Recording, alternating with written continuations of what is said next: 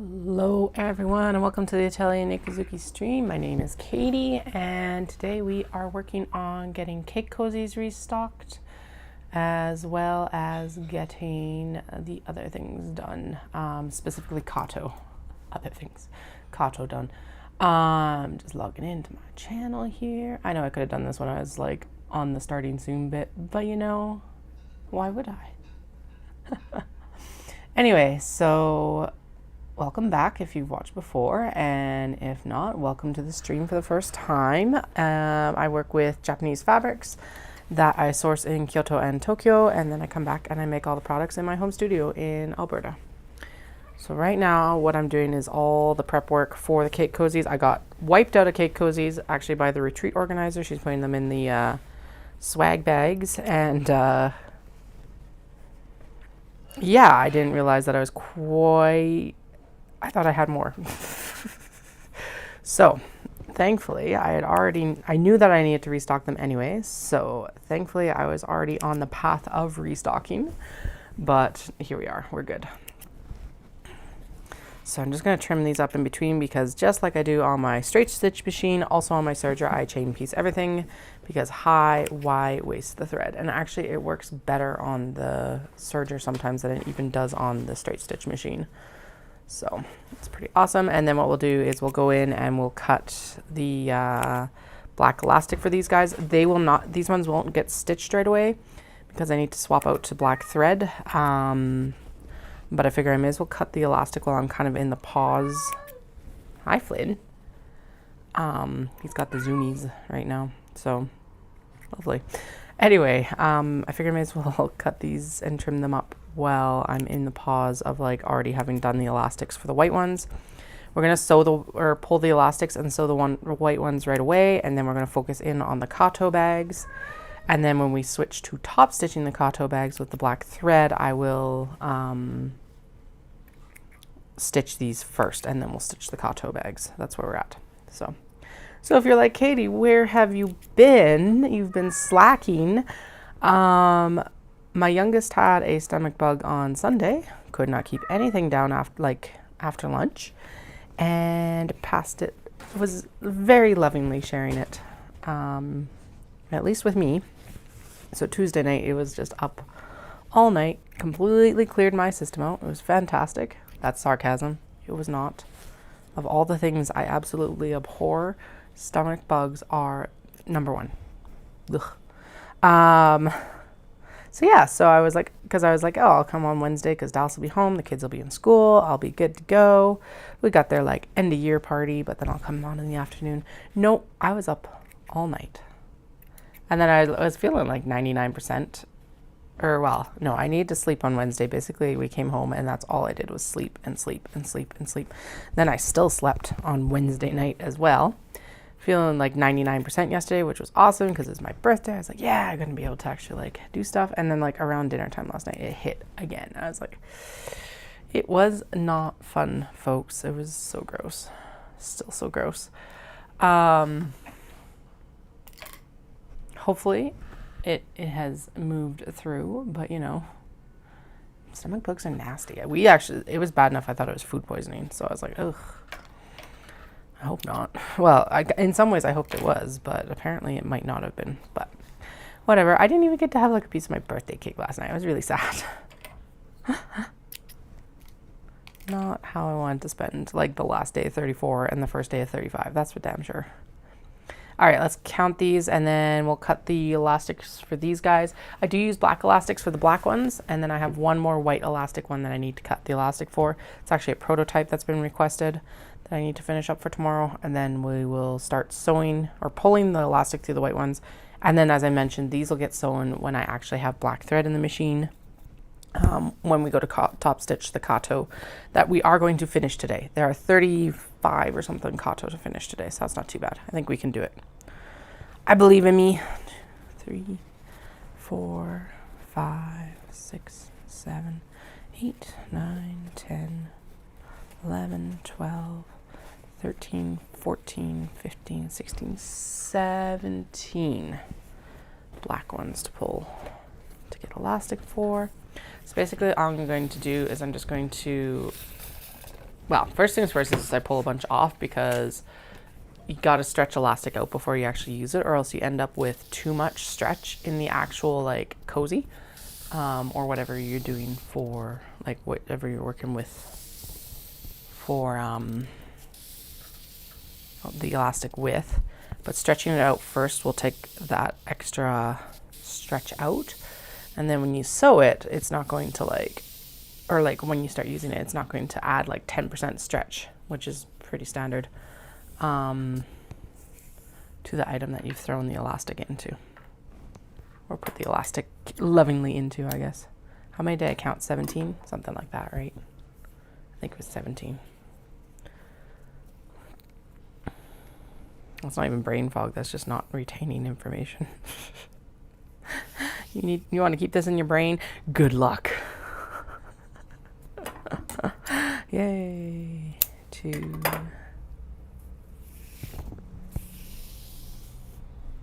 Anyway, my eldest is now home from school today because they haven't thrown up, but they have, it's going through their other systems, and it's like, oh, poor kiddos. Though honestly, I would prefer to deal with it going down than going north, so myself included.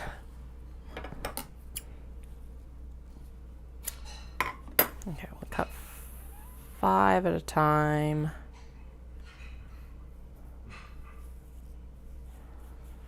Anyway, Dallas will call me up when lunch is ready, and then I've got a little bit of laundry to swap around. Then I'll be back down after that, so that'll probably be right around noon.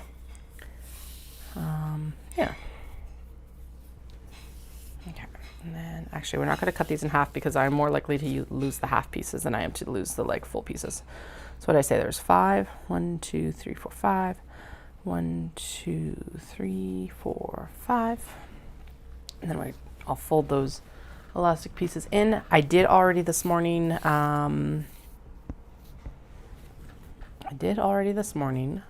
Oh, I branded the, good Lord. I branded the logos into the leather for the Kato bags, and they've already, so I branded and cut those this morning because I realized that I'm like, I usually do need more time for those because I like to put them underneath a plate to kind of flatten them out, because when you brand them, it makes the leather curl. So right now they're under the plate flattening, or at least I hope they're flattening. That's the plan. That's what the plan was. Obviously, best laid plans sort of shit, right? So, but they're at least rather than having to like be like, oh, I finished the bags, now I gotta get the brands done. I've already done it. So, yay. Sometimes I'm a little bit more organized than I think I am. This is very rarely. 1, 2, 3, 4, 5, 6, 7, 8, 9, 10, 11, 12. Okay, so it was 17 total. Sweet. And if you're like, Katie, didn't you already? 1. So if I cut 6, then we're halfway through this pile, and then we'll cut another 6. So that will work the best. 1, 3.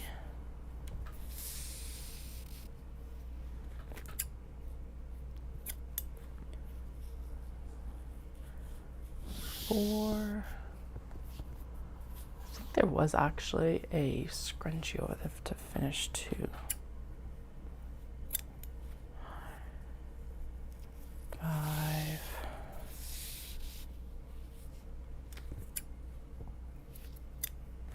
And 6.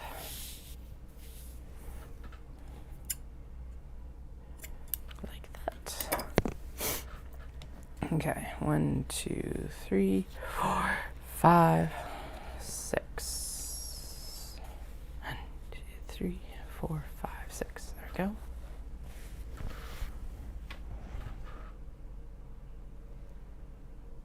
Oh, okay. Someone is asking what people are doing with, like, do you use expired sunscreen? We do not in this household, because I've used expired sunscreen and I've burnt because the chemicals do expire. But we actually switched to zinc oxide stuff because even if it does have an expiry date, it's not like 6 months. Someone was like, how are you not using it all year? You're supposed to be using it all year. And it's like, well, I don't know where this person lived that actually posted the thread, but for us, it's like we are inside all the time. I guess there is some evidence you're supposed to put on sunscreen even when you're in your house, I guess. But how many... Okay, if you're watching right now, do you wear sunscreen when you're in your house? I definitely don't. I'm like, no. I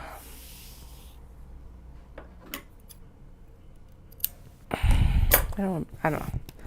The zinc oxide stuff also is like, typically doesn't make me sticky and stuff like that. But the big benefit is definitely that it does not have as short of expiry date. So like even stuff like I bought last summer on sale is still going to be good until like next summer. So also it's a little bit friendlier to like the reefs and things like that. And yeah.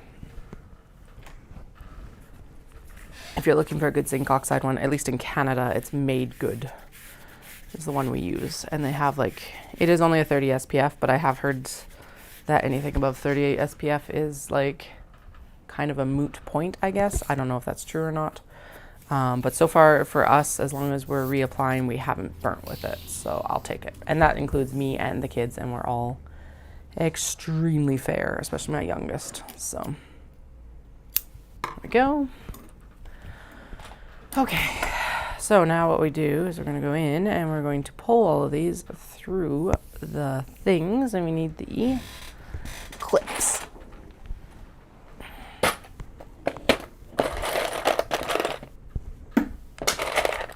That doesn't need to be in there. That was there for the other night.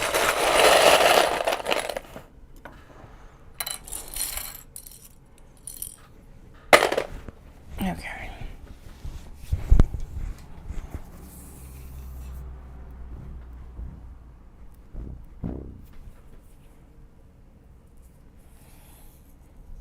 That does not feel long enough anymore.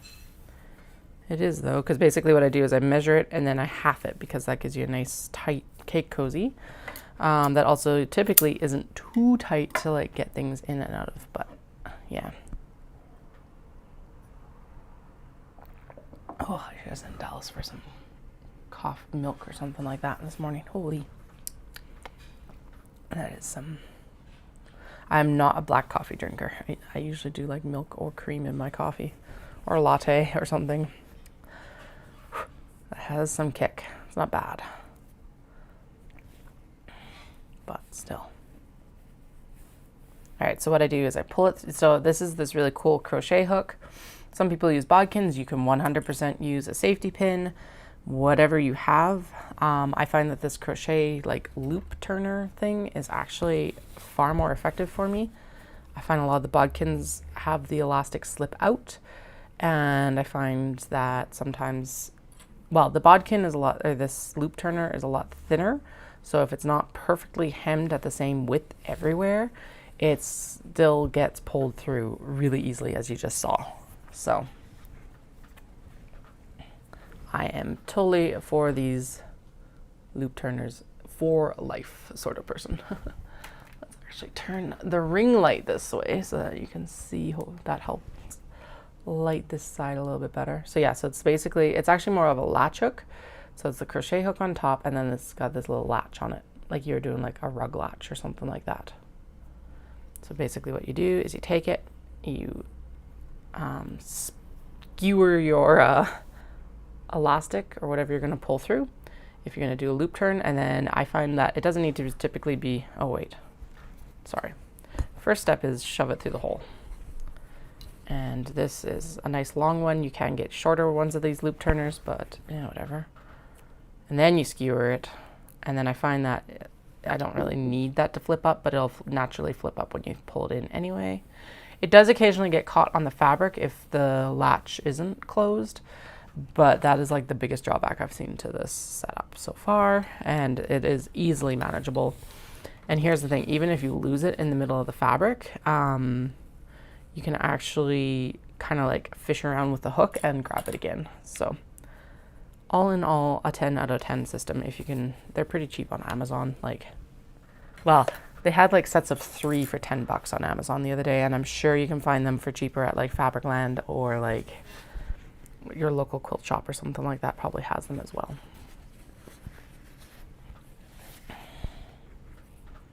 This is why I was freaking out the other day of like, oh my god, I don't have my like loop turner.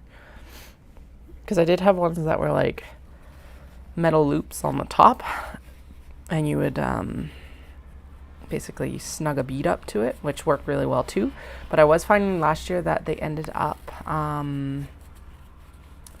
the bead ended up slipping especially when I was pulling them in through this way, which is really weird because you'd think having the tension on the bead would be okay, but they would end up like not getting pulled through all the way. So this is a far better system for me. And like, this is a fairly thin channel, so I don't even know if a safety pin would actually get through this one or not anymore. There we go. And I do always pull a little bit extra out here, like that, so that there's actually something there to like trim off after we sew it. There we go. And we'll flip and do the other side. Now these are called cake cozies. What they do is, if you're a knitter or crocheter or person using caked yarn, so that's when you cake it up from like the skein or whatever, ball it up from the skein on a cake winder, ball winder sometimes they're called. Nails broken. These go around those cakes and help hold them together so that they're not unraveling like in your project bag, or if you don't want to use a project bag, they're not unraveling in your purse or whatever. And it also just helps keep the ends from getting tangled up and all of that. And I would show you how they work, but A, I don't have a cake handy, and B, I am out of stock. And so that's why, even though I should be focusing on the Kato right now, we are going to focus in on some of these because they're fairly quick and simple now that like the serger part is done. We'll restock on them. Also because there's been a request from the retreat organizer to have more of them as well. So, yeah, no. That's kind of a hard request to ignore. And then that fish one that I did at the beginning is a special request for a larger cake cozy that will go around like worsted weights cakes and stuff like that. These ones I'm working on currently are mostly or intended for fingering weight cakes. We did experiment with DK weight, and apparently it does fit, but it is a bit of a tight, like it's a bit of a fight to get it to fit. But it works, so. Okay, there we go.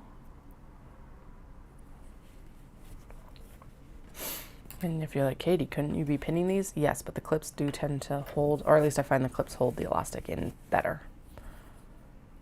Could I knot these? Yes, but it's easier to sew them. No. Yeah, so that's usually where it fails, is like right at the very beginning of the like pull through. So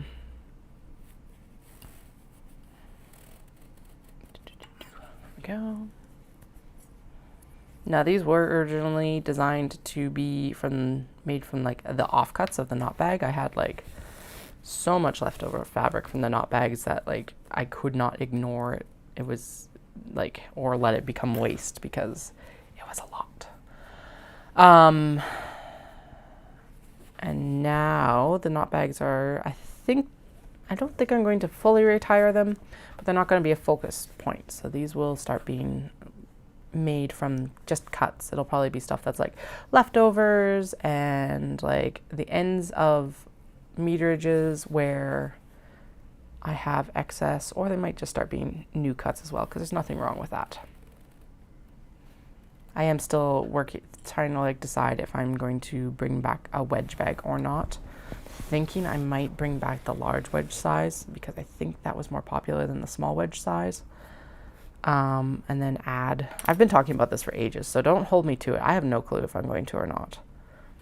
But I might bring back the wedge size, the large wedge size, and like add a pocket to the interior or something like that. I don't know yet. Maybe I could add like a mesh pocket or something. That'd be kind of fun and different. or I could add an like inset pocket into the actual lining, I think.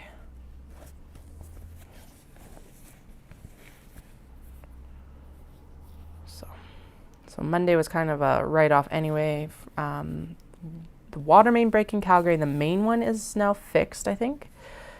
But they've found like 5 other hotspots basically. So they're going to go through while they're basically inconveniencing everyone. And instead of like majorly inconveniencing them in like who knows how long, they're going to go in and actually fix the other breaks. Which I think is a way better situation. And they said that they should be on the low end of their fix schedule. So they said that they'll probably be done July 5th, which is awesome because Stampede starts on the 6th. Now Stampede is going to go ahead, which is good. But they will be trucked, or at least the plan was as of like when they didn't know how long this was going to take to fix. They basically said that they would end up, they would truck water in actually. So that obviously doesn't do anything about the tourists coming into the city, but it would at least mitigate the strain on the system from like livestock and food and beverage and all of that. I think it was mostly, it was like they would bring in potable water for food services and the livestock, and then they'd be using gray water for like, so to water down the track and the grounds for the rodeo so that it wasn't dusty. That's what it was. So they have a plan in place. And I know a lot of people are outraged at it in the city, but it's also like having a second cancellation in 5 years is just, it's no. They're still trying to recover from 2020, and it's so much money into the city as well, unfortunately, that it's just like they couldn't, like, I don't know. I think if it had been canceled again, it would have just created the show completely. So here's hoping that they do actually get the fixes done by the 5th, because if they do, then it's all set. We're all good. Or they're all good.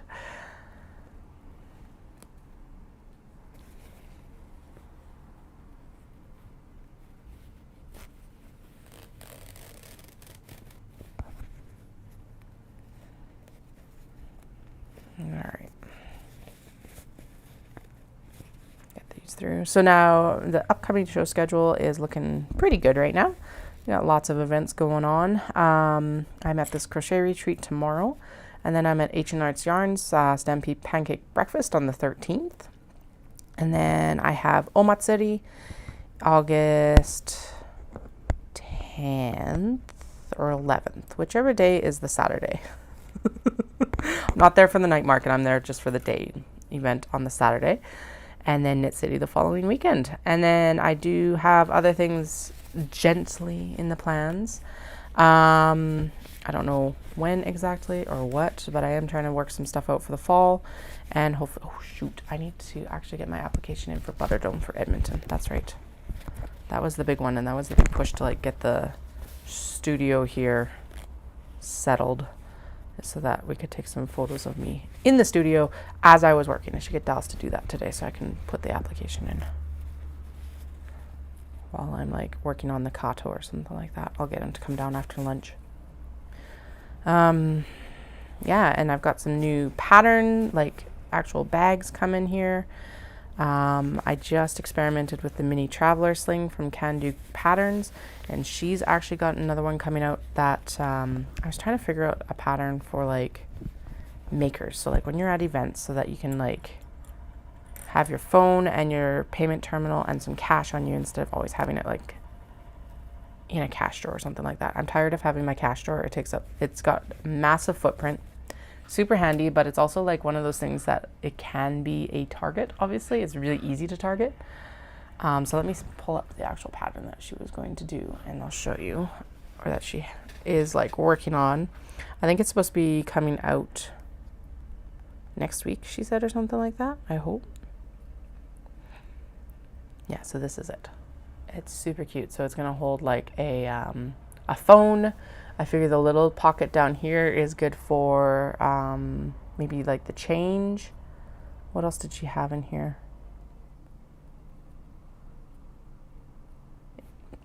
Yeah, she hasn't shown off a lot of it, but I figure like phone and payment terminal and then cash and change. Yeah, she shows that it holds like, it doesn't hold a ton, but as a vendor, you don't want it to hold a bunch anyway because you're going to clear it out as you go sort of thing. So yeah, so like maybe payment terminal and coins or just payment terminal, phone and bills in the back. And then maybe I'll customize it with an extra pocket or something like that, just so it actually works for the makers. That's what I was doing those cell phone bags kind of for. But again, they need a lot of practice. I don't have the time to practice right now. And it'll probably still be something that I'll come back and revisit. But just having a pattern made for me is also really nice. And it's one of those patterns where it's like a turnout pattern. So I don't have to worry about seams not matching exactly and stuff like that. Obviously, I'll still make sure everything's straight and everything, but there's a difference between straight and being able to match up two different colors as you fold things up. So there's that too. I might still look a little bit further into like those different options and see kind of what happens, but yeah. And then in the fall, I'll be working on some new bags with waxed canvas as well, which I'm super excited for. So basically, it'll be a waxed canvas exterior, and then the interior will be lined with the Japanese fabrics. So that is going to be a lot of fun, I think, because it'll be a more subtle exterior. So it's going to be like blacks and browns, maybe some teal, more neutral exteriors, and then the interior will be the wow factor, I guess. And actually some of these mini travelers would look really good with the waxed canvas as well. So the mini traveler slings will debut, and they're actually, that floral one back here is one of the mini traveler slings. They'll debut at, I think, they don't, not this weekend, but they'll be debuting at the Stampede breakfast. Yeah, at the pancake breakfast. If you're going to watch for them online, they will be online after the pancake breakfast. And yes, I know I do need to do an update. So that will actually, yeah, so we'll do a mid-July update. Maybe we'll do like a Christmas in July update. That would be fun. I know I keep pushing it out, but yeah, that's just how it apparently is going to go this year. Even the stomach bug, it has been an actual like shit show. Oh. I also had a stomach bug back in like what, end of March too. Ugh. Definitely did better than we did last year, but still, it can calm down anytime it wants now. The one time where it's like, I love the kids having daycare, but I do not love daycare sicknesses. Ugh. Especially because I'm always the one who gets them. So it's like, of course. Okay. Just trying to get the like... This keeps folding underneath when I pull the elastic in, so we're just trying to get the serge line. There we go. Anyway, what did I do on Monday? Oh yeah, I found all the lining and pockets and all of that I want to purchase for, well, to move forward with making more bags. And then I do think I did a pretty good job of getting products from Day Day House or Natsumi selected as well. So all the little cat charms and everything like that. Because she is at the point right now that she can't actually fulfill any orders till spring next year, but that's okay. That's awesome. It's good because it means that she's going to be in business. Hi, Wendy. I'm hoping the shit show is done. We've had a stomach bug roll through the family, so that's been unpleasant, especially since it was my birthday yesterday and I didn't even get to have like a piece of cake. I was very disappointed. I.e., like, I couldn't even, well, okay, so Tuesday night, it was, like, really bad. I was up all night. And then, yeah, and then last night, just right around dinner time, it was like, all right, we're back. And I'm like, what the hell? So I'm hoping it's done. My youngest was home on Monday, because they threw up all day, like, after noon on Sunday forward. And then my eldest right now is home because they also were not having a good tummy last night. So it's just like, ugh, please be done.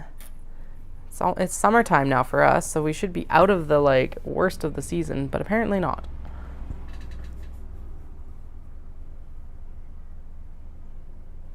Oh, okay. No, I did pay that.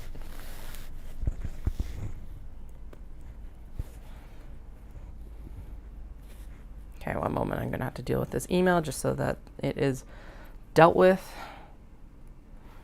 Okay. Let's go on to intermission here. Hello. All right.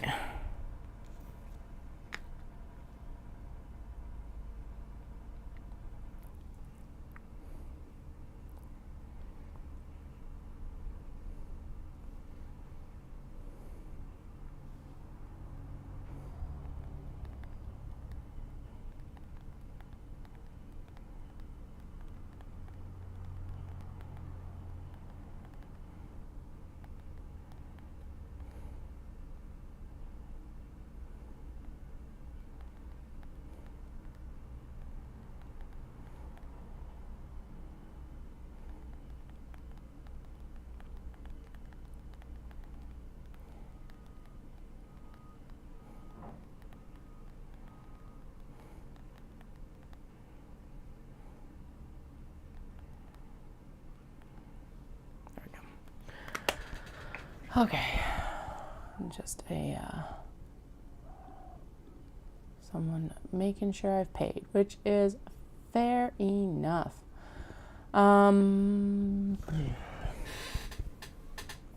Yeah, Dallas also has a race this weekend, so hopefully he doesn't get attacked by the stomach bug like tonight, because he's running tomorrow.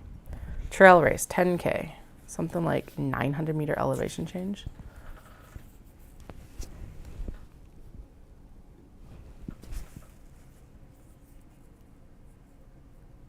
Oh man, I'm glad you're feeling better. That sucks. I'm really hoping that this doesn't, like, this is it for a bit, because I do not want to continue to be sick, especially with how busy of summer we have. Right now I am working on the cake cozies because the retreat organizer for tomorrow cleared me out for the swag bags, which is awesome, but I didn't realize I was down to so few. So these are the ones that go around, like when you ball up the yarn on a cake winder or something like that. They'll go around the cake and hold the ends in so that they're not unraveling and tangling up. They're actually a stash or scrap buster project from when I had a bunch of knot bags. So that's the main thing we're working on right now. And then we're going to go in and work on sewing together the interiors and exteriors of the Kato, because they are all clipped together. And then when we switch to the black thread for top stitching the black Kato, I will go in and do the hems on these. And then we'll go in and top stitch the Kato with the black thread as well. Or we'll do the hems, pull the elastic again, and then sew these together, and then top stitch the Kato, I guess. That's a better sequence of events. So.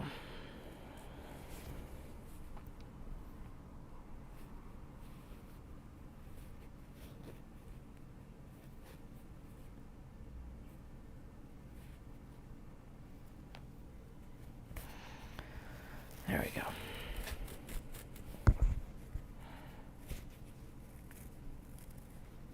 Yeah, I'm extremely glad that the whole debacle on Tuesday night at least was when Dallas was home, because caring for the kids after that would have been nigh on impossible. I could have called in reinforcements, but I always feel really bad because it's like my in-laws are older, at least my mother and father-in-law. And it's like I don't want to pass it on to them if I can avoid it. And then it's like, and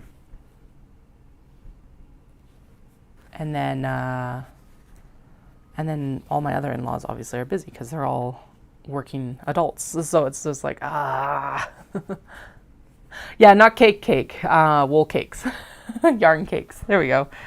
They just get called cakes because they're pretty and they look good enough to eat, I guess. I don't know. I guess it's just mostly the shape.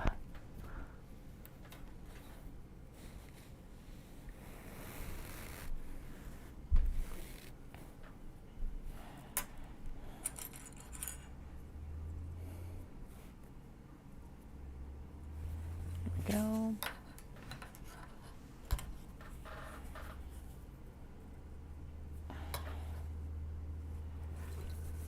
Yeah, and they'll probably, so this is just going to be like the early summer restock. Early summer for Canada. And then I'll make sure that there's another restock for Knit City as well, probably, maybe. I do know I need to go in and also I need to go in and make a bunch of my small stuff this summer. So like notions pouches and needle stashers and, as I keep saying, small box bags. And we should finish, ooh, that one's super cranky. And I need to finish up on the rest of the Kato cuts that we had as well. Because we're definitely stocked on large box bags. Not too worried about that right now, unless I get wiped out tomorrow, because who knows. Retreats can be spectacular because it's a very condensed, usually small group of vendors. And I mean this in the best way, but retreat goers can be absolutely rabid. So I know the last time I did a retreat market, it like paid for my full retreat. And I'm like, okay, well that alone was worth coming out for them because A, I got a retreat and it got paid for. So I'm not going to complain about that for like paying, I don't know, $50 to carry the bag on the plane basically.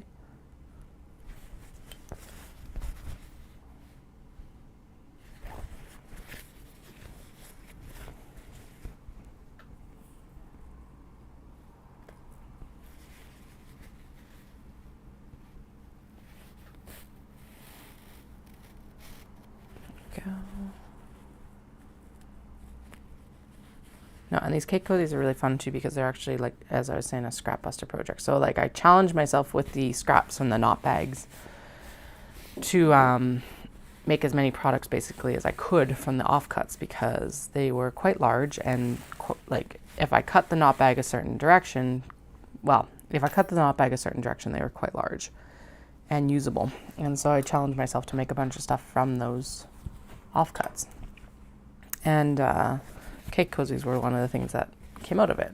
Now, I am not making as many knot bags anymore, so I probably won't have as many offcuts, but these can still come from a lot of the like extras from the meterages, like at the end and everything like that. And or they might just start coming from new cuts. That's fine too, now that I know the measurements and stuff. Yes, exactly, right? You got to buy it because you're at a retreat. I totally bought stuff while I was at the retreat. Actually, I bought myself a very cute little like quilted bag because I don't do quilted bags.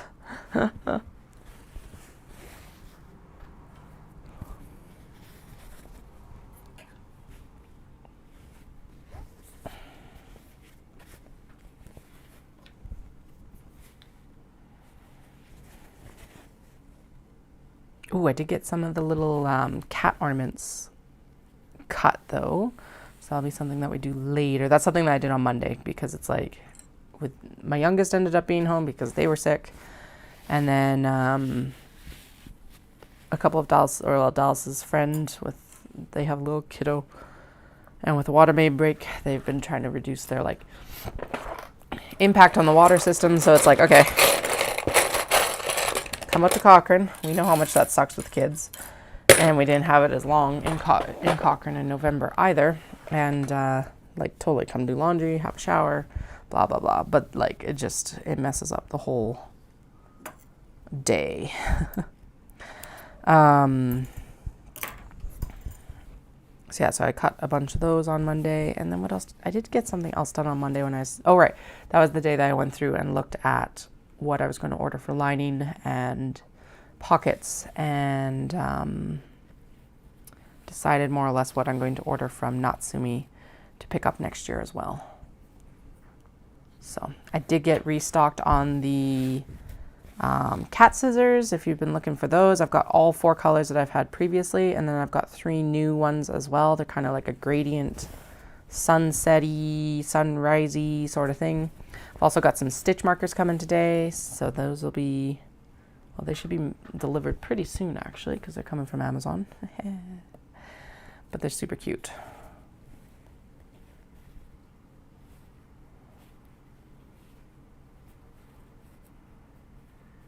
Yeah, come here.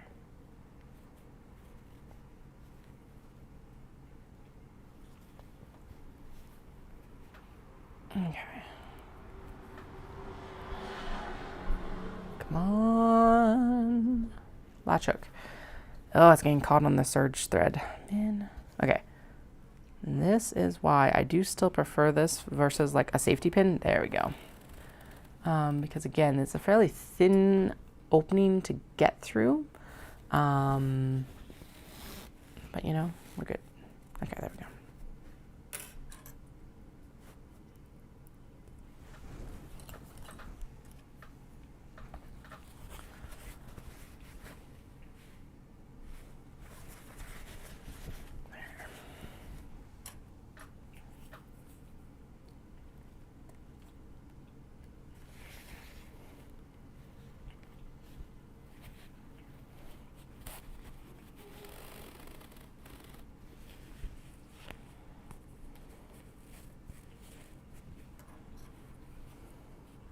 Yeah, I was debating whether I was going to actually go tomorrow or not. I think I'm in good enough shape to go now.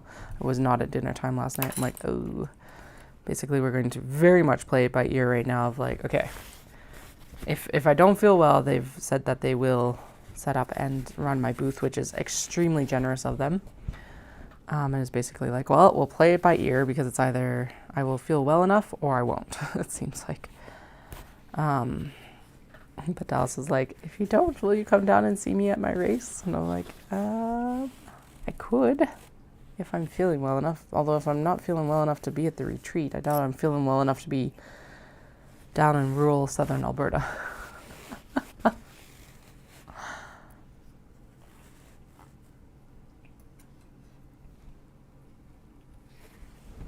right, 3 more to go, and then we will be ready to go for sewing these together, which is exciting. Super exciting.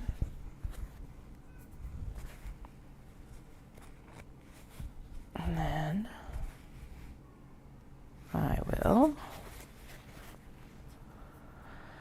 Okay, that one is garbage. These are some of the, it's a good thing that I ordered more clips, by the way, because I have used, well, I used almost all of them for the cake, or not the cake cozies, but the Kato bags. And now the rest of them are pretty much going to get used up on the cake cozies. If I had to do the black thread ones right now as well, I would be through all of them. So, yay, extra clips. I swear I don't know where the rest of them went. It's like, really? Like, what the heck is going on here? By the way, thank you to everyone who has subscribed. I really appreciate it. We're we're just over 500 right now, which is super cool, considering that I've been working on reviving the channel for a couple of years now. And yeah, I'm very pleased because I think when I came back to the channel, it was something like 240. I think I was under 240 subscribers. So a nice, like, steady growth, which honestly, as much as it would be nice to go viral sometimes, a nice steady growth is much more sustainable for a small business like me, or like mine, I guess.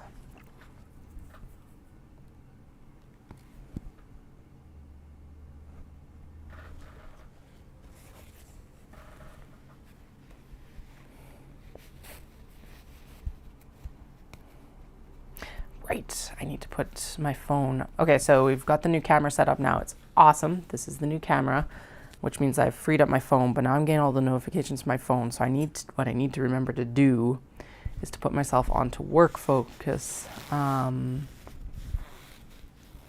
so that I still get the important notifications like from Dallas and from the school, but I'm not dealing with all the email and Instagram and all of that, at least while I'm actively on stream, because it is distracting.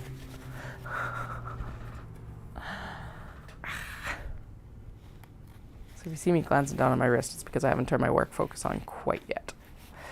I will do it once we've pulled all these elastics here. There we go. 1.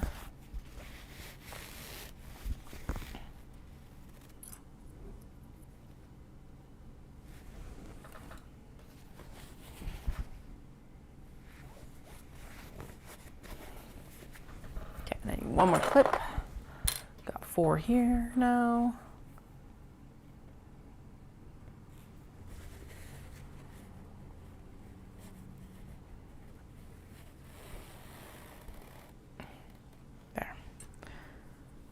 one out and in a little bit because we need the seam allowance so that it's not like, well, yeah, we can't unclip the clips once they have the elastic holding in place because otherwise the elastic's just going to go spring and no, doesn't work. There we go, last one. And then it's looking like I should be able to get these all sewn up before I actually go for lunch, which will be awesome. Nope. Denied. Okay. That was totally user error. That was not hook error, but you know, still annoying. Okay. Pull it through, pull it through.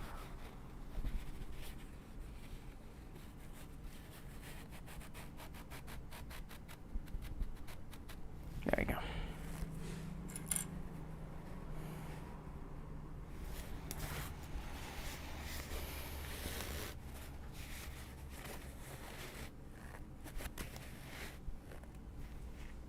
Sweet. There we go on this side, and we are done pulling through the elastic. All right, put this onto work focus, so I don't have to deal with this. Work. I'm just gonna double check the settings and make sure. Yeah, the school and Dallas. That's all I need. Okay. Alrighty. Now, clip bin goes down there because eventually what we do is we just kind of push them into the bin. I'm starting to use, some people call them enders and leaders. Basically, it's a piece of fabric underneath. So that you can just continuously chain piece. It should actually save me more thread again. That's what I'm hoping. It also helps like lift the foot a little bit so that it's not so just up and down, blah, blah, blah, blah, blah. Someone I saw actually the other day that I was finally like, okay, I should be doing this. They called them thread bunnies, I think, which is super cute. There. And there's one done. Now all I have to do is trim it down. Yay!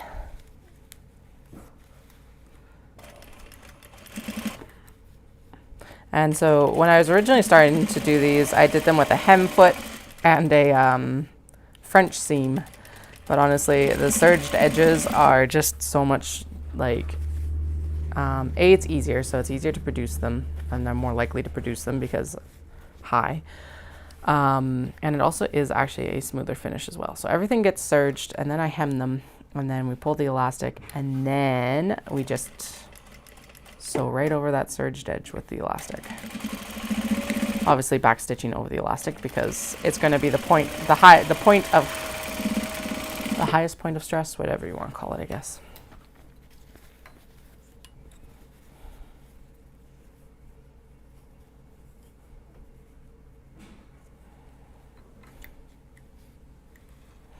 I did also get a bunch of key fobs done. We just need to put key fob hardware onto them. That was one of the things I did this morning as I did the final stitching. So this morning before I came on stream, because my eldest is home and Dallas went for his run after he dropped the youngest off at school because they were feeling fine. I branded all of the logos for the leather and then cut them, and I also did the like seam on the key fobs to hold them together so that's easier to put the hardware on them. So that'll probably be something that I do. I won't be streaming tonight simply because I'm still kind of in recovery, so I won't be on late. But I will be doing like drawstrings into the Kato that need to be done, and key fob hardware and tagging probably. Because then I can also hang out with the kids and Dallas and blah, blah, blah. So that's the plan for tonight.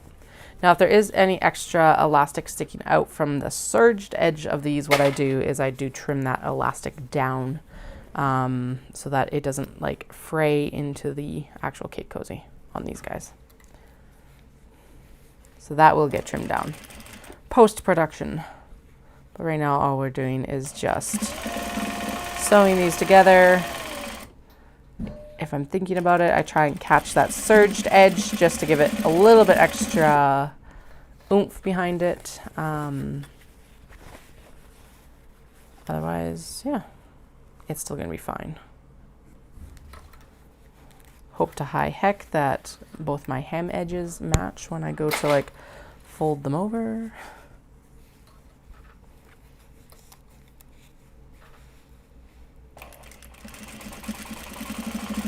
Just like that.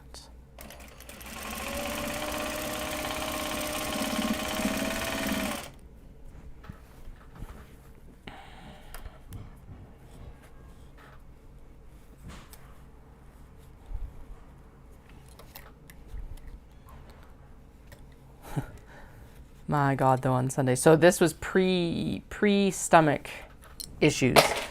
Came downstairs because I was like, okay, I'm going to do a little bit of work on Sunday. We've got stuff to do in the afternoon, but, you know, I can sit down and I can start serging the cake cozies and then sewing the cake cozies, blah, blah, blah, blah, blah. No big deal. The kids were happy having a little bit of TV time. All that. It was good. Except that when I went to use my serger, I moved the arm around for the actual like back threads and it broke off because apparently my kids have been messing around with it. Left it in their reach a little bit too much. I'm like, I was livid. Because it's not like I haven't reiterated that they shouldn't be touching this. Blah, blah, blah. And the thing about it is that kids are moving targets in the fact that they can, 1 week they can't reach something and then 2 days later they can, sort of thing, right? So, yeah, figured out a jerry rig situation because I was like, okay, well, maybe we went upstairs and I kind of calmed down. Definitely pouted for a little bit, which is not healthy, but whatever. I was like, okay, maybe I can take the arm off and my father-in-law can like solder it together while I'm up there for dinner because we're going up for Father's Day. Figured out that no, there's actually a plastic piece also broken off from under it. And like normally this is just a piece you can replace, but I've got a vintage machine. And so it's not a style of serger arm that's like in everyday use anymore because it's an L-shaped bracket instead of a like, across the back like flat bracket. So that was a no-go. So I set up the jankiest setup I've ever had because I have another thread stand that I was going to use for cones for my domestic machine and a like display stand and all of this to get it at the right height because I did try it in the second cone position, but the thread that I needed was in the third cone position and it will not go from the second cone position through the third cone threading. It's so weird. It's very persnickety. And so I was just like, okay, we'll do this other setup, see if it works. It worked. Thank goodness. So it gives me a little bit of breathing space to order this new part because I did find it on like I think AliExpress or something like that. So, but it did waste a lot of my time on Sunday trying to figure out how the heck I could get this machine to work. And then it was like, and then we went up to my in-laws. I was like, I phoned my mother-in-law up. I'm like, are you going to be home? Because I need to do errands, but I need a break now. And then when I got back from like the city and doing my errands, she was like, yeah, the youngest threw up. I'm like, what? Yeah. And then they couldn't keep anything down all night. I was just like, oh no. Yeah, so it's just been a week of like grossness. And I still need to get my surgery fixed. So at least the janky situation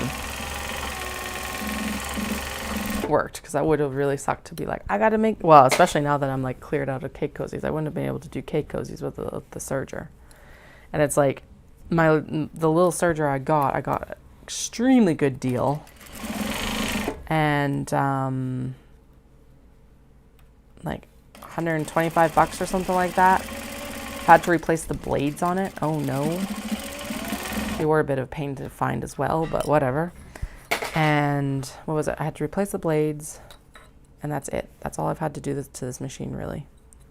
Oh, and I had to do a little bit of maintenance to it earlier this year, but that was like that was going to happen anyway. It wasn't something broken. Yeah, and I'm pretty sure to get a comparable machine at this point, it would be like $1,500 to $2,000. Plus that would, because it's a tiny semi-industrial. And yeah, I'm just like, I don't have space for that anymore. I could make space, but I don't want to spend that much money on a machine right now. If I was spending that much money on a machine right now, I would be buying a walking foot.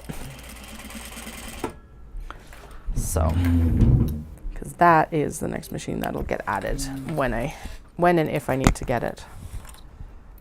So, not a big deal for light stuff like this, but now that I'm getting more into actual purse making and things, it's getting to the point where it's like, oh, a walking foot would be extremely helpful right now. Although I think I'm going to try the Rolly Teflon foot I have. That might actually help quite a bit. It's technically designed for like working with vinyl and stuff like that, but it might actually help with some of the larger seams on the blah-de-blahs, like the purses and things.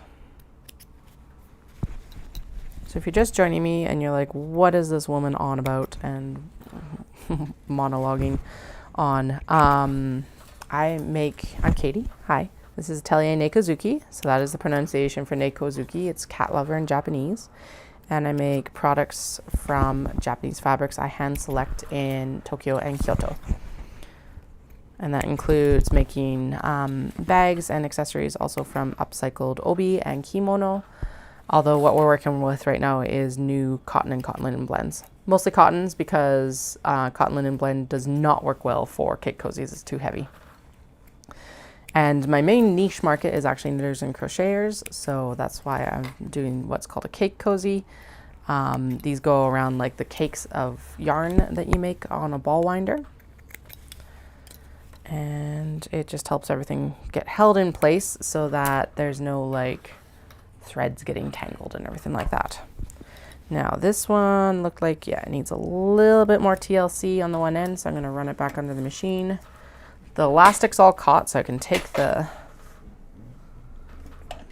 clips off.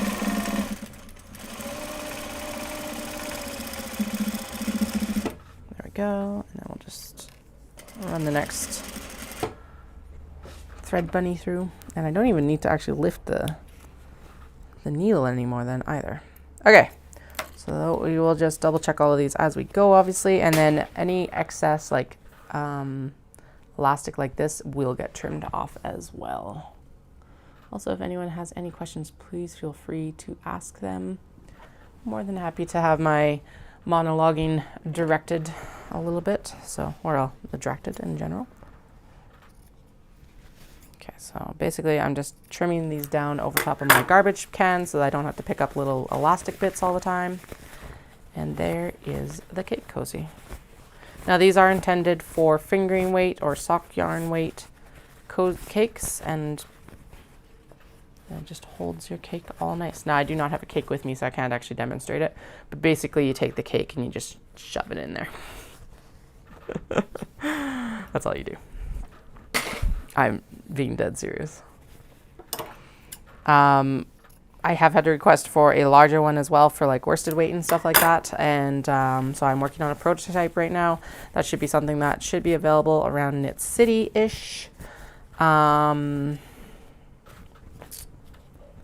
Hopefully, as long as it works. I'm getting it to the requester this week and tomorrow. And yeah, we'll see how it goes from there. I'm glad I stretched out that elastic because it does feel like it's a little bit looser than the stuff I've worked with in the past, which is good and bad because it means that like it will be easier to get the cake in actually. It won't be a wrestling match as much as I know it can be sometimes.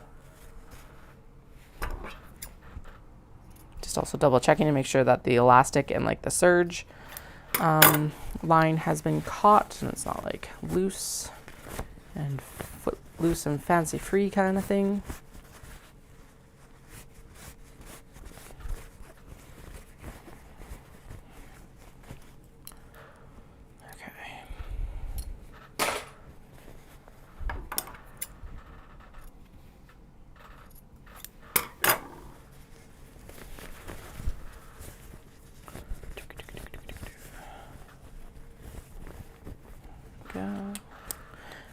Birds. That one does need to be run over again as well. Just didn't quite catch it on the back here, which is fine. I'll just even it up and we'll get it tacked down. Blend it into the other seam line so it's not taking up quite so much room. No, I don't need to lift the needle. That's right. Needles don't need to be lifted for this now. Dun, dun, dun, dun, dun, dun, dun. Okay, trim the elastic. Trim the elastic. Could also be, might not be that the elastic is loose. I might have actually like just cut a longer piece of elastic too. That's totally possible. Basically, I cut the length of the whole thing and then cut them in half. So there's definitely some room for variance in a couple different factors in these.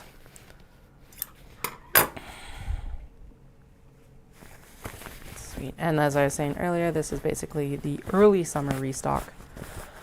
There will also be another restock in, well, hopefully there'll be, I will take the time to do more before Knit City in August as well. Because Knit City's coming to Calgary, which is exciting. Strawberries. I love these guys.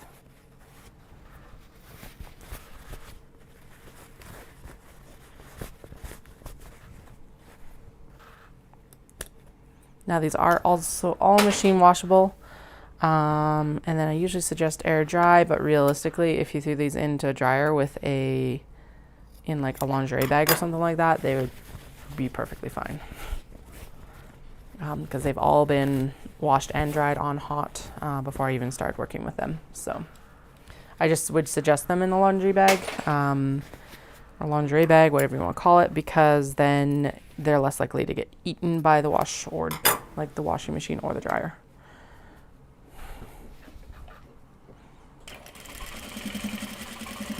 Although with the project bags, when you have like a cotton or cotton linen blend with no leather on it, I do suggest that those are machine wash, cool, and then air dry. Mostly because you can actually then, what can you do? What was I going to say?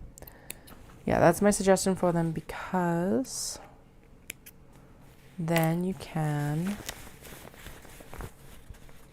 then you can pop out the corners and it helps preserve the interfacing. That's what it is. And then obviously the ones with leather you can't put into the washer dry. So please don't. Your leather will not be happy with that.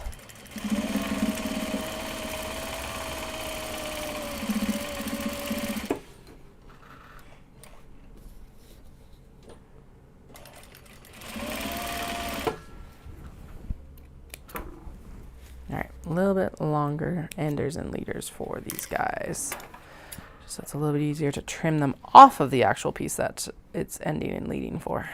Right. Okay, there we go. So there's a nice stack of new cake cozies that'll be ready for tomorrow already. Good. And then we do still have the black thread version as well to do, and that'll happen later today once we've got all the Kato stitched and we're ready to start doing the top stitching on the Kato. So there are currently 35 Kato ready to be sewn together. So its current trajectory is smash them together. Well, they're already smashed together. They need to be sewn together. And what's next? Sewn together, turned, top stitched, closed, and then the logo needs to be like glued on, and they need to have their drawstrings put in. Not much work left at all.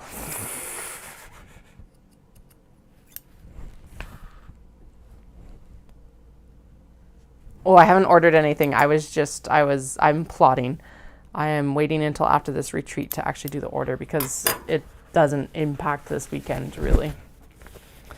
And I need some funds to come in. Isn't that terrible? It's like I've been waiting for a little bit, because I had the big purchase of I had to do pay Knit City, and so lining had to wait until after that. which is fine because it's a Canadian company, so it won't take that long for them to come in. But basically I'm going to pare down my lining choices, and we're going to just do a kind of sand color lining, which is going to go with a lot more bags than having to do beige and white. And then I'm going to do, most of the pockets ended up being navy, which I'm like, I need some, and then I found one that was white with like, instead of the confetti that I used this round, it's multicolor stars, which is going to be really fun. Oh yeah, okay, so there is the one that should work for the worsted weight. It's like quite a bit taller, which was the main thing, and then it is a little bit wider on the top as well, so that it will, you can fit it over the cake of worsted better. But like I said, this is going to prototype right now, and to get tested out by a friend that's requested it. So we'll see how it goes from there. Yeah, anyway, so no, the lining and the canvas and the pockets, I've got it all on my phone, just chilling, waiting to be actually purchased. But the plotting has been done. So one of the navy ones was like, it's kind of like a crosshatch, which is really nice. There's some paw prints. There's the star one. And then there's, I also found a planets one, which is really fun. So I'll be working with some really cool looking pockets this summer. There is a nice stack of cake cozies. And then the prototype, and then I'm gonna throw them over here. Get out of here. Now I get to work on the Kato before lunch. Sweet. Okay. Actually, maybe I'll check in with Dallas and just see where we're at for lunch.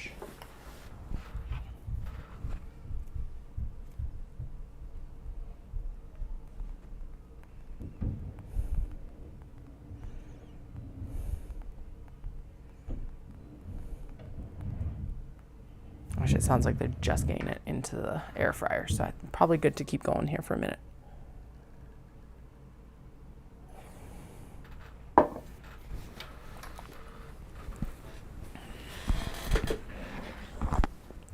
Alrighty.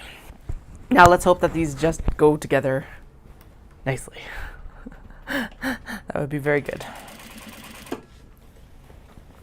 Because having a fight with the Kato right now would be like,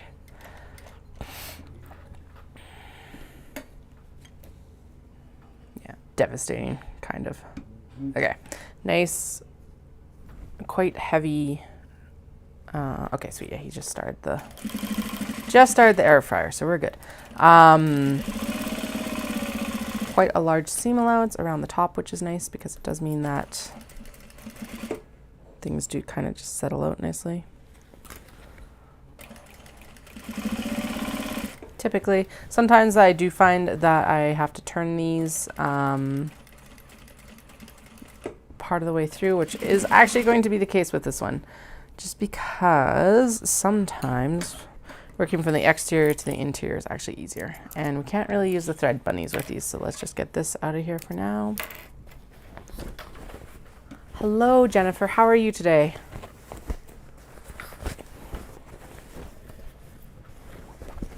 We're currently working on bags and accessories for a retreat that I'm attending a market for tomorrow. So if you're in the Calgary area, it is open to the public in the afternoon.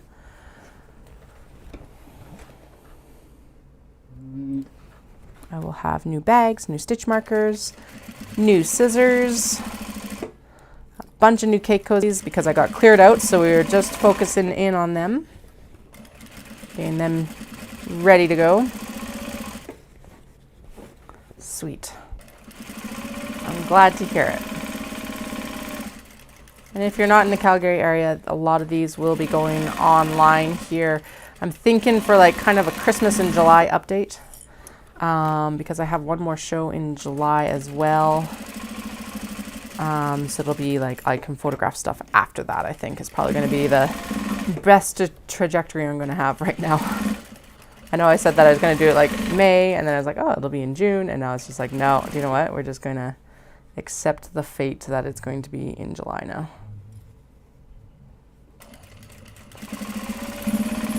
All right, there we go. And think that avoided most of the wrinkles in that. So we're going to actually sew all of these Kato and then they get turned, because otherwise it's just, it takes too much time. To be blunt, that's part of the whole production line processing. And we finally have some nice weather incoming. So all of May was like super kind of just gross and rainy. This weekend we're supposed to finally get up to like 25 and 26, which is glorious.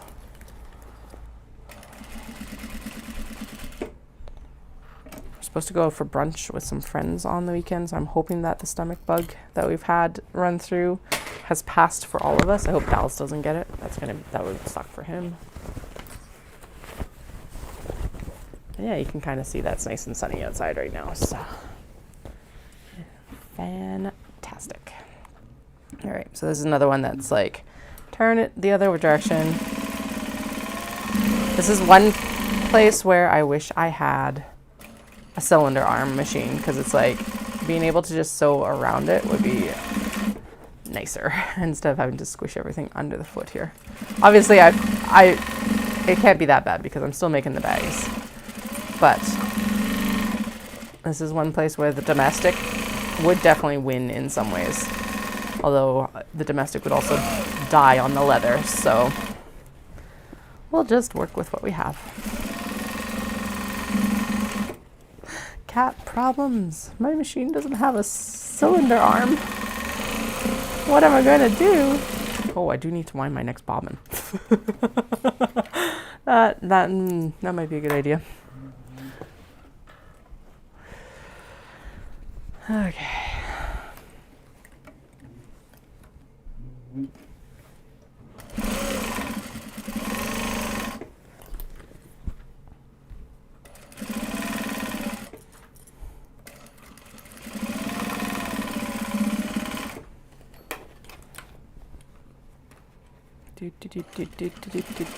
Okay, please start winding so that I can back stitch over the drawstring. Thank you. Okay. Here we go.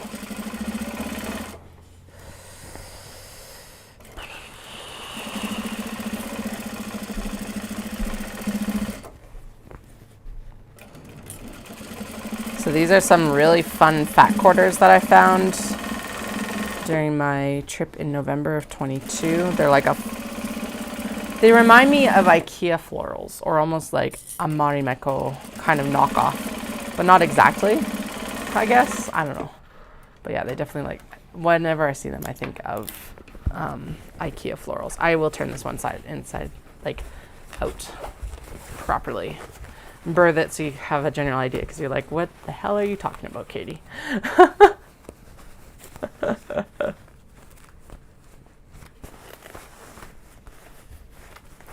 It's very bold. I guess maybe it might just even be, I don't know, Swedish more or anything. It's not like Japan lives in a bubble, so they definitely get influences from the outside world. So yeah, so that is the Kato and what it's going to turn out like. A nice bold floral print. So this, because of the black leather handle, we get black drawstring, and then I've got all of the labels ready. Over here they're just getting pressed. I've got some old ones. So that'll get glued on down here. Black drawstring, and then this will all get top stitched with white. Once we're done sewing them all together. That's what we're gonna work on right now. Obviously.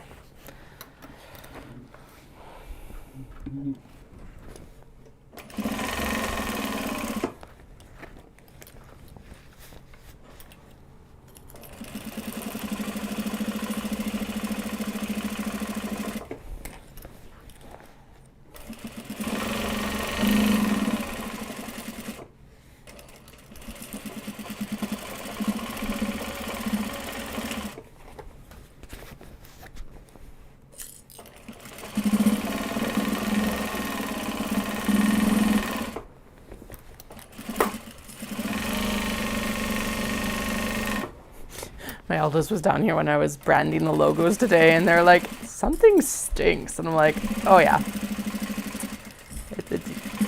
Branding leather doesn't not smell. So I was like, oops, I better open a window so that like it airs out here. Oh, this one, oh right, this one just needs to have the handle redone because the handle slipped out when we were actually sewing it together last time. So let's get that remedied. Blend the seam in. There we go. Nice. So that was an easy fix, which is, I like when they're easy fixes like that. And hey, it didn't go into timeout. Well, okay, it kind of went into timeout, but it came out of timeout way faster than like the majority of stuff I put into timeout. Says the woman who probably has 2 or 3 bins of timeout, and then there's always like, I should tackle those, and then never does. Shh. I know I should. But then I get distracted by my pretty new fabrics.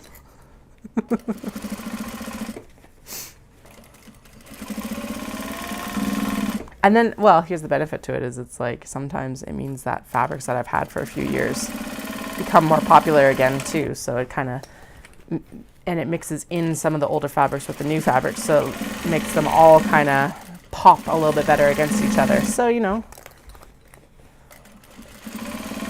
unplanned marketing strategy, I guess. I don't know. Nah, it's just being lazy sometimes. Does mean I have a bunch of bags that are like ready to go though, which is kind of nice. I found a whole stash of small box bags that like need, what do they need? They don't even need lining, they just need interfacing, so. What's that? Oh, okay, sweet. Okay, these are coming together really nicely. Okay. Oh, Dell said 20 to 25 minutes until lunch. When did he say that? He said that like 10 minutes ago. Sweet. So probably about 12:25 or so. So we'll see how many we actually get done before lunch. Which if they all go comparably smoothly, should be quite a few. Some of these are also going to be absolutely flippin' spectacular. So this is a crane one with like on,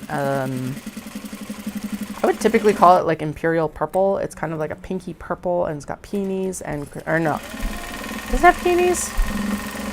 I'm asking you guys like you would potentially know.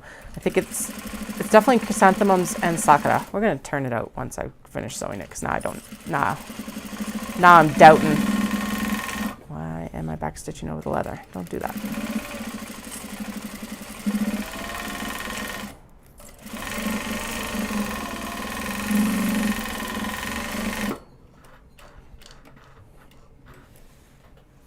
Okay, I am going to double check this one just around because it felt like a couple spots I was a little bit wobbly. Oh shoot, that's right. I got to trim down the leather before I turn it. Okay, so that one that we already turned, I'll have to do that on later. Trim it down on this one while I'm thinking about it so I don't have to do it later. Because the leather is quite stiff, I trim it down so that it gets basically folded into the top stitching and it doesn't make like a weird divot on the interior of the bag is essentially what I'm trying to avoid right now. There we go. Just realized I gotta plan something for lunch tomorrow for this retreat. Bologna sandwich it is. Anyway, I want to turn this one up because it is spectacular and I want to show it off now that's like done. Or well, it's mostly done. There's still obviously all the remaining steps to go on it, but like look at it. Oh, it's, yeah, okay, so it's got peonies, chrysanthemums, and sakura, and that's got these cranes. The cranes, like, this was a fairly large print, so it was a little bit harder to decide exactly what to do with it. But this piece turned out to be like I'm sorry, I'm moving you up so that you can actually see it a little bit better. But it turned out that like this piece was basically made for this bag. Like, look at that. I couldn't have done better if I'd actually fussy cut it. So, because sometimes I don't like putting this large a format of print onto a smaller bag like this because you don't end up with as much print, but you ended up with like 4 or 5 cranes on this one. So I'm pretty happy with that. And then it's lined with a beige, and these are the confetti pockets that I talk about. That's multicolored confetti. Anyway, and then it's got gold D-ring tabs. These all have D-ring tabs because when I first started making them, a very good friend, Caroline, suggested, she's like, make sure that they have D-ring tabs because they are a good purse. And so all of these bags have D-ring tabs. The D-ring tabs on that crane one are gold, and the webbing to hold them are black. Oh, shoot. Well, okay. Just realized I was actually going to sew some straps for tomorrow, and that is now not going to happen. Ran out of time. No, I didn't run out of time. I ran into sickness instead. Yay. Boo. Oh well. We'll make some straps later. I need to write my list out of what I actually need to do before like Omatsuri and Knit City and all of the madness that the rest of this summer is panning out to be. Okay, that is going to need a little bit of TLC around that one side there because I think we're way too close to the edge. That's caught the interfacing all the way around, which is good. It's one of the big things we want to do. There's a little bit more generous above than I typically would go for. Oh, but no, that's okay. So we're just going to redo the seam on this side. Well, or add to the seam on this side because it was a little bit on the edge here towards the leather. I'm going to blend it in here with the old seam, and then we'll go.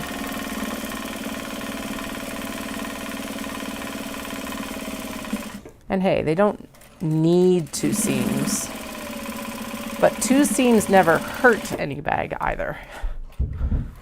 All right, there we go. What did I say? There's like 35 or something like that to do. I don't even know where we're at right now, but we're obviously cranking along, so I'm going to take it.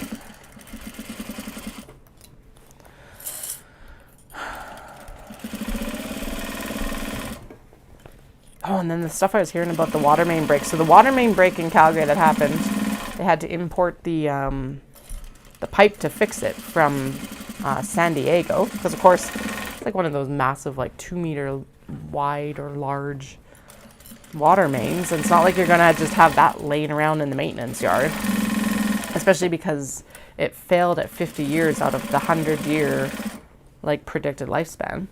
But apparently it was this is not the first pipe of this generation to fail. Apparently there's been a bunch down in the States that they've been having to go through and do as they come up as well. And it was a span of a couple years from this one company, and they just are all failing at the same time. It's like, oh, good Lord. Because, of course, the question is always like, how did you miss this? Oh, this one didn't get clipped. What the fuck? Okay, well, we'll clip this one quick, and then we'll sew it, because it's the Oh, I see, because it's it needed an extra seam down the side. Okay, we can fix that right now, and then we'll do it. So anyway, yeah, because of course the question always becomes like, well, why did it fail, and like, how did you miss it, and all of this. But apparently it's just been a problem with these pipes. And it's like, oh, well, that's not good. But yeah, they did go in and they found some more of the hot spots that they're going to go in and fix apparently. And like I said, because they've already, like, it's one of those situations of like, well, let's get it. Everyone is already inconvenienced. Let's get this fixed, and then hopefully we don't have like a catastrophic break again like this. That's, I think, probably the idea.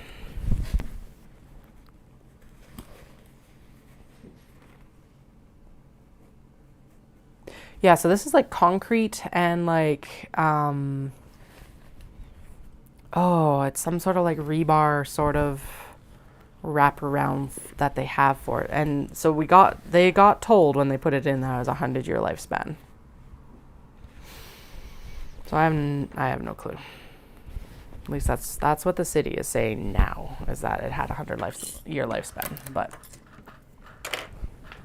Or who knows, maybe the company told them that, and yeah.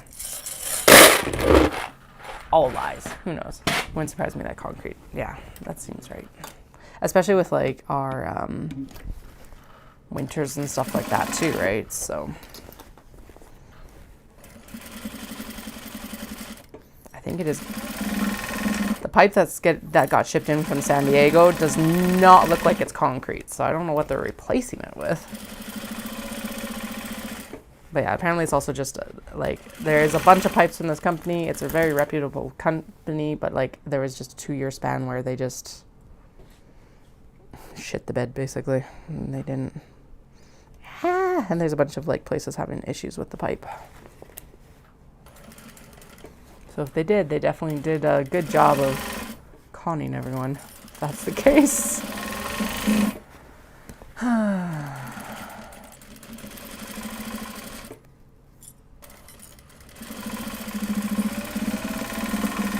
The other section of this that I will say on my political bandwagon is that there's definitely a push for lower taxes. And guess what happens as you like have a city that expands as rapidly as Calgary?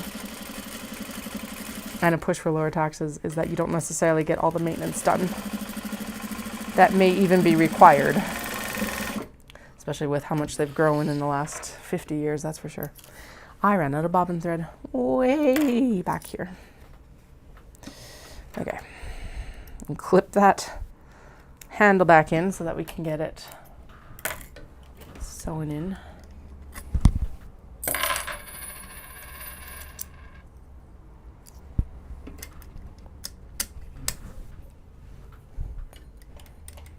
Maybe it wasn't concrete. I don't know. I don't know all the details. I've tried to keep... I haven't actually read that much on it beyond like how long it's going to take to fix, to be honest. So I'll do a little bit more research on it and see what they actually said. That was also just the rumor I heard. That's the thing. So maybe it's not actually a 100-year pipe. Who knows? I don't know. I know ours in Cochrane in November was because someone actually hit it because they were putting in redundancies for us, which people had been calling for like a decade and a half. And then it got hit and it was like, oh, we need these redundancies now.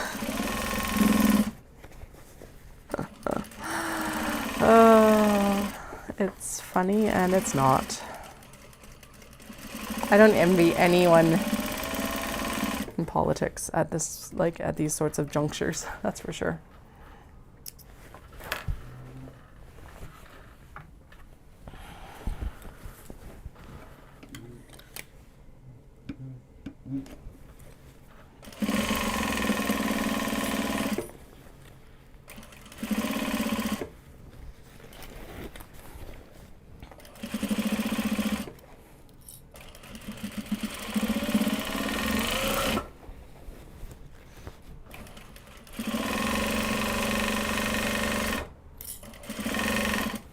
Ooh, if you've been sick for the past couple weeks too, Wendy, I did actually work out a prototype for a new product that's like kind of related to the traveling stuff, but it's a, well, it is related to traveling stuff. So like the mini traveler sling and stuff. It's a little like luggage handle because I've got a set, but the maker that used to make them is no longer making them. And so I was like, well, this is a perfect way to like, again, use up some stash and scrap stash. And they're super cute. I'll have to track them down when I go upstairs for lunch and then I can show you after lunch.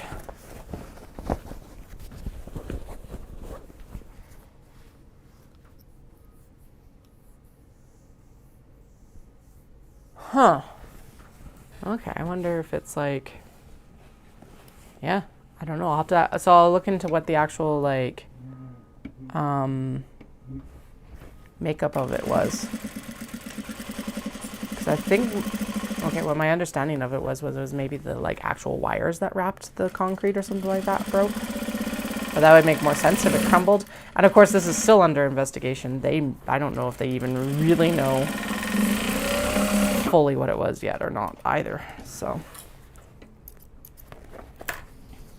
I am glad I make bags. They can be stressful enough to make sure that they are structurally sound.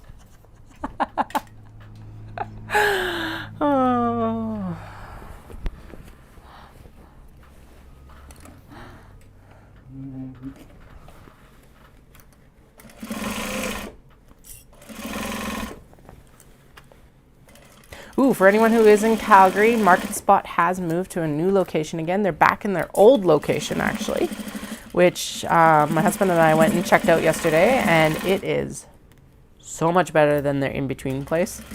And they've actually got set up better. So previously when they were in this space, I did find it quite crowded, but they've got it laid out better this time. So I'm really happy with that. They're across from the Lens Crafters in the mall now again. Yeah, I bet, after your career as well, right?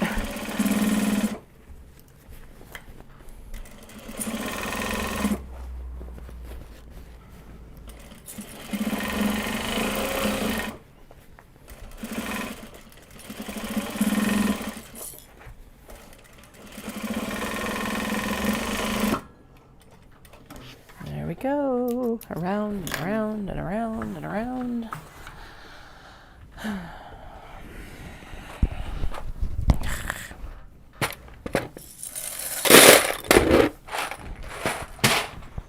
Okay, it's always very heartening to see that box filling up.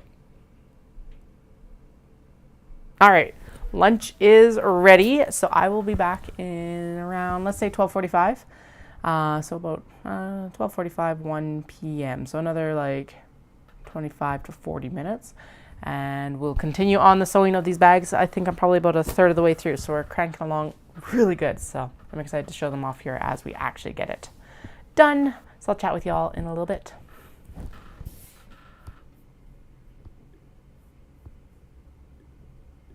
Not ending. BRB. There we go.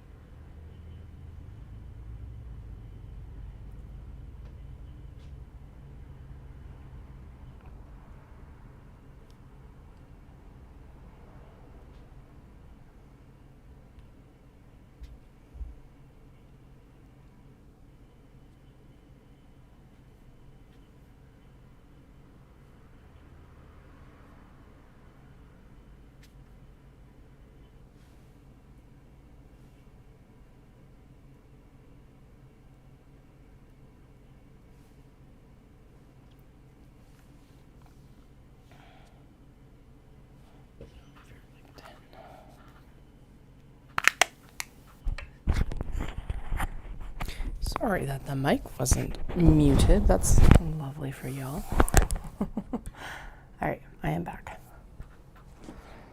Hopefully it was just mostly my pop socket that you heard popping in and out. Okay. We are back on this madness of trying to get the Kato finished here. So, I was just also checking. I was like, wait, I gotta figure out how long this drive is actually gonna take me in the morning to like get. So it's 45 minutes. Setup starts at 10 or 11, so I need to be out of here by about 10. It's also just logistics because I will not have the car seats, so Dallas has to drop the kids off before he heads out. And because the nice thing is that my Jeep actually takes the one of my racks that I have like fully set up, so which is a point in its favor versus our truck. The truck will if we have like the topper on it, but we don't right now because I don't think we're actually going to need it this year. Because the topper goes on when we need to like do a lot more when I go out to like Vancouver. But since Knit City is in Calgary this year, I doubt I'm going to need it all year, which is nice. Just a little bit less, again, logistics and like faffing around. Anyway, lunch was delicious. Elder kiddo's feeling better. Dallas is almost set up for his race. Blah, blah, blah. And we're cranking along on the Kato because that's what we need to restock on right now, or at least that's what we've been working on restocking for the last little bit. How long have we been working on these Kato bags? I don't even know anymore. Feels like it has been a very long time because I think it probably has been. Yeah, March.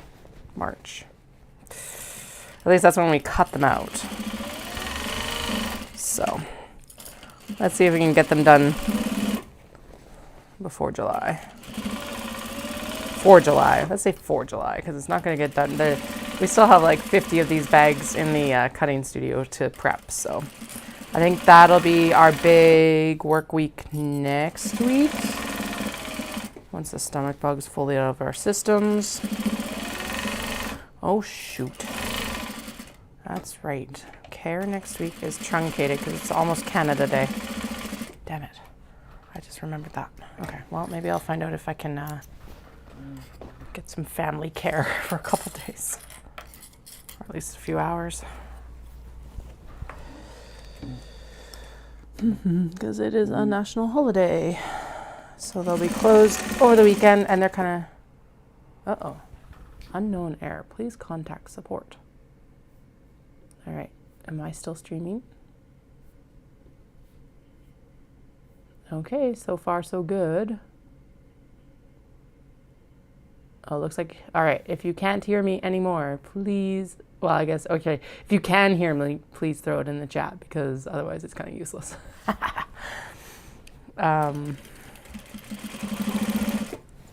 Anyway. Yes. Okay, good. It was just like unknown error, contact support. I'm like, but everything's still running, so I don't know what the error is. Yay.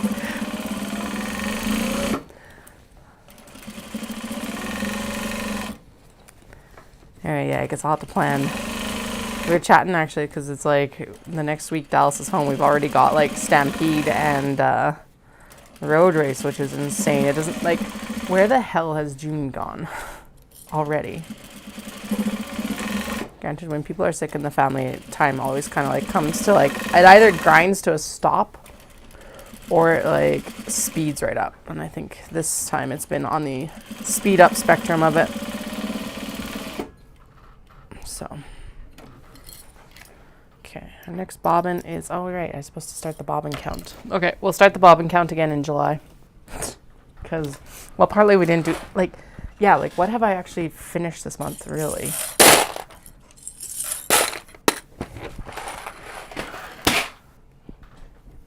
I'm like, what did I do in May too? I didn't do, oh right, May was mostly the Obi bags and stuff like that. So that's where May went. But like, and then yeah, I took some time off, and then where the hell has June gone? Like, actually.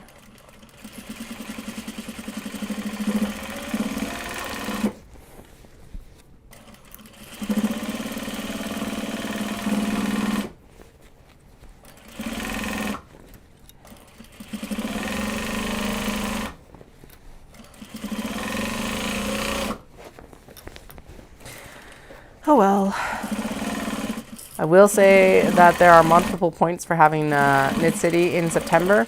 One of the big ones being that it is a month later than August. It's like, oh my goodness. Yeah, having it in August this year, I'm just like, it's gonna be tight. It's gonna be so tight. It's like, oh God, please don't. Please. Okay, hopefully the kids don't get sick over the summer in summer camps. That's gonna be the big thing. The slow roll through all of this. I know, right? Like, it's 2/3 of the way through June. We are well over halfway through the year already. Like, everyone talks about how 2020 and all of the stuff for that really warped time. And yeah, like, I can't tell if it's because we've had kids or if there's just been this, like, unrealness to time or what. I know it's all relative, blah, blah, blah, but seriously. Like, how is it, already 2024? That means I'll have been pregnant with our first, like, 5 years ago in September, which is, like, insane to even think about.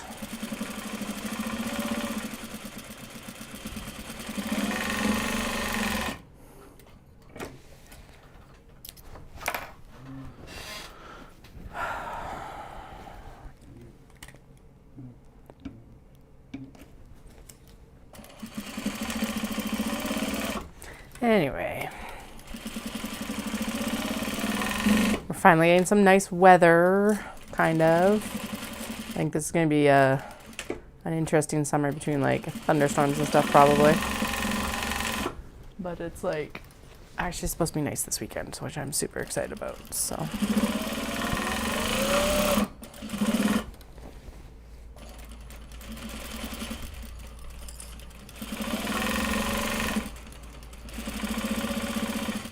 Okay, this one needs to be flipped because it's getting all sorts of crumply here.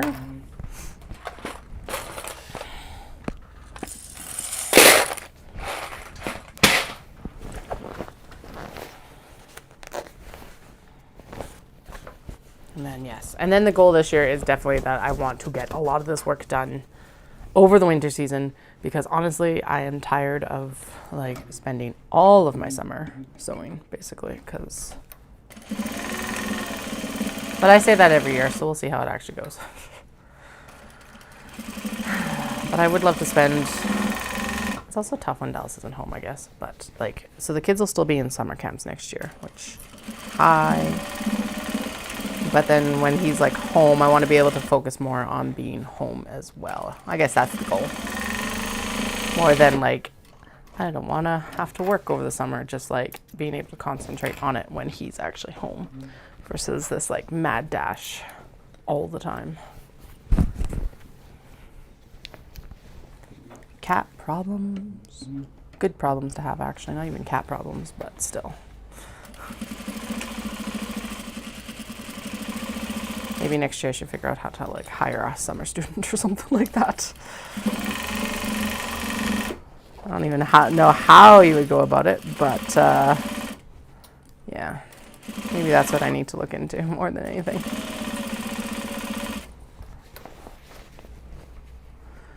The issue being that it's like, it's not like okay, this is skilled work, and it's like the training, yeah, the training to hire someone would be significant. I guess it could be part-time to do, like, tagging or something like that, or, like, yeah, because then I wouldn't have to worry about them dealing with, like, hot irons and things like that too. I don't know, I'll have to think about it.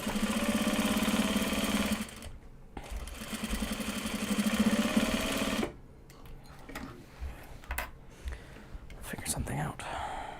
Still think I should maybe ask my mother-in-law. Be like, hey.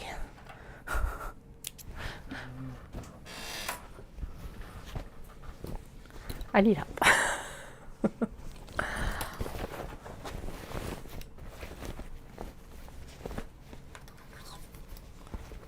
The only issue being there that it's like, well, okay, there's a couple issues there. Is that she doesn't like driving up to our house anymore because of the roundabout. Don't blame her.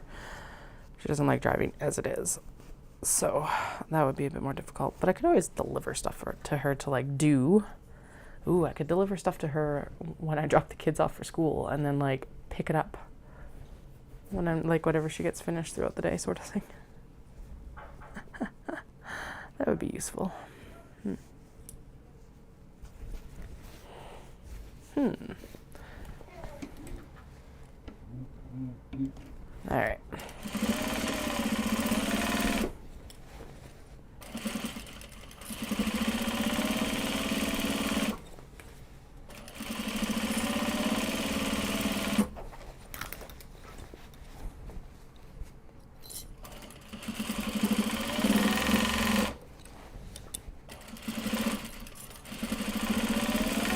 Okay, I gotta say overall though, these Kato are actually coming together pretty smooth compared to like some of them that we've sewn in the past.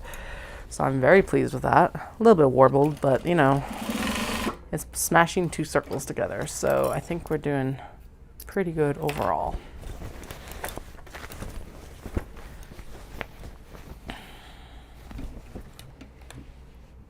So the current trajectory obviously is we've got the crochet retreat tomorrow, so that's what we're focused on right now. I got a bunch of cake cozies done this morning. I want to get these Kato done. And then next week, I was just starting on when I realized that we have Canada Day and the kids can't go to preschool, is that, or slash daycare, is we'll start working on the interfacing for small box bags and then also the remainder of the Kato bags. Ooh, that was not a happy sound. What's up here? Okay. Everything is fine, but we're going to change our needle now. Why'd you clunk, clunk, clunk? That was not a good sound to hear coming from my machine. Alrighty, let me just check under here.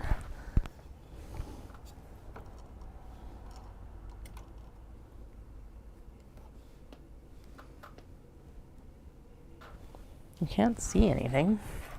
The belt is still okay. Yeah, all right, whatever. Anyway, so the trajectory right now is small box bag interfacing to, no, the needle's okay still too. And it's not bent. I guess that might be the big thing, is it might actually be bent, but I think we're okay.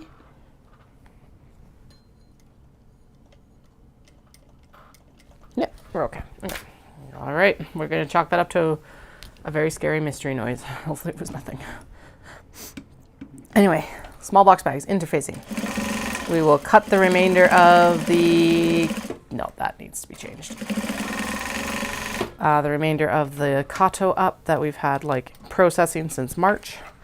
And then we will do the other things and the other things. The other things being...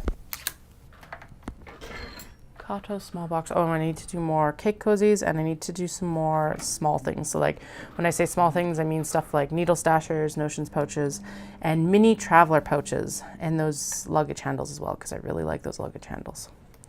And those were super fast to sew. Oh yeah, the needle's just like dull as hell. Huh, I wonder what it hit that made that clunk then. Right, into the pin bin with it.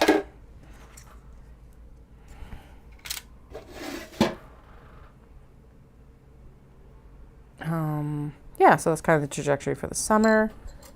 Lots of events coming up. Looking at more for the fall as well, because I don't really want to slow down too much over the fall.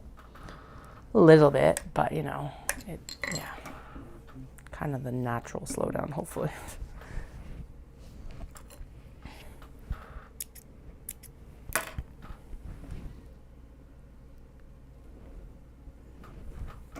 Monday I will get Dallas to take some photos of me down in the studio for the Butter Dome application, since that was the main push to actually get this studio like reset and reorganized. Oh, that is so much better. Okay.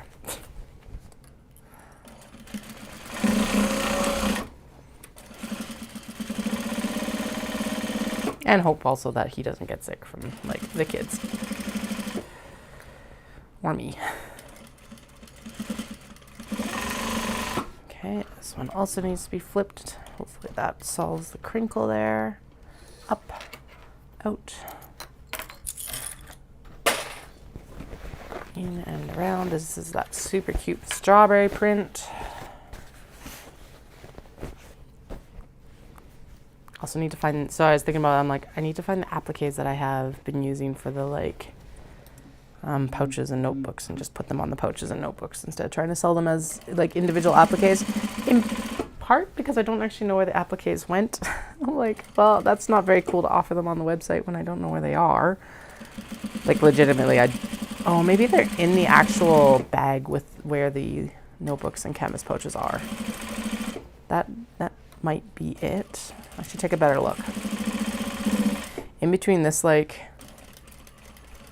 show and the Stampede breakfast, that should actually be a goal maybe, is to unpack the bags and just reassess everything and get stuff. I know so I'm leaning towards I'll do a like Christmas in July update after the pancake breakfast. I think that's going to be the best timeline, but I could actually pull everything out and just double check all my stock and things in between, because yeah. But that might be where they are, because I would like to like get some of those applique actually pressed onto the pouches and the notebooks, because they're cute and they're just kind of going to waste, like they're just sitting and collecting dust right now. So better to actually have them made into products, and at least sitting and collecting dust potentially that way, but on offer. So I just left some of them as appliques because I was like, well, maybe someone wants to like applique it onto like a jacket or something like that. That would be a lot of fun too. But not so far. So back to the original plan it is. That's fine too.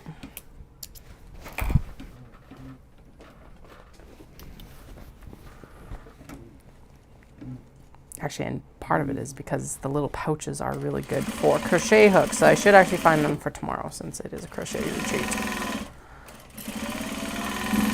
So when I go have a break for some caffeine, that is part of what I will do, actually.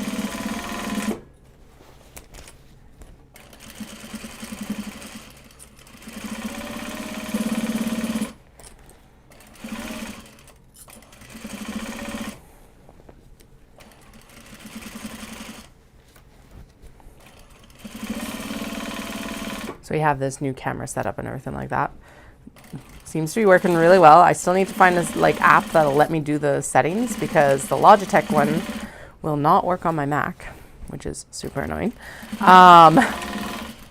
But it's freed up the phone, so it's like been a learning curve to figure it, be like, right, I got to put the phone actually on like work focus, so I don't get super distracted by all the notifications that come through on it, like Instagram and email and all of that. Because realistically, I do not need to be that connected to my phone all the time. Actually, I should make sure that Shopify also comes through, because that would be order notifications, and that would be a good one to have pop up. But yeah.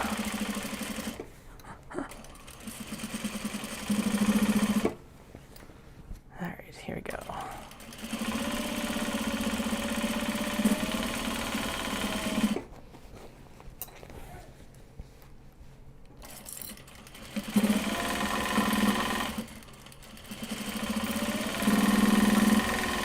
I know these like little embroidery puff flowers are not crochet, but I still think of crochet every time I see them. Heresy, I know, but they're like crochet adjacent to me for some reason. They're just little puffy flowers though. They're cute. We'll have some specific crochet bags available, like the Crochet Granny Square Flowers, and a couple others as well, I think.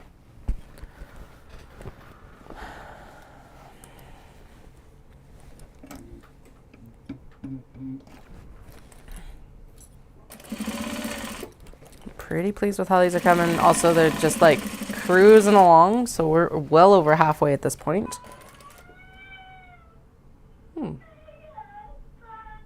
That's not good, and I probably should actually go turn the monitor off. Give me 1 second. Dallas is with the eldest, so it's not a big deal.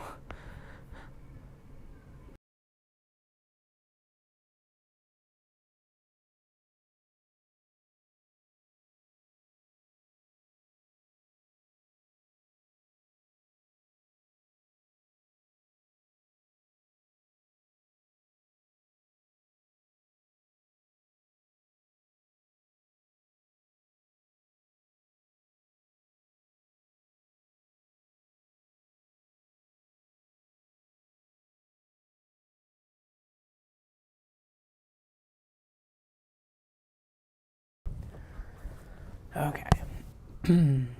No, not starting soon. Good Lord. Anyway, yeah, the eldest is home today because their belly doesn't feel good. So I was like, oh, it's just going to go through all of us, isn't it? But like I said, I hope Dallas didn't catch it. I don't want him to be like going to work absolutely miserable either.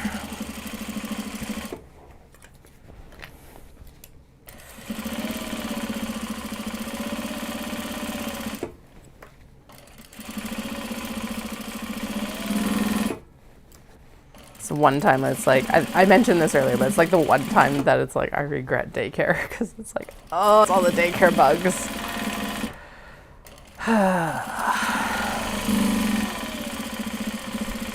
And partly it's like we are planning on homeschooling, and is one thing that I am honestly looking forward to is the reduction in like outside contaminants.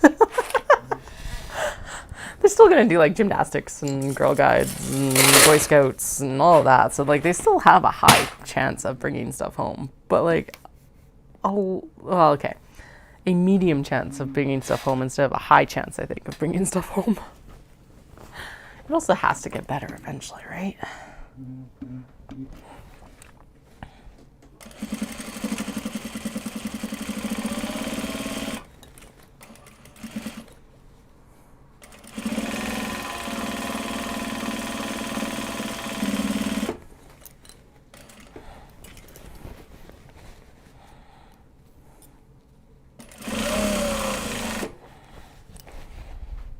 These are the corgi butts. Corgi butts. Corgi butts. We're getting corgi butts done. Finally. Okay, this one needs to also be turned around for the warble factor.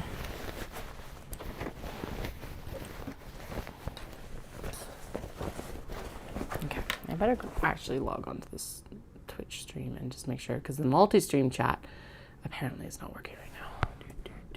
Twitch. I don't want X. I love the fact that X still shows up when you type in TW for like Twitter, and it's like, haha. Okay. Oh, it says that I'm offline. I am 100% not offline on Twitch, but okay. Sure.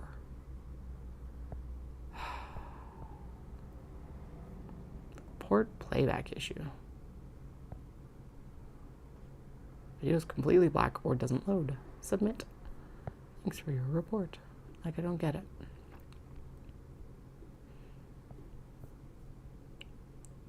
I don't think it's an old stream link. It just says I'm offline. But it says that I'm live now.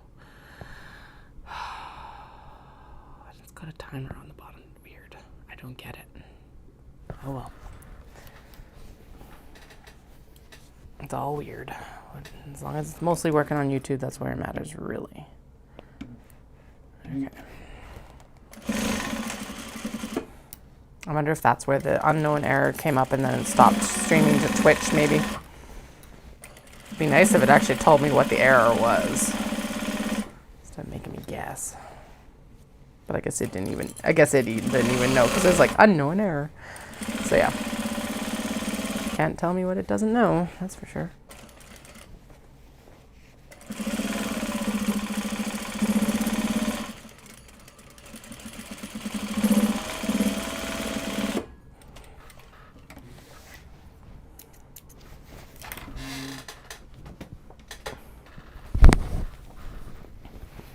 The Sheba. The Sheba are coming.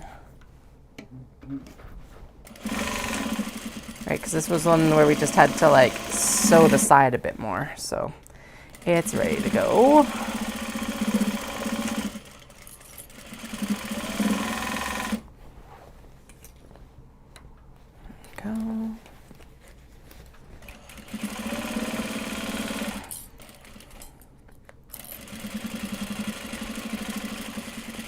This would make a really nice pocket for that mini traveler sling. Oh, I'm so excited for those guys. It's going to be a bit to like get them together, but actually, yeah, when we're prepping for small box bags and stuff like that, I'll make sure that I prep at least a few of the mini traveler slings as well. I do need to get some new snaps actually for it. That was one of the things I need to figure out. There's a like leather snap that goes, or leather tab that goes over the front, and I do want to leave the leather tab on the front. Some people have dropped off and left it off, but I'm like, I want the leather tab on the front because it's a good pocket for like the phone, for your passport or something like that. And it makes it a little bit harder for someone to just like reach in and snag something, because this is also a front wear like thing. So yeah, just better all around to have it also have a tab, I think. There we go. Go in here.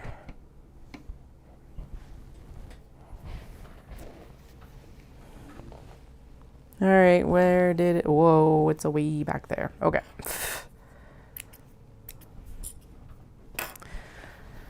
Ways back here. Like half the bag almost. The nice thing though is because it's already kind of like basically needle punched it together, I don't have to reclip it or really worry about it having shifted too much, because some of the fibers are already intertwined, and so it should all be good. If it's not, I will eat my words, don't worry.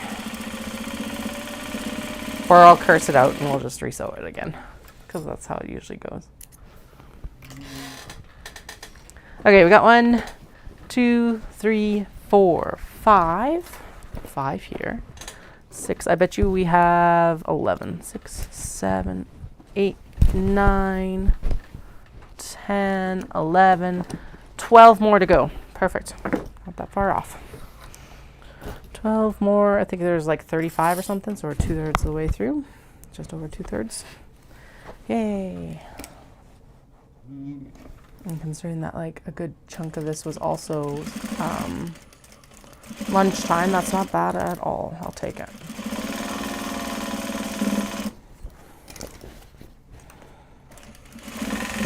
So we're going to go in and we will top stitch, we'll turn everything, double check it obviously. We'll top stitch all the white stuff, and then we'll swap to the black thread and do the remainder of the work on the black thread cake cozies. And then we will this is the royal me and all my loyal viewers on YouTube.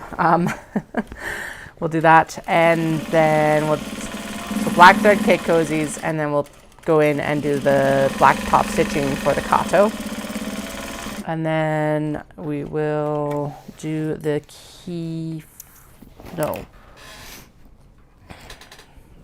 black top stitching, and then we'll do the gluing of the labels, because that'll give them enough time to actually like completely harden, and then I can do the drawstrings tonight and hang out with the kids or something like that. Now, given that I had an absolutely horrendous Wednesday and a horrendous birthday yesterday, or birthday evening yesterday, I was disappointed. I will probably be taking Monday off since Dallas is still home, and then we'll go from there. And then I will be on Wednesday next week, as long as none of us are still sick. Fingers crossed we're not.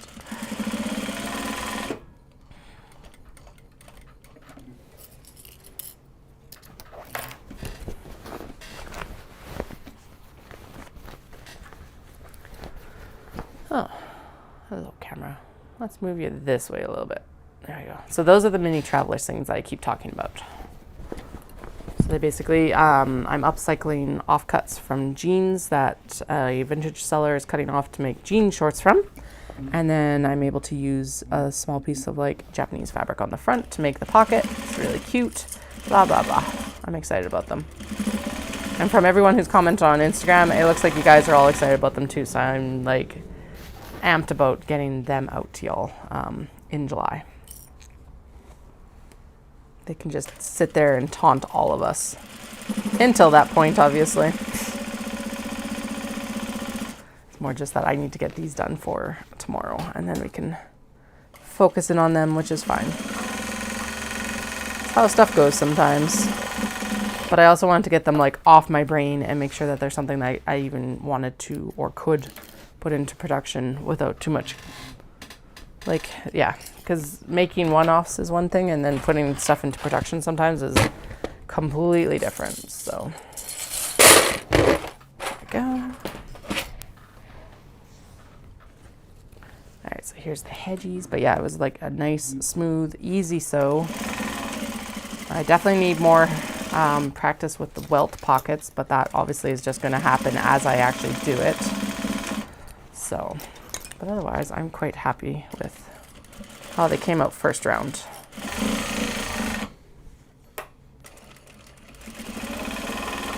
And then I keep talking about doing those maker kind of purses. And Can-Do, who's done the Kato and the mini traveler that I just made, actually has like a little crossbody bag that will be perfect for that. So I really like the kind of like trifold ones that I did. But again, my skills just aren't quite where I want them to be for production. So it takes me a lot of time, and they don't come out as high of quality as I would like. So they'll need more practice. I don't really have the time to practice right now. And the pattern that Can-Do is coming out with, or Can-Do, I'm not sure how she pronounces it, but K-A-N-D-O-U is like a little, it's a little purse with a zipper front and blah, blah, blah. And it's a birthed bag instead of a like press out bag. So that will still be coming later this year as well, once she releases the pattern. Because I'm getting to the point where I'm like, I love my cash drawer, but at the same time, it is a target when you like leave the table and stuff like that. So I'm like, I think I am ready to just have something that's like a belt. And I know a lot of makers do aprons and stuff like that, but I'm not, that's not what I want. I don't want an apron. I want just something that's easy and small. And like, well, yeah. When you're wearing a dress and you don't have pockets, it's basically your external pocket is what I'm making. Or you're wearing jeans and you don't have pockets either, because here's the reality of it. The women's jeans don't typically have pockets. And you don't really want to carry your change and like, nor don't necessarily want to carry your change and bills in your pockets either, so.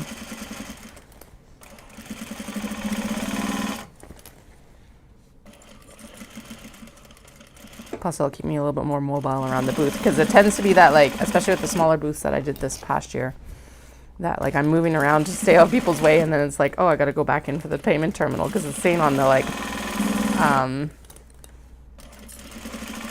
cash drawer. So the cash drawer takes up a big footprint, so saving that room from the cash drawer footprint would be nice as well.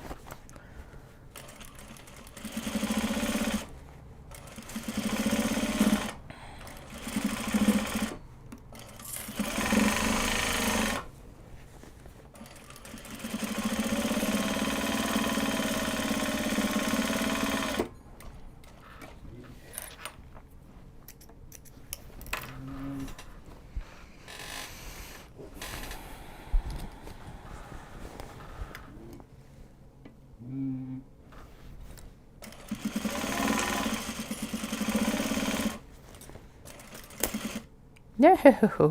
Oh, and that's how some of these get broken. All right. Gone. I don't know where the other piece went, so I'll have to find it afterwards. And that is why I am absolutely terrified about getting my fingers under this thing.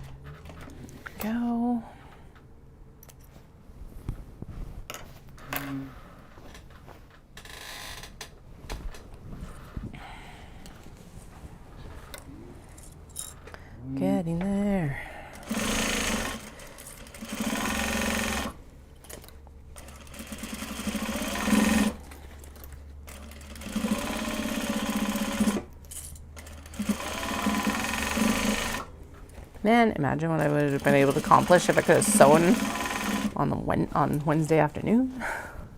I'm annoyed.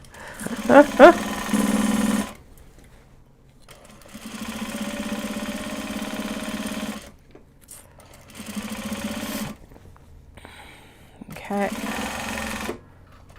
Pull this out. Actually do.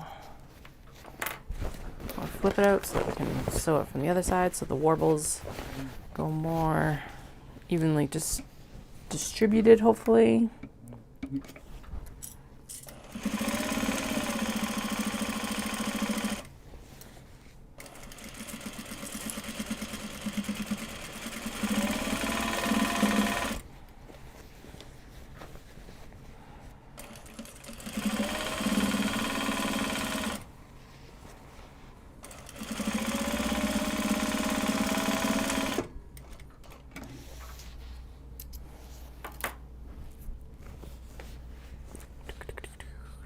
This is all also caught, which it looks like it is. Sweet. Okay, good. All right, 1, 2, 3, 5 left. Right? Yep, 5. Off we go.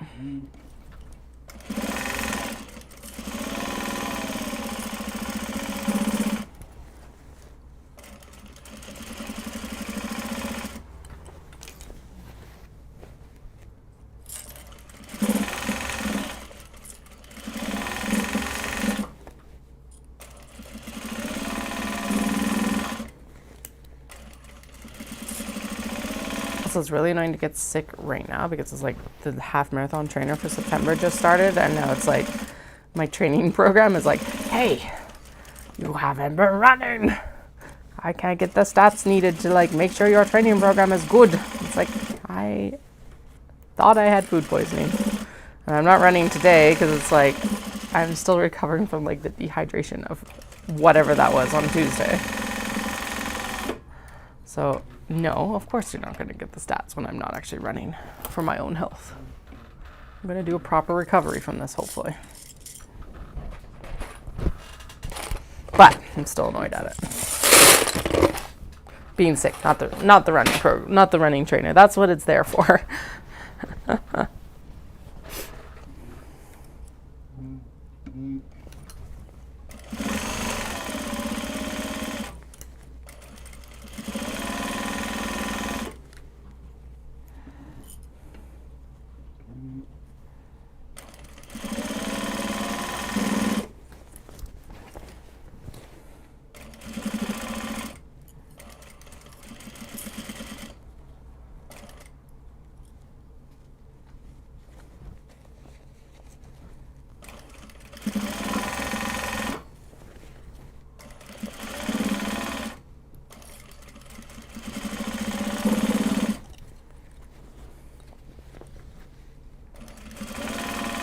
Oh yeah, and the luggage handles, that the like suitcase handle covers that I was doing are also going to be available. Oh, maybe not in July. Like, just thinking about like how much that is to do in like 3 weeks. Maybe. Actually, 3 weeks. Yeah, we probably could do that. Kids are gonna start, so not... Yeah, they start summer camp soon-ish. I should just confirm to make sure I got the dates correct, actually. Because now I'm very worried that I didn't get the dates correct.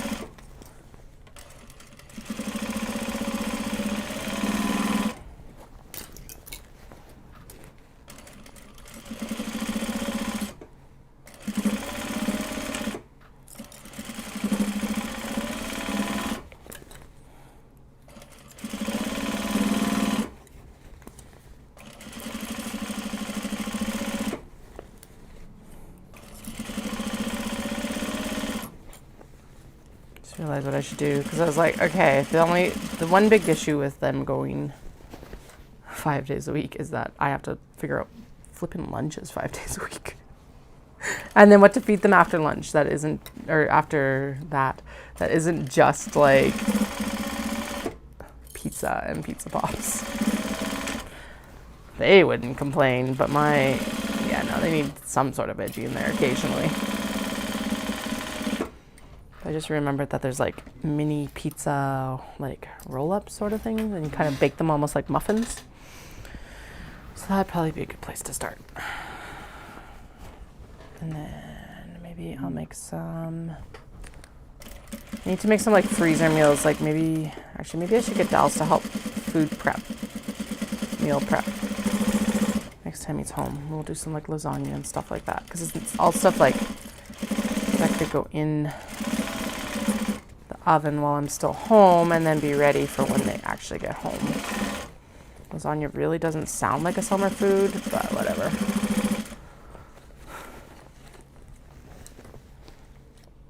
Yeah, because lasagna would also like be a lot of leftovers, which would be awesome. Probably only have to cook like one, and that would be like 3 or 4 days at least of food, if not more. That is a really big pocket seam allowance that I missed. Done. Okay, so this needs to be turned around again. I'm always open to like suggestions on slow cooker recipes too, if you found something where you're like, oh my god, this was amazing. Especially if you've cooked it for toddlers. They're not incredibly picky until they're suddenly like, oh, I don't like this. It's like, oh my goodness. Ooh, that is that's more warbly than it was on the other side. Okay, let's unclip that. And okay, now we're good. I'm just going, okay, so the side seams will match up? Will match up.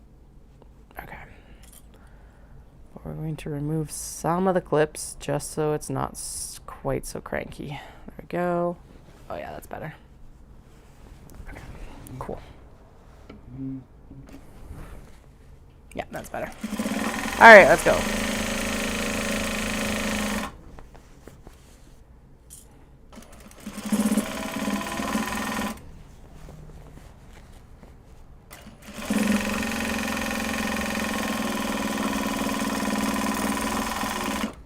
Now, one other thing that I need to do before I turn these is that we need to actually, or I need to trim the leather, because otherwise it leaves a weird divot on the interior of the bag because it's so stiff, of course. So we'll do that before we turn these, and then they'll get turned. This is the last one to sew together, so we are, I think we're good. As long as I'm able to like just kind of tick along like this, we'll be fine.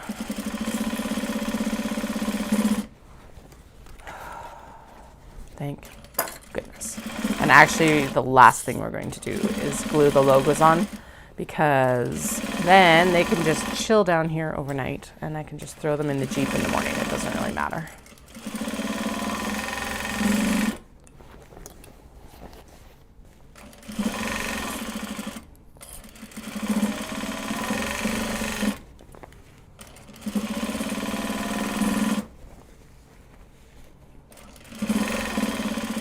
Yay! We're done the sewing together of the bags. And it's only 2 o'clock, not even 2 o'clock. Woohoo! And the stream has only been like 3 hours. These ones aren't tote bags, they're actually the Kato bags. So I've got one turned here. Actually, we'll trim up this one. I'll just turn it and show you here in a second. So the Kato are the ones that like are the drawstring closure tops. Although I will have a small selection of tote bags with me tomorrow at the crochet retreat. And I think all of them are currently posted on the website that I have available as well. Yeah, I haven't made anything more since I did the last update, so. Although they are on the list. Oh, right, I've got that other little square bag to also make. Oh man, there's going to be a lot of new styles, at least for Knit City. Some of them launching for the pancake breakfast in July. And then the rest of them launching for Knit City. Yeah, so here's this one. We'll get this turned.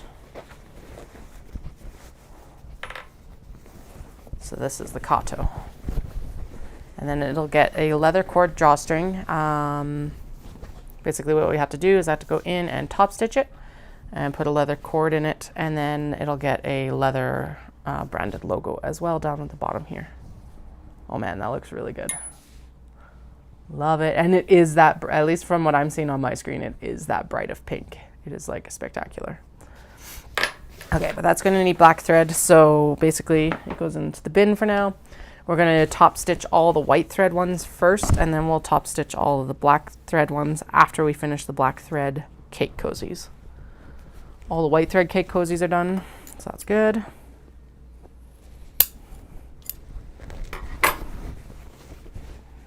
And then, yeah, it looks like we'll probably be able to crank through all of these for tomorrow. Yeah, this is another colorway here of it too. It's really cool. So this is basically the same pink on an off-white background. I love this now because it's like it starts to reveal what they're going to look like. That floral one will end up getting a black, I think I said that. I said leather drawstring, but anyway, it'll be black leather drawstring. I think this one will probably get brown because it's got a fairly warm undertone to it, and I highlighted that with like brown leather handles. There we go.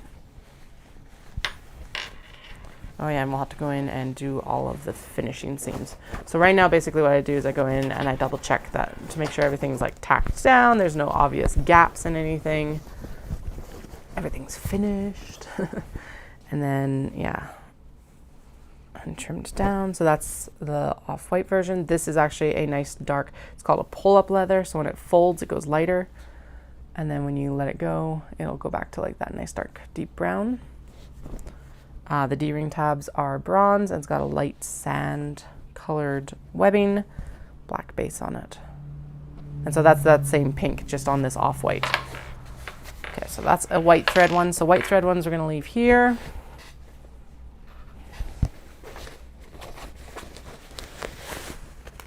Yeah, I really like those prints. There's a light gray one as well, but I don't see it, or else I would have turned it right away. It's somewhere in the pile. I know it's here. I definitely clipped it. There's the one that's specific for, I'm excited because it is the crochet retreat tomorrow. So we got some like granny flowers. I don't know what these are called exactly. I don't crochet very much, but I do love the pattern. Same thing, just get white top stitching, and it's also going to get a brown leather drawstring because of the brown handle there and the brown like tones of actually in there.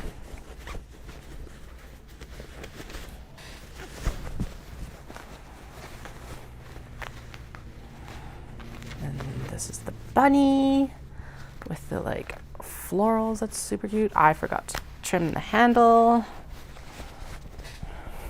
Did I trim the handle on that one? Yes, feels like it.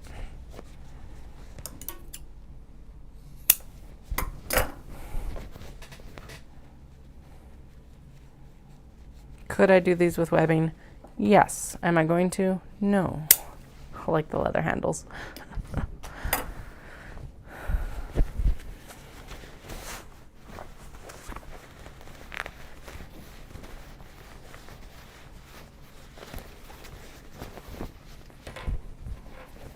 Also the chance to make sure that like the pockets even got caught and everything like that.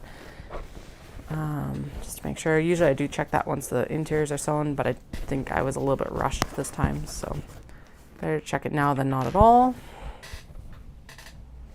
Make sure that like the drawstring is caught all the way around. We have no obvious seam gaps. We're good. Super cute. I love the pops of like color on this with the like neutral bunnies. And it's got a charcoal bottom on this one. That is something that is also, I'm going to pare down. We're going to start doing just black bottoms for the canvas because it's less mentally taxing to keep track of which bottoms go with which. Also, I find the black just frames all the fabrics like so well that it really doesn't matter. Go.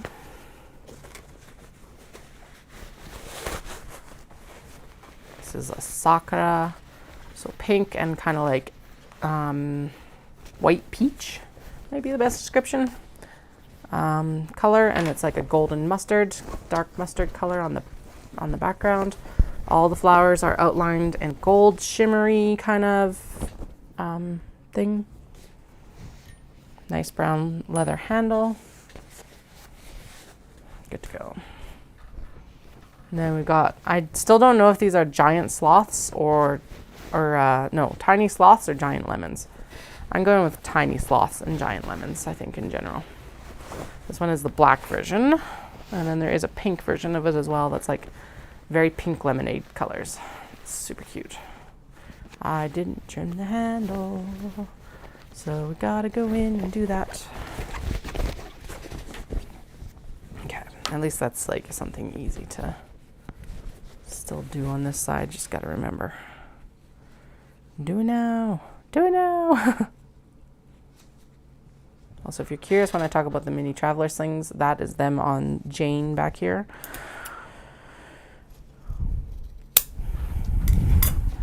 They just need a snap on the actual leather tab that's on the top there. So that'll hold them down, which you can't really see on the camera, I don't think. You can see them more in person.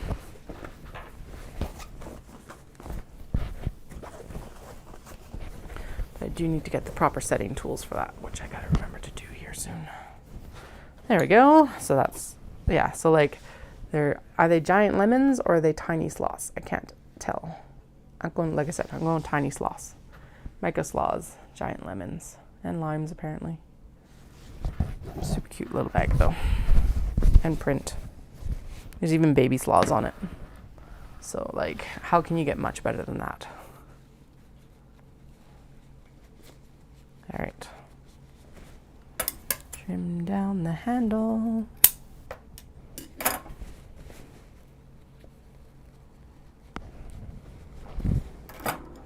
Trim it down, trim it down. There we go.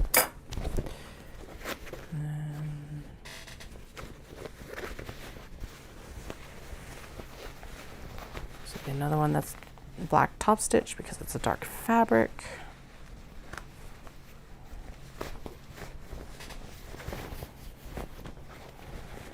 I really like this one too. So it's like a nice navy, and then it's got the bright pops of like pink and a very like warm pink yellow. I was gonna say peach again. It's like light. I don't know what I would call this color, to be honest. Anyway, but all the florals and the cranes are all outlined in that shimmer gold that Japan is so good at. You got like some red cranes, some of that sand, I guess might be the best color description.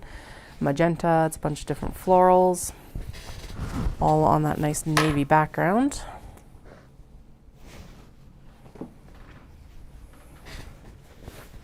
This is the other version of the granny floral squares. So it's kind of a sun-bleached or dusty 70s blanket look. Oranges, browns, yellows, and kind of a, again, a sand tan sort of color. Turning.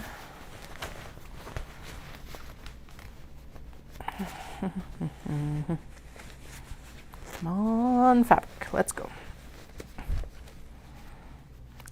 Oh, that handle is like not happy about going through there this time. Interesting.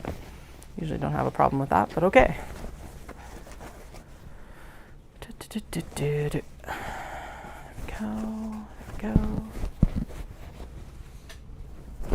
Okay, and then just make sure everything's good in there. Good in here. Yeah, this is super cute. Again, picking up on those browns with this nice pull-up handle. And then dark brown D-ring tabs and black D-rings. That'll get white top stitching. Oh, here's the last highlighter florals as well. So the first two are that dark, like charcoal black with the pink, and then the white, off-white with the the off-white with the pink, and now this is like light gray with highlighter yellow florals.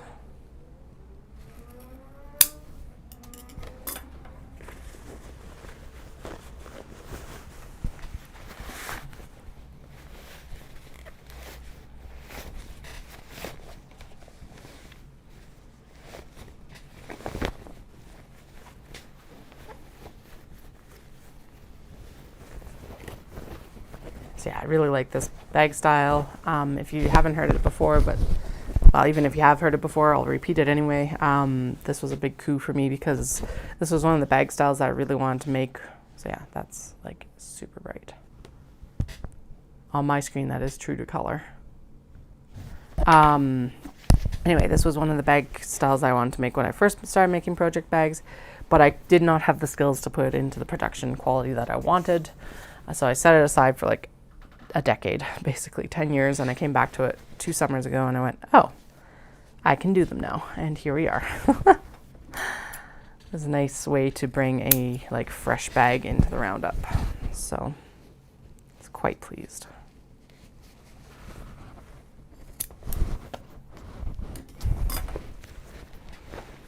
Okay, now these hedgies are on a nice dusty rose, but I think I will put them in for dark top stitching because white I think will be too stark against them, especially since because they have a black bottom too, and they've got black leather handle, all of that. There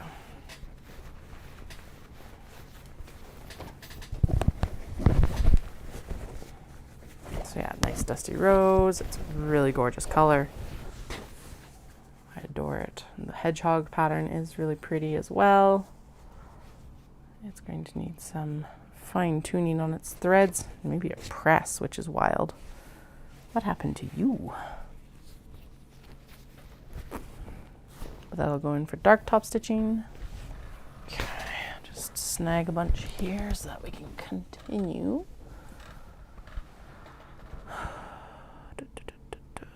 Light, light. Okay, I'm gonna just throw a bunch of the ones that are gonna get light top stitching on the top of the bin here because realistically they're not gonna go back in the bin and get buried, but then they're easier to grab.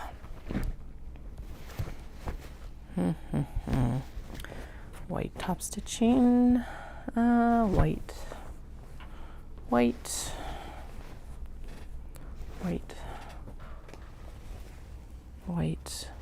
black,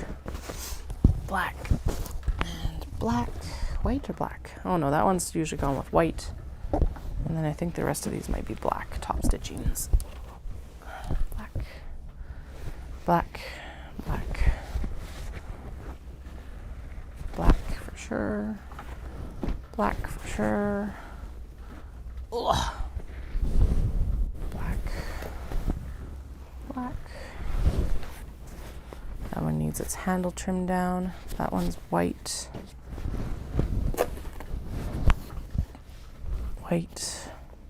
White with a handle trimmed down. White, and white. Okay, sweet.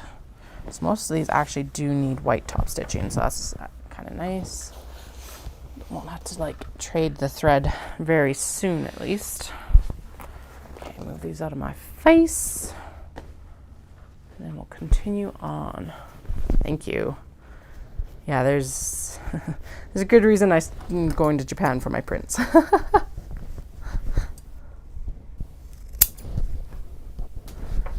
Started to go for the cat fabrics and then we stayed for everything else, sort of thing. I get them, if you have you heard the spiel before? Yeah, we'll repeat it anyway. Go to Tokyo and Kyoto for my fabrics, and then I come back and I make all the bags in my studio, obviously. I'm just outside Calgary, Alberta. But yeah, I was an exchange student there, 15 years ago. Would have started my exchange like in just over 2 months, 15 years ago. And then when I went back with my husband for his first trip, I was already making project bags and I was importing fabrics through Etsy sellers. And then I went, oh, well, let's check to see what the price of actually going and getting it will be and if it's cheaper. And it turns out it is like far cheaper for me to do it than to go through a middleman, which really isn't surprising. Because the thing about it is I'm not working in wholesale levels of these exterior fabrics, because wholesale levels of the exterior fabrics are like 15 meters, and that's a lot of bags. And I would get very bored of making bags in that amount of quantity of the same fabric. So we're usually working in like 2 to 3 meter amounts and stuff like that. So I go over, I fill up my suitcases, and then I come back. All right, this is the other sloth print. That's like the pink lemonade version. This is a cotton linen blend, so it's got a really nice hand to it too. It's a little bit stiffer than the like cottons that I have. Again, leaned into that nice like warm brown of the background with the warm brown of the handle. It's got a charcoal base instead of a black base. And then it's got, and then sloth's pop on this different than the citrus fruit does as well. And then we'll lean into the warmth of that with the, when we do the brown drawstring on it, so.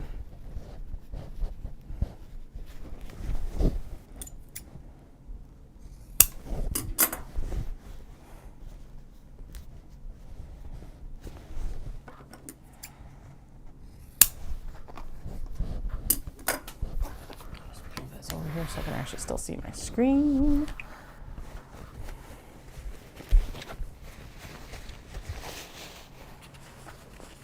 All right, so finish the Kato, finish the cake cozies, and then we will also throw the key fob hardware on the actual key fobs. Because what is show prep without throwing a few extra things my way, right? And I have to go to bed at a decent hour tonight because it has been a couple nights of rough sleep. Okay, there's these strawberries. I absolutely adore the combo of the floral and the strawberry on this one. And it's on a dusty rose background, very nice and warm, very summery. Those are actually from my trip in May last year.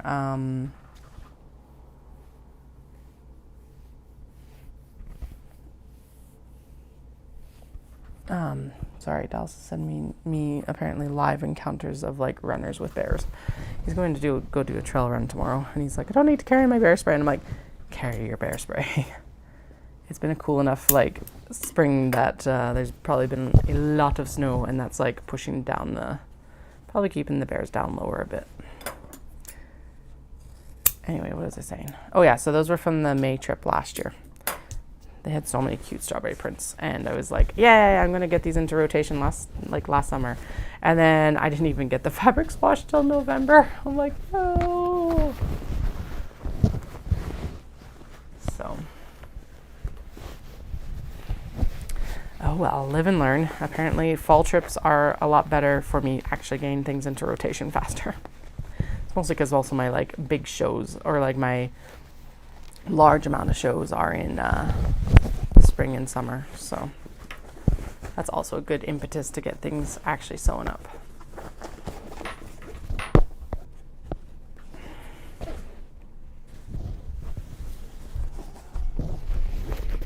All right, so these are the ones I'm talking about when I'm like, they feel very like Scandinavian or IKEA inspired, and that totally didn't catch the drawstring, so we're gonna have to fold this back out and re-sew it, which I think we'll do right now because this is one of the ones I really wanted to have finished for this weekend. I don't know, it's just bright and cheery and like very early summer spirited. Okay. Of course, it got missed right where I would have done the actual like stitching to make sure that I caught it. And it's okay. Let's bring it in and I'll abut it to the seam. And as I say consistently, it doesn't need 2 seams, but if it gets 2, it's not a big deal.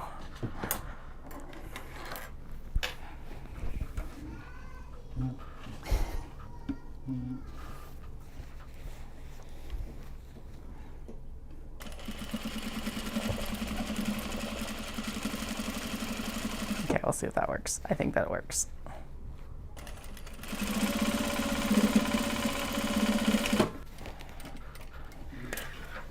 Fingers crossed, or else I'll have to go back in and pick out 2 seams. Just about. Need to catch one more little corner and then we're good. Haha. Success.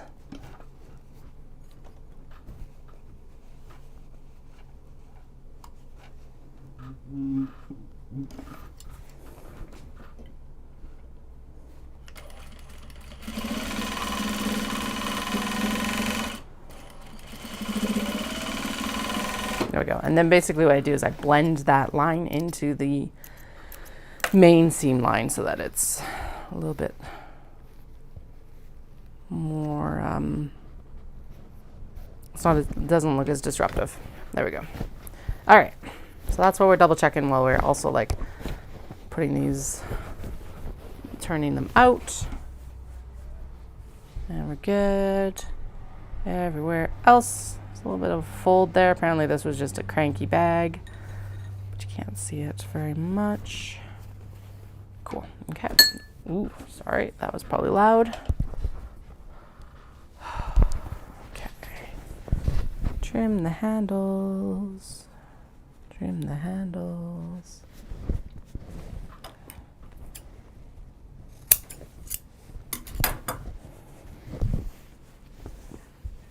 He's like, wait, where's the other handle? But it's over here. Okay, good. Sometimes they get missed. Not very often. But there's definitely a bag that got put into timeout because it got missed right before, the last big push I would have done on these was before Dawson Creek at the end of April. So, yay. That's how long they've been waiting to be finished, too. About 2 months. Seriously. We were just discussing that. It's like, where did May and June go? Like, what? How? When? They just like disappeared into the vortex, I guess.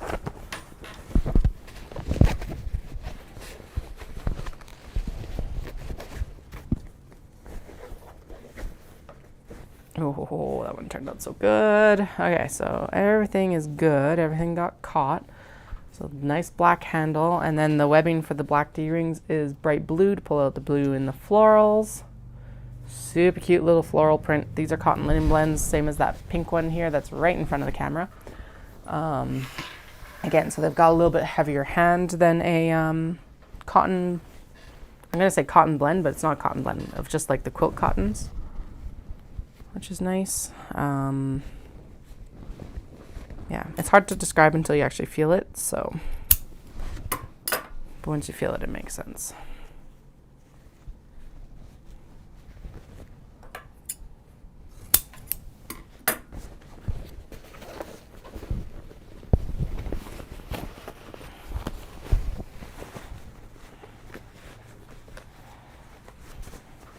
Okay, and then this is like a super bright version of, I've actually got a blue version of this as well, but this is the more multicolor version of it.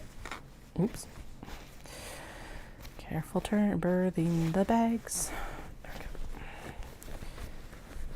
Don't want to tear.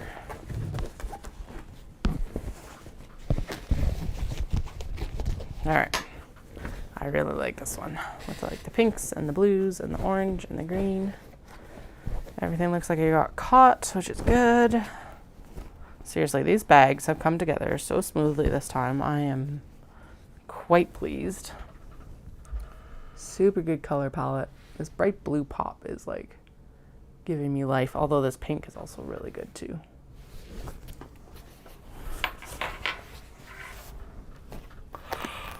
Ooh. Haha, there we go. That actually lets me see my thing. And then this is the blue version of it with the purples and greens as well.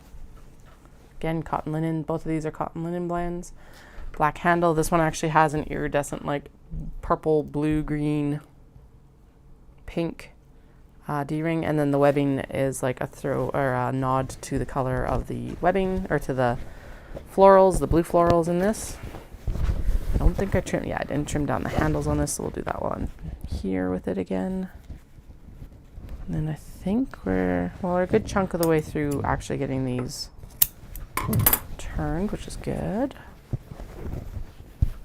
I'd like to have these all turned by about 2:30. I think that's a good, probably not. It's probably going to be about 2:45, 3 before I have them all turned, but that's okay. That's not bad still.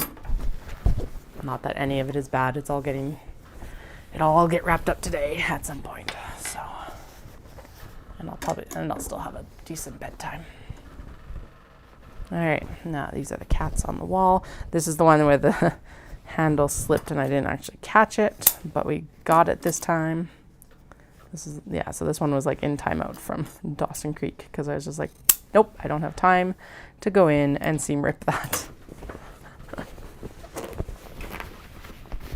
Got it done now though. It's good. All's well. So these ones also, any of the cats and dog prints this round actually have this really cute paw print fabric on the inside. So I'll show you that in a second for the pockets. So that's the interior fabric for it. Super cute pockets. And then this one's really fun because it's like very traditional Japanese house walls. And then all these cats and like paraphernalia you would see outside of like residential Japanese walls. No, I sewed the handle in the wrong side when I went to fix it. It's on the interior of the drawstring instead of the exterior of the drawstring. Okay, well, that's going back into timeout. Damn it. Moving on. Apparently it's just a cursed bag right now. We'll get there. It will happen. It's just not right now, apparently.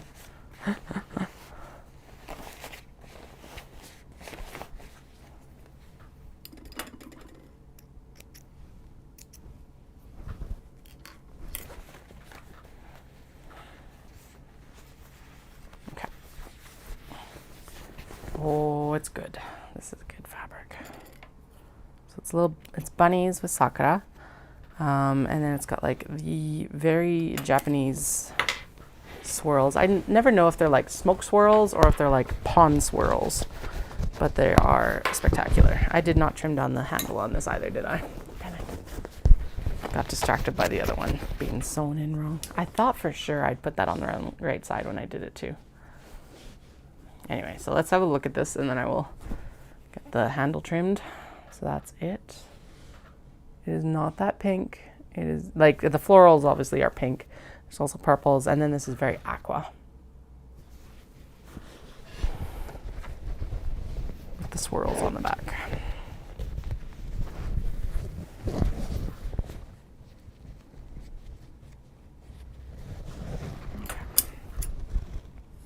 Turn that side down.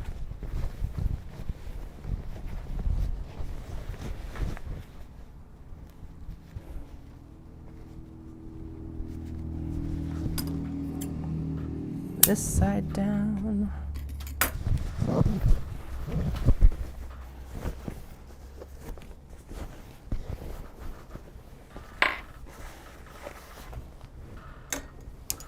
Move the light out of the way. 1, 2, 3, 4. 3, 4, 5, 6, 7. Looks like there's about 9 more bags to turn for the white top stitching, and then we'll have the dark top stitching ones to turn, which is not anywhere near as many. So that's nice. I am getting super hungry, so I might head up for a snack here soon. Whew.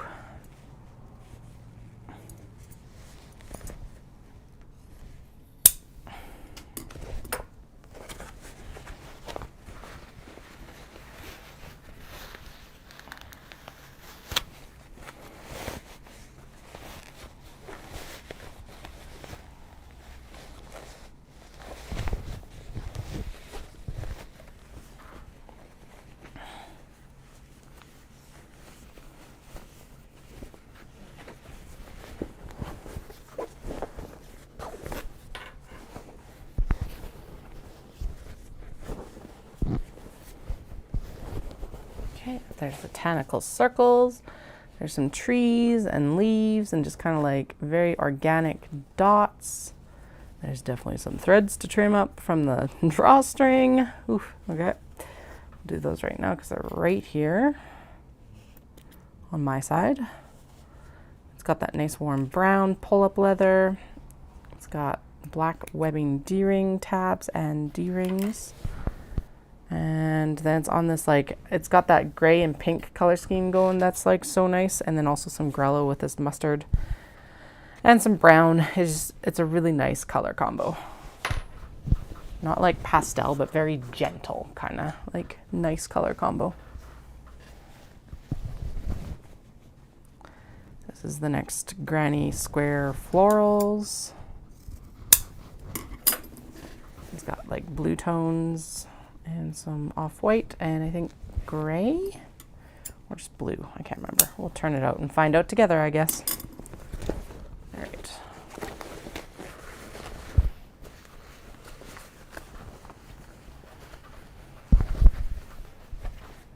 And then, so typically what I do is I try and complement the exterior with the interior pockets. In this case, picking up that blue that is in these floral patterns. And then the handle is black. The bottom is charcoal gray. The webbing is the blue of the florals, and then the D-ring tabs are gunmetal gray. And a little bit shinier than the black, which are just like matte black D-rings.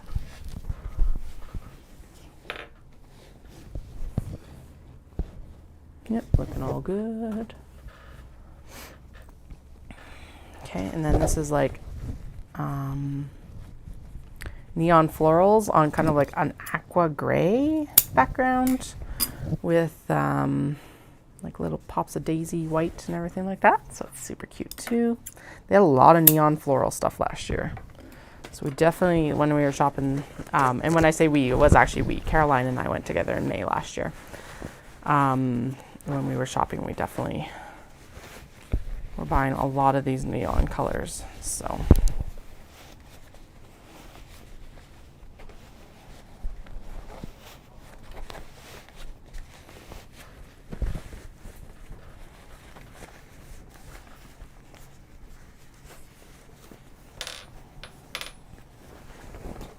go, and it's got like, yeah, kind of like a brown bronze floral as well. Really, these Kato bags just always like, it doesn't seem to matter what fabric I throw at them, they always turn out really nice. So that's it there on this side. As you can tell, lots of neon pink. The interior is the square confetti dots in multicolor because yeah, that's what's going to complement that best for sure.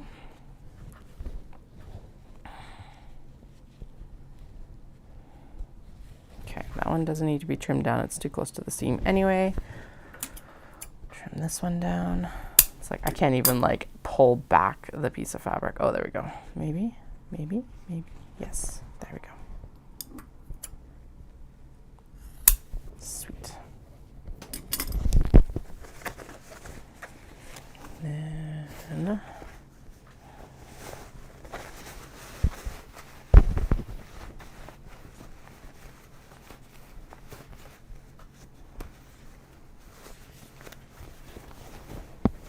strawberries. I didn't actually know what this fabric was. So this is on an unbleached cotton linen blend, and then it's got the florals along with that pop of that super red berry. Picked up on the red berries with a red webbing and the like bronze D-ring tab. Interior is square confetti dots, which looks like I actually need to trim up the pocket here a little bit. Just the threads on it, no big deal. Charcoal bottom, beige lining, and we'll lean in and use the brown leather cord for that actually. All right, next one is the little puff, embroidery puff flowers. I don't know why, but they always remind me of crochet. I know they're not, but they like have that like crochet aesthetic. There we go. Tried to put too many of those words together at once. Okay.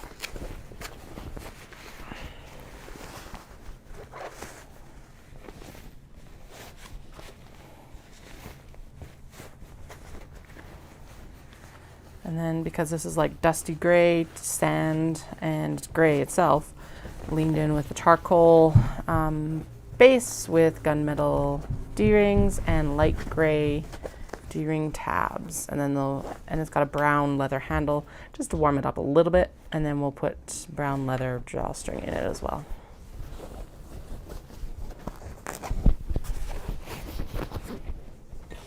Super cute though.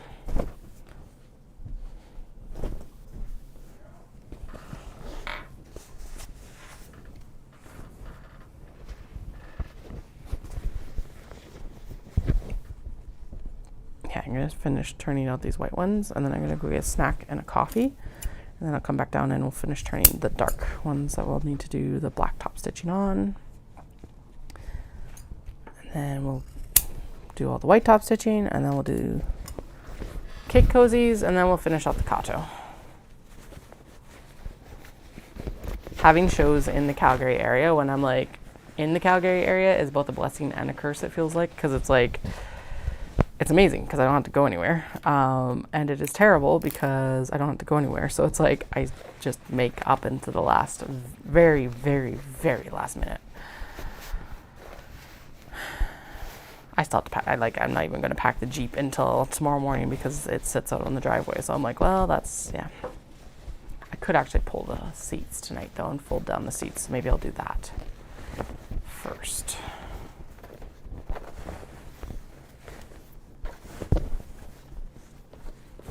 Because that would save me about 15 minutes tomorrow, which in the grand scheme of things is quite a bit actually.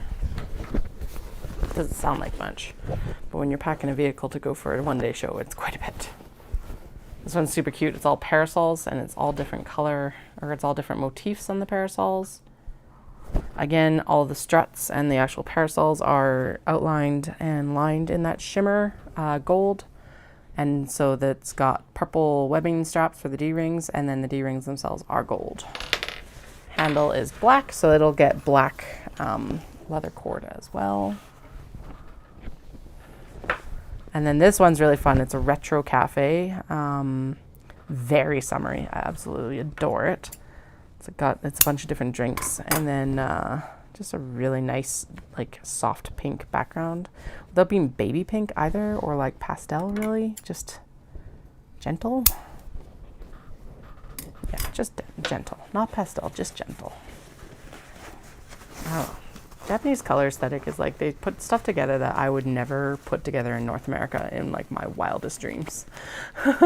Like sage and orange and purple, and it all like works together. And I'm like, how? Like if I saw that here, I would not buy it. I don't get it. Anyway, so yeah, so there it is. It's got like this nice dark pink, a green, and a yellow drink, and then it's on this like background.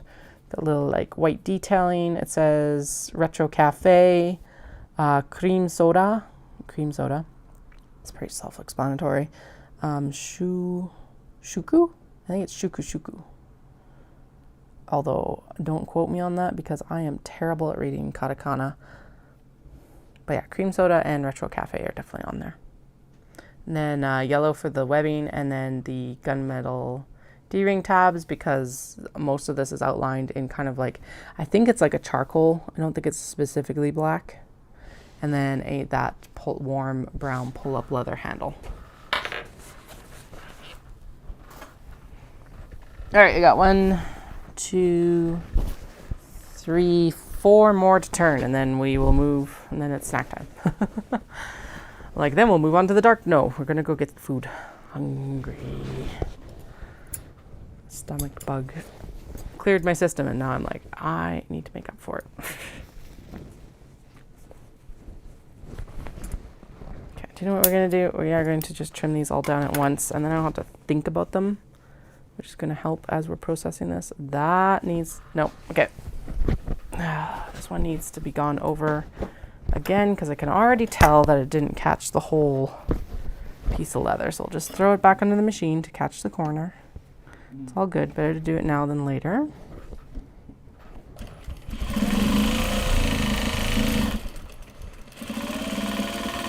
Blend it back into the original seam line so it's not like disruptive. And trim down this very angular triangular piece.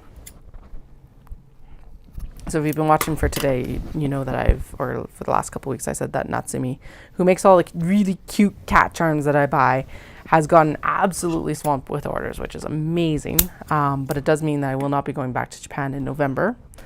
Instead, I will be over there in the summertime at some point next year. June or July. It really depends on how this retreat goes tomorrow. And then it's like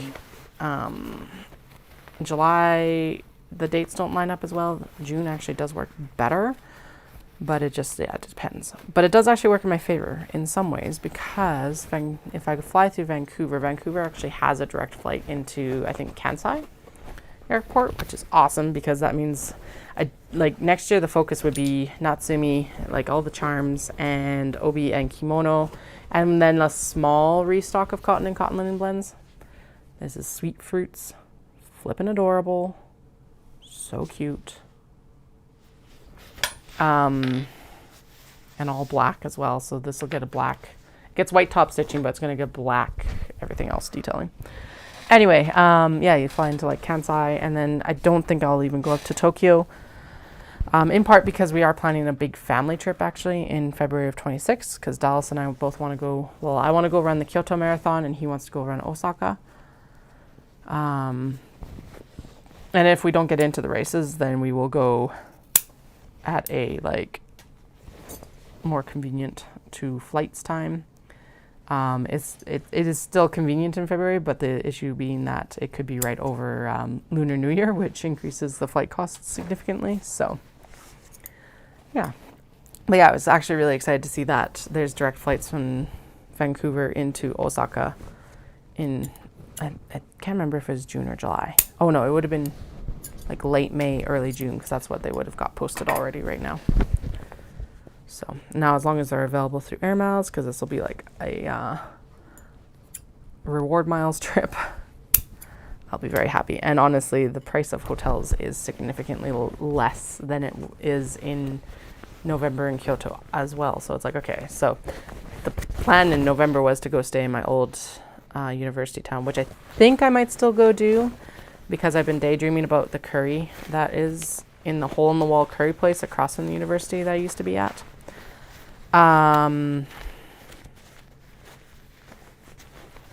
But at the same time, and part of that is also because actually the train system or train lines that I would need to go straight to Nomura and a couple of the other places I want to go visit are like on the train line in Hirakashi. So I think that's actually the bigger reason to stay in Hirakata. Plus it's like $80 a night, so corgi butts and bread loaves, because I love how it's more that the bread loaves almost are hiding in the corgi butts and the corgi butts are hiding in the bread loaves. Yeah, bright aqua background, and then for some reason there's some milk jars as well, I think meaning that it's like milk bread. Anyway, yeah, and then we're planning the family trip for 26. We could have really swung it for next year, but it's one of those situations of like, well, we can afford to go, but we can't afford to have fun once we're there. So it's like, well, that's pointless then, because realistically we want to go and have a good time with the kids for their first trip too, and for us, because Dallas will have been out of Japan longer than I will have been between my exchange and our first trip back. So yeah, I'm going to make sure that we have some money to do the things. Then the thing about me going on a solo trip is that it's not as financially taxing on us, because it's just me, myself and I. And if I fly into Osaka, I don't even need like a JR pass or anything like that, because I won't be on the JR lines even. I'll just be on, especially staying in Hirakatashi, I'll be on the Keihan, which is such a glorious private line. And like, yeah, it'll be nice. It would be nice to stay there. Dallas kind of does want to stay there with the kids, but I'm like, it adds an extra. This one is so much fun. It's like Shibas with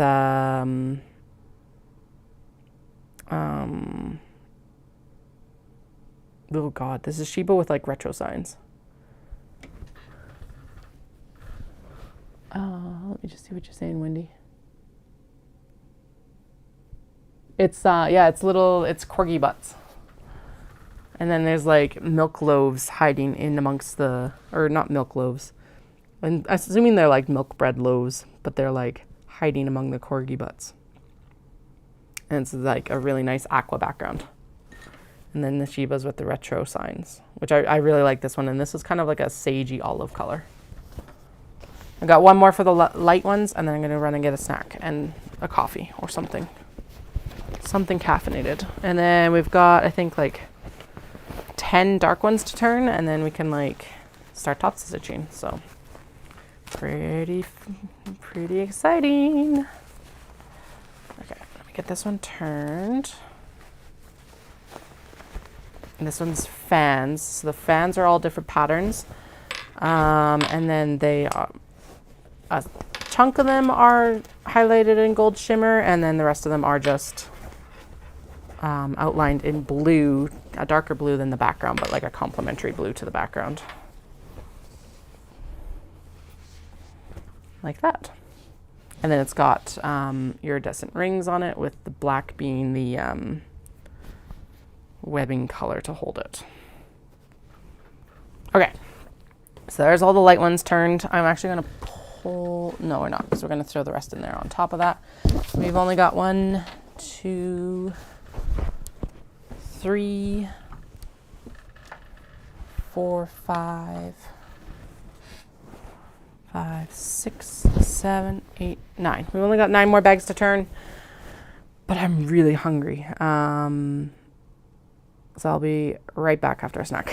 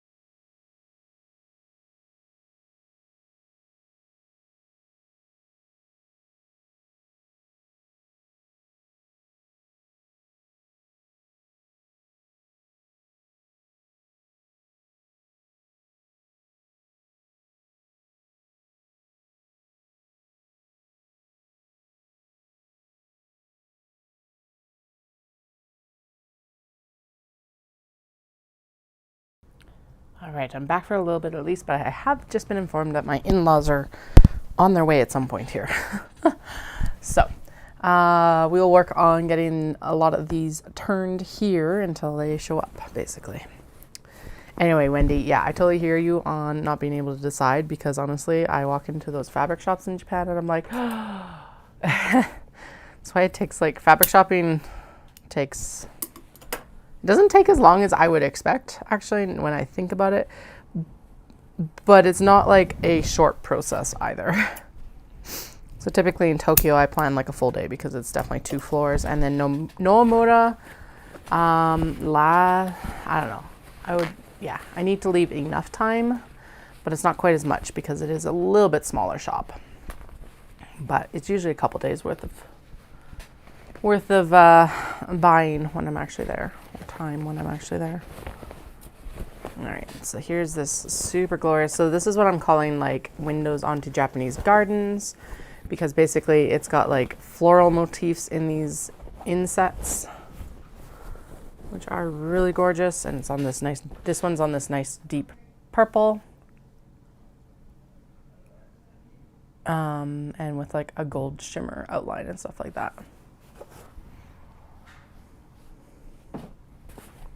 And then this one's gonna be butterfly. Yeah? Oh, okay. I will be back in a few minutes here. Again.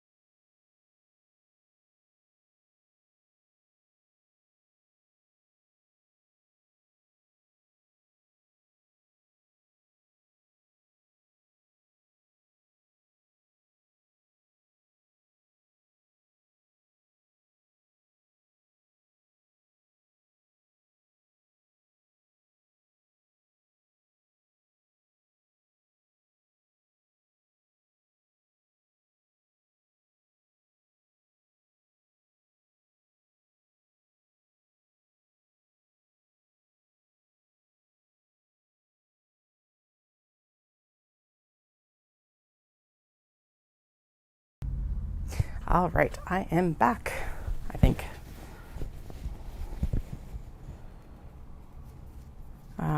Just a quick visit because they were dropping off Father's Day presents and a present for me for my birthday yesterday, which is greatly appreciated. Get this trimmed up here. And yeah, we got a few more bags here to like turn, and then we can start the top stitching, which is going to be good. Just realized that I need to actually turn. I think this one just needed a handle trim down. Or was I actually did it already? Yes, I already did it. So that's that crane fabric that I was gushing over earlier. So good. Into the bin. And then this one is the butterflies on like a navy dobby. That's really nice.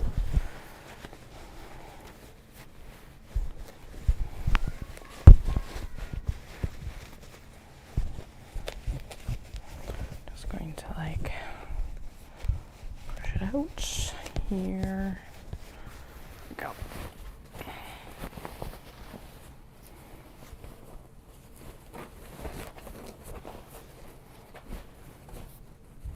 So the dobby fabric, if you haven't heard me refer to that before, is a slubby warp and weft of fabric, and so it just adds a really cool texture to the actual fabric that gives it a little bit different and more body than the lightweight kind of heft of the fabric would indicate.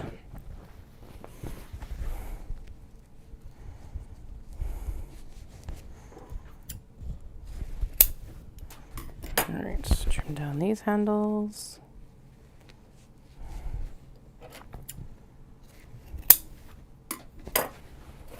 And then this is chrysanthemums on like a nice dark teal background. Pretty sure it's all, and then it's like got a shimmer outline around those florals again. That's gorgeous. I think I put an iridescent ring on this. I can't remember. I hope I did because that would look amazing. Oh no, they've got the bronze ring because it's a little bit more subtle. And if I do this one again, though, I'll make it with an iridescent ring and that'll look freaking amazing. The webbing that's holding the D-ring though is navy because it picked up the navy in the florals that are actually on this. That's really, really, really, really nice. I love this print. Granted, I love a lot of them. I'm going to turn this one too, and it's going to be the like snow globe carousel horses, and I'm going to be like, I love this print. Pretty much the next one that I turn is always my favorite print. So let's just go with that. It's not very often that I play favorites. I don't even know if I could name like a top 10 list of fabrics that are like my absolute favorite, because it's just like there are so many good ones. Yeah,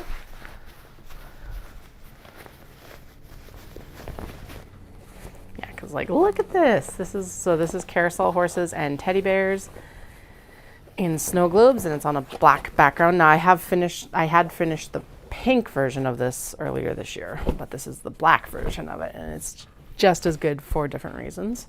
And then it's got an iridescent rainbow ring on it as well. So good. Okay, and then the next one's going to be the Floral Storm. It's kind of what I've been referring to it as, because it's like just basically a swirl of florals with some neon as well.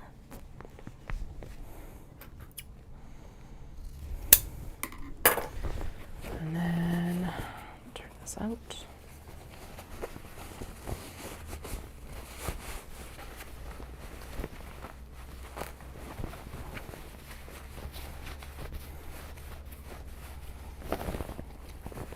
This one turned out really well because it is actually the bigger portion of the, like it's not quite as much of a gradient as it did on the small box bag, but you get a little bit of that on this side.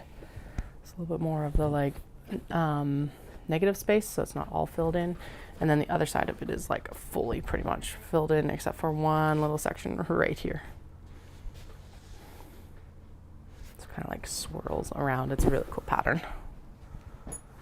And we've got 3 more here. We've got some strawberries coming up, and this is on that dusty, I think it's dusty lavender is what we're gonna go with. It's definitely a dusty brown purple. That basically exactly describes dusty lavender. So we're going to go with dusty lavender. But the strawberries on this really pop, and then the florals on it as well. For the strawberry flowers, it's a cotton linen blend again, just like the other floral, or just like the other strawberry prints in this style. So it's got that nice hand. Maybe like faded charcoal might be a better description. Pulled in some of that warmth with the brown leather here, black base, and then I think it's going to get brown drawstring. Also leaned into the red with red webbing tabs, and then a gunmetal D-ring here. We've got the fans on black. Okay, so this is actually, I think probably, if I were to put a top 10 list together, this would be on the top 10 list. I thought that I preferred the blue. I don't like a lot of prints like on a stark black, but this one is just like so good. It's ridiculous, to be honest. It's just very quintessentially Japanese too, which is just like, I love it. Absolutely adore it. Let me get it turned out. So it's got black leather, black canvas bottom. It'll get black canvas or black leather drawstrings, and it's got iridescent D-ring tabs, but like it just pops so good. I think it's mostly this teal colors in here, because these teal colors have really attracted my eye recently. Some of the fans are again outlined in that gold shimmer that Japan's so good at, and then the others that aren't are in a nice deep charcoal. And the black with this like fan colorway just makes it pop really well. It pops really well on the other two colors as well, but the black just is something else. And then this is Koi and Sakura on Dobby. And it looks like that's trimmed down already, which is awesome. And then that is the last bag we have to turn. So now we're just gonna do this one, and then we'll head into top stitching. Actually, we should, no, we're gonna, yeah, maybe. No, we should actually do all the closing seams, I guess. Damn it. Should have been doing those as I was turning these. Oh well. We'll do all the white, and then we'll do all the black, and then we'll go into the top stitching. Yeah, that makes more sense. Okay, so there's Koi. Again, Dobby means that the warp and weft are slubby. Nice black handle. Webbing is black, as well as the D-ring tabs, and then black canvas bottom. We'll see in a bit, Wendy. I am going to be on for at least a couple more hours, so I'm not like I haven't kept disappearing for miscellaneous things. Good luck. All right, let's bring this pile over here onto the bin, and we'll start with closing seams, because that does actually make more sense, because we're going to swap the thread color here in a little bit to do the black, and then I don't have to swap it back right away. We can start with the darker stitching for whatever we need to do next, although I think most of the next set of stitches are going to start with white. Whatever, we'll deal. Okay. So what I do that's a little bit different from that's called for in the pattern is I do just leave one of the wedges open. The pattern calls for it to be closed along the bottom, but I find that closing them along one of the wedge seams is a little bit more subtle, and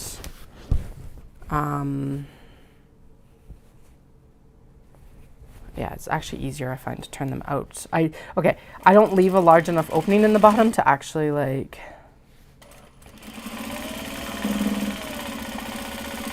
I find it easier to have the right size opening from the side. There we go. And actually closing the side up will help a little bit here, because it means that then the lining is all together where it needs to be as well. And it's not like pushing up into the top stitching here.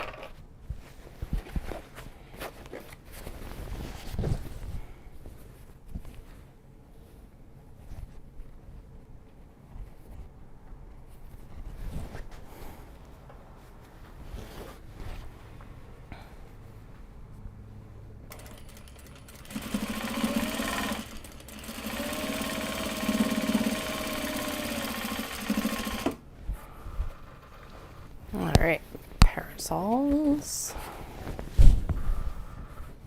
And just actually not there. Direct them the right way so that we're not pushing into the laptop and pushing it off the shelf. That would be, yeah, that wouldn't be good. Let's not do that.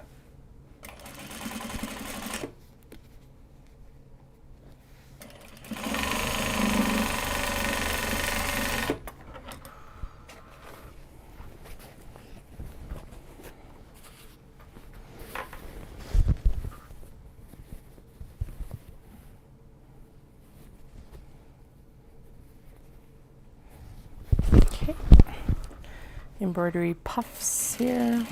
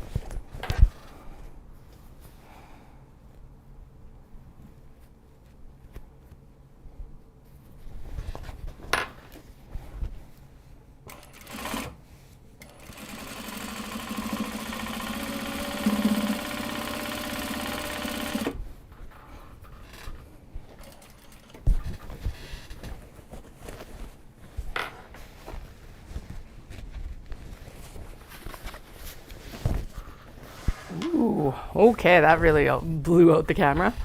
It's like, hey, there's some black we need to focus on. Whew. All right, try and keep the black canvas out of the direct line of the focus, eh?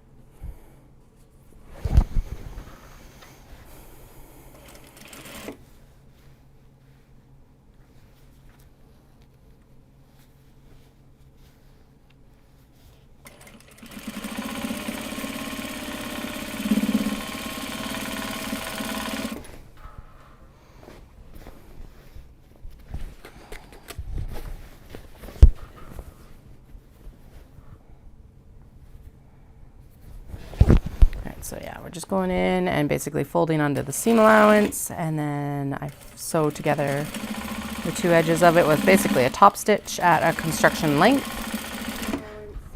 Whoa. Oh, I just unmuted myself on my computer.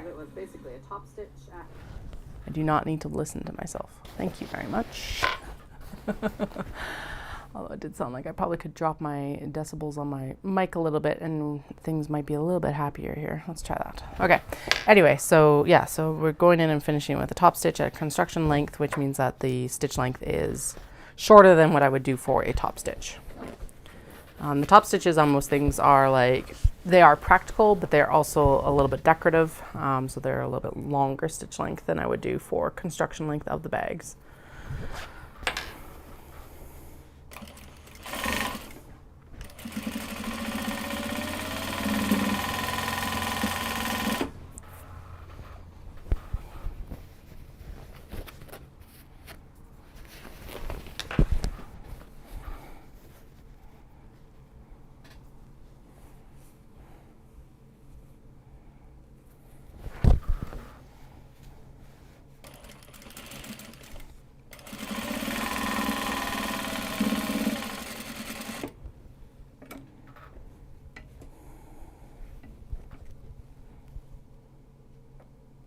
This one needs to be pinned under a little bit better. There we go. And across. All right. Nice thing about this is that realistically, this is like all the steps that are kind of left are the short part of the process. Closing seams. Top stitching takes a little bit more time, but realistically we've already done a lot of that work as well because like the bag is sewn together. Yeah.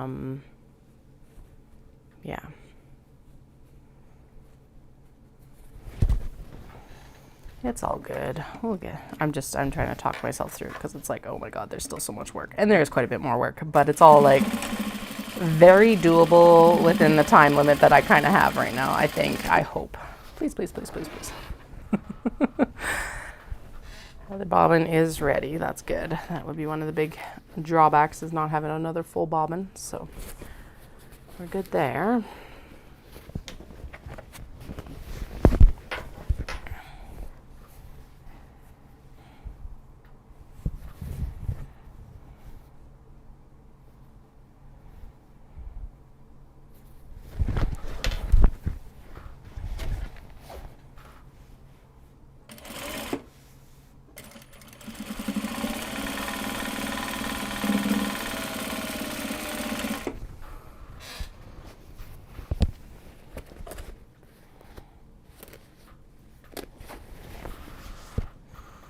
Apparently this round it's not cat hair on the bags. Instead it's like thread ends everywhere. All right. Why are you guys escaping so badly this time? The eternal questions of bag makers. Now these could be also, if you are a bag maker or like looking to finish these a little bit different, you can do an invisible like ladder stitch or something like that. But I find this ends up looking a lot more professional on my end. The ladder stitch I find quite difficult personally. If that's your skill set, all the power to you. But I find that this provides me the best results, with the quickest, best results. Kind of balancing out both that production aspect and professional finish. So there are no raw edges in any of these bags. And it's like, you don't have to worry about like threads unraveling into your projects or anything like that, because that is one thing I cannot stand. And the closest thing that's probably to that, to a raw edge, is all in the cake cozies, and they're all serged, so they're not even raw edges there either.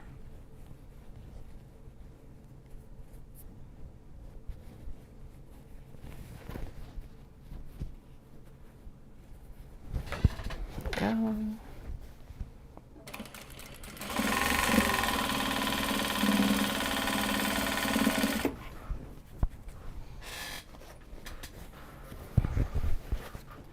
So if you missed the preview earlier, we will be going through these again as I top stitch them as well, because hi, why not? And like, it's kind of unavoidable when you're top stitching them anyway.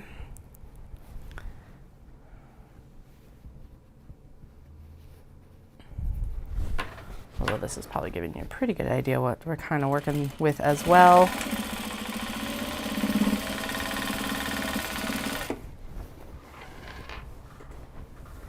No, I guess not. You can't see. Can't quite see because the camera keeps like focusing on the black. It's like, ha! We're gonna overexpose this, which is why I need to find a camera settings app for the laptop.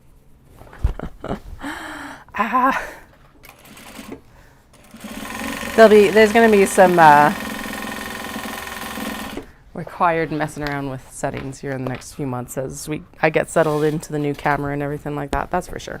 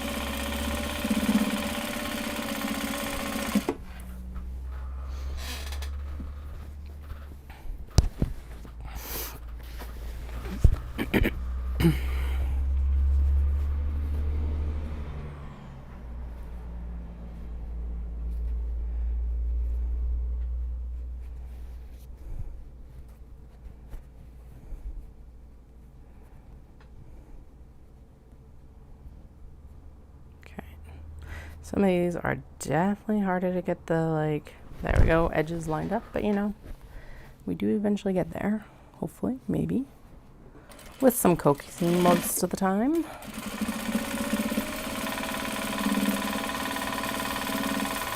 So if you are in the Calgary area, all of these will be getting ready to actually go, or are getting ready to go to the crochet retreat that I'm attending tomorrow. They're having a pop-up. The hours for the public pop-up, I think, are 2 to 4.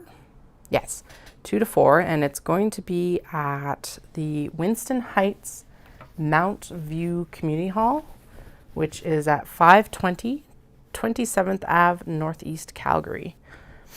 So I'll be there with public access from 2 to 4.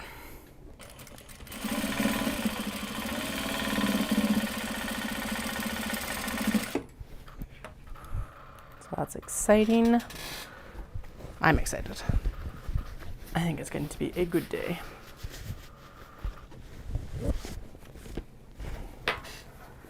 I think it's supposed to be really good weather, which is good and bad. Mostly because we've had not amazing weather so far this summer, so it's like the first really nice weekend for people to get outside. It's like, of course. Not that I want, well, more rain isn't going to be a bad thing right now either, considering that they were saying that we were likely to be in a drought this year, and I don't know if that's been in like as much of a big deal now, because we did have a significant amount of rain in May. Haven't actually kept track of that, but this is still going to be good. Although there's still snow in the mountains, which is also good, so it's like, okay. Because I think runoffs just started.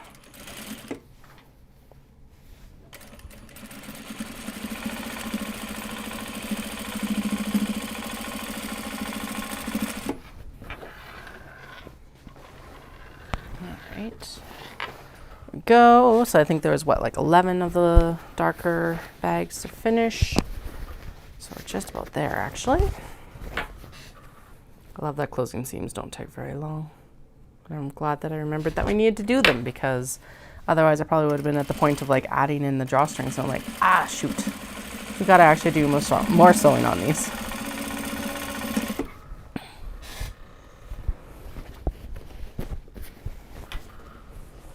Here's the awesome thing, is once the sewing is done, these can be moved around anywhere in the house to finish. And that means I can hang out with my family. As much as it's good to keep the work down in the actual studio, it's also like, well, it's nice to also hang out with people instead of by myself constantly. Okay, I think that feels like, yeah, the bobbin ran out there. So right at the very end of that seam, which is fine. Swap bobbins.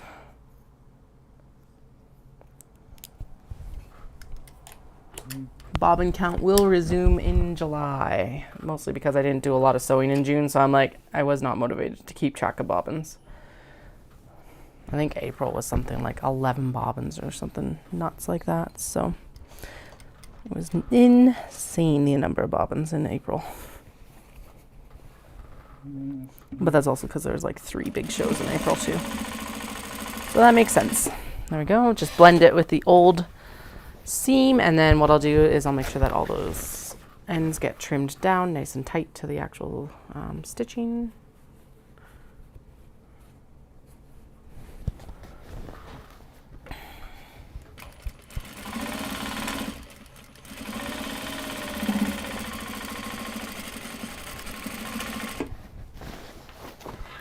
Out there, which is good because I'm running out of room. It's like starting to press on my, or come down on my sewing pedal. Eek.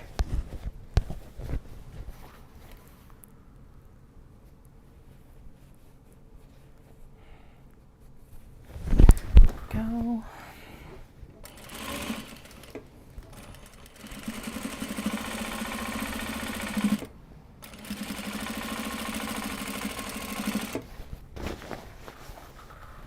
Okay, we got 1, 2, 3, 4, 5, 6, 7 left. That's not bad.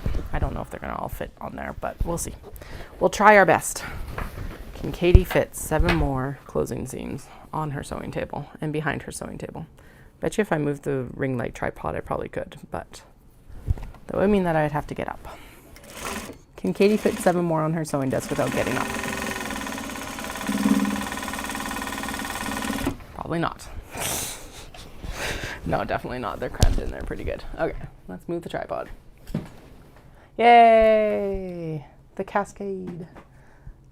Will Katie be able to pick them all up without having to like do any finagling? Probably not. Oh dear. Okay. What does that mean though? We've got like 5 or 6 left. Woo! Then I need to go up and use the washroom. Should have done it before I came back downstairs, but I didn't learn my lesson yet, so.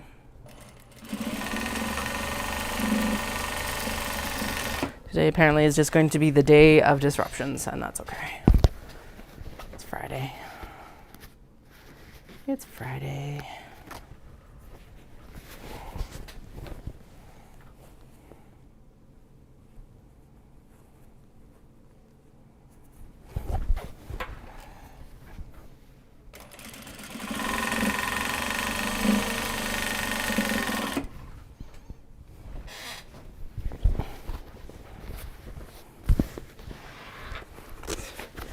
Don't overexpose.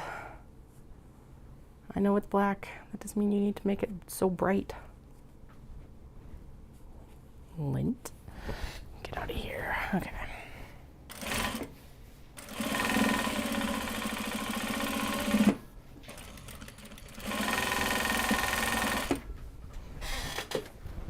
Oh, I lied. There's actually there's 1 extra one. So now we're down to 4. Okay. Not too bad. But I definitely would not have fit 8 on this sewing table. Well, heck, I could barely fit, what, 2 more?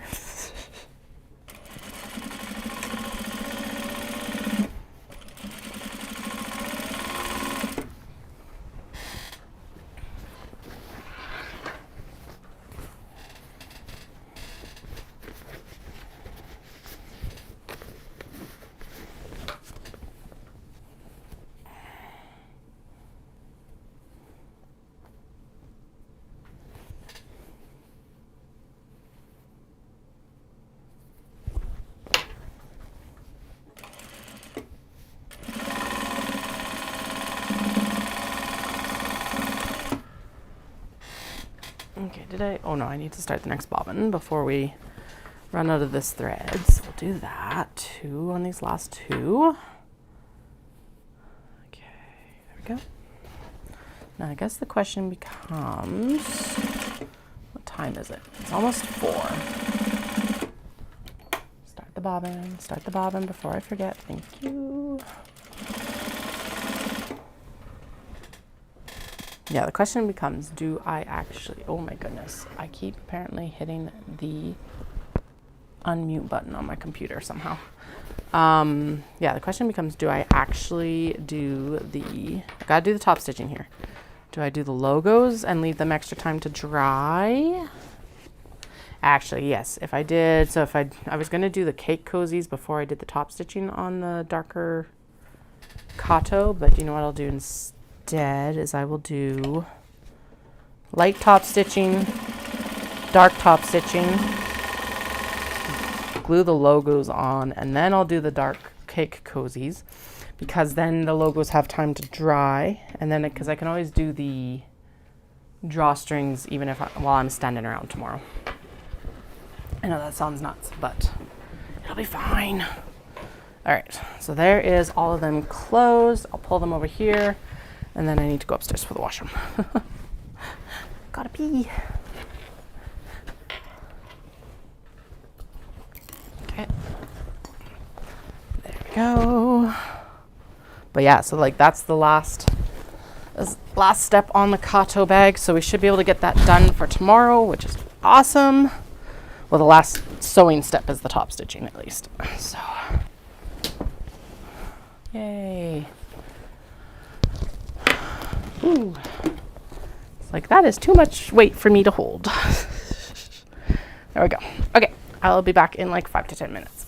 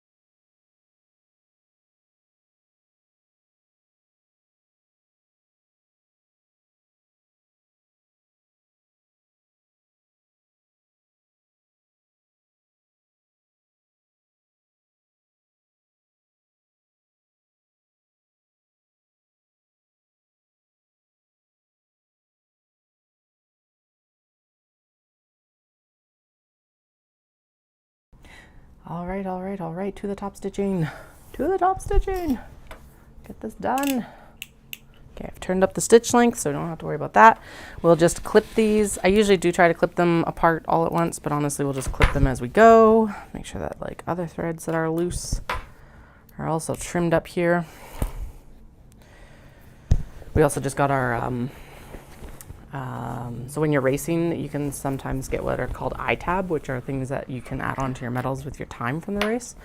So we just got our eye-tabs from Calgary Marathon. So I was like, wait, we should open these up and just double check everything to make sure it's correct.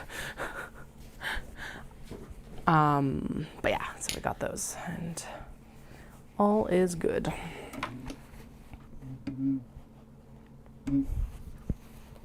All right, here we go. Get this done.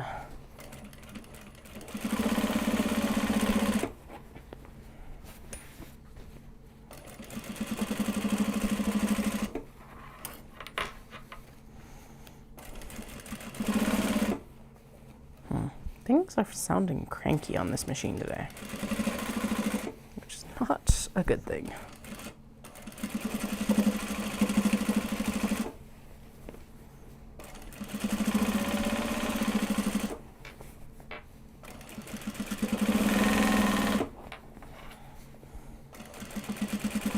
All right, so the current plan, what did I say the current plan is? The current plan is to get everything top stitched. Yeah, and then we're gonna glue the logos on. And basically it needs 2 hours to be permanent and 24 hours to set. So we'll top stitch, logo, after we do all the top stitching, and then I can like do drawstrings anywhere in the house or tomorrow morning if I need to. So, because I don't actually need to be out of the house too early, although I do need to be up and packed fairly. Well, I gotta get up and pack tomorrow morning. Although I should just get Dallas to pull the, actually maybe I'll ask him to do that right now.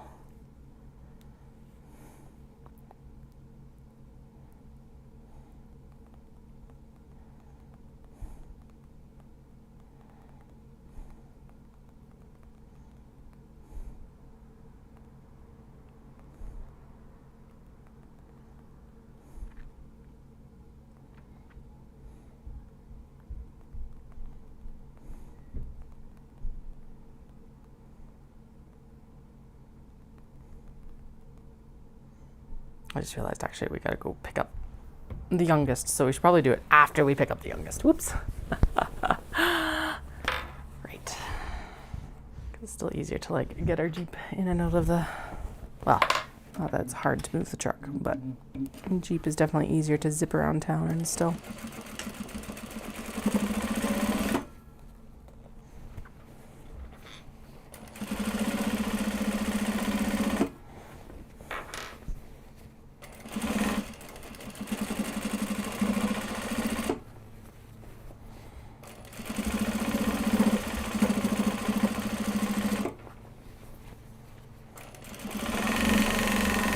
So basically this top stitch is fairly important on this one because it helps hold the lining down into the bag instead of having it like come up and around the drawstring channel. It looks nice, makes it look a little bit more uniform, blah, blah, blah. Again, I find the top stitching for me is like, well, definitely it does have the purpose of making sure that everything is held in place, but it also definitely is an aesthetic thing because it just find bags with top stitching look more professionally finished. IMO. Oh my goodness, this one is fucking adorable. I think this one has my heart for the summer style prints here. Okay, fold those down because actually once they'll need to be folded anyway for the logo. I am not doing logos right now. I'm not doing logos right now, but we'll get them set up to do logos. They also just store better if I have them folded up like that. I can't really chain piece top stitching, so that's why it's a little bit slower just getting it settled up here. All right, there we go. And I do typically start and stop my top stitching away from the handle just because I do back stitch it, and usually it's pretty tidy. But at least if it's not perfect, it's towards the end without the handle, so you're not looking at it all the time, hopefully. Corgi butts. I love the fact that typically a lot of the like animals hiding in food, it's the animal hiding in the food, but in this case it's like loaves of bread that are hiding in the corgi butts, which I think is hilarious.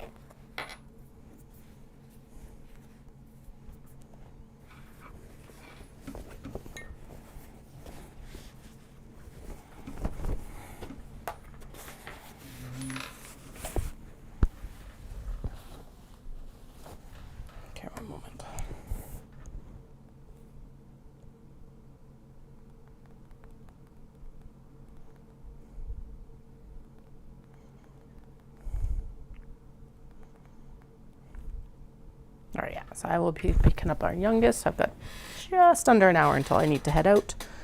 So let's see what I can accomplish in that amount of time. And then, yeah, when I get them back, I'll pull the seats out of the Jeep. And then we'll wrap up on sewing probably just after dinner then. So I will end the stream just before pickup, and then I will be back on Wednesday next week. So if you guys are in the Calgary area, please stop by tomorrow to visit the Crochet Retreat Market. There's a bunch of us there. Actually, I think there's like 6 or 8 vendors. It's open to the public from 2 to 4, and it's at it's 520 27th Ave Northeast, Calgary. I cannot remember the name of the community hall, but it is a community hall.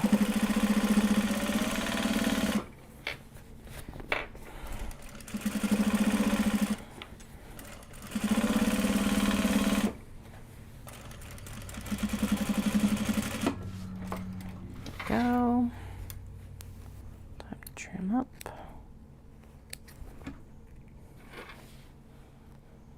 On both sides. Oh.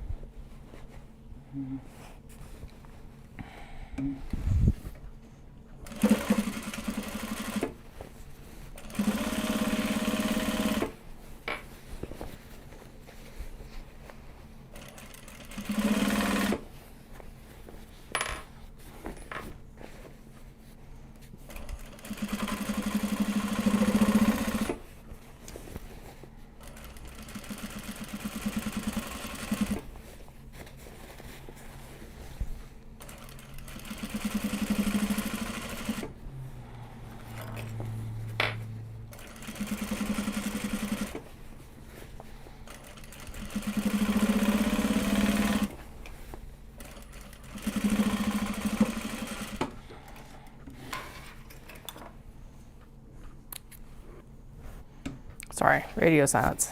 Concentrating on getting these stitched, I guess. Whew, okay, there you go. Gotta say, moving the sewing machine over to like this side of the room has helped significantly, because it's like, it's so much brighter over here, to be honest, which is insane, because you'd think sitting beside the big picture window it would be brighter, but I was like blocking a lot of that light.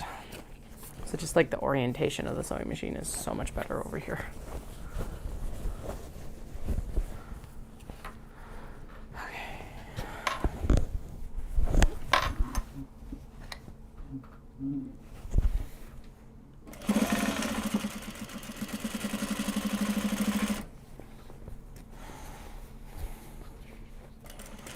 No, don't stitch the drawstring into the top stitching. Ah, that's not gonna work.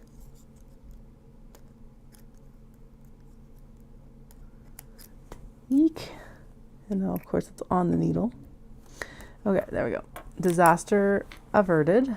We'll just pull that out and trim that up. Whew. Okay, there we go.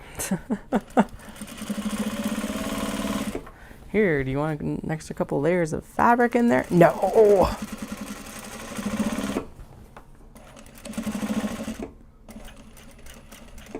There you go.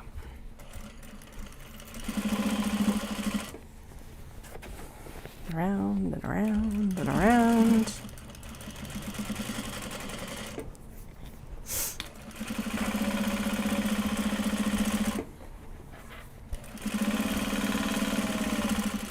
Still extremely happy with how much work we've actually gotten done on these today, considering that's like we've gotten them already sewn together, because interior and exterior need to be sewn today, and then it was also the whole what else did we do today? Also got key fobs sewn, and I got the logos branded and a bunch of other stuff done. So there's been a significant amount of work produced, which is good, considering that I was supposed to have 2 work days this week, and fate went, haha, no.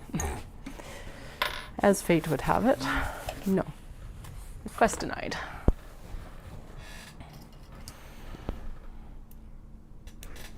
And if you're like, you're being cryptic, I've explained it multiple times, but basically we got a stomach bug.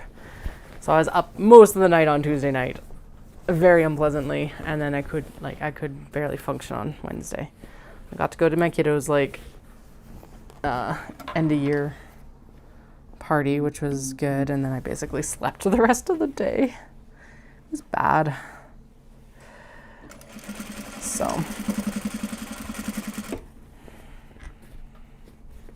and then yesterday was pretty bad too, because it was like birthday, so I got out to the zoo, which was really good, but then it was like at dinner time my stomach was just like in absolute revolt, so I didn't even get a piece of birthday cake. Super sad about that.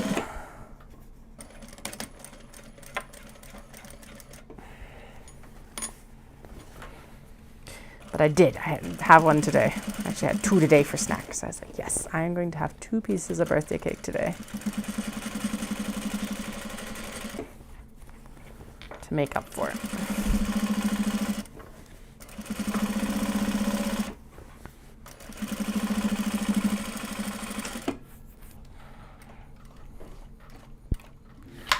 All right.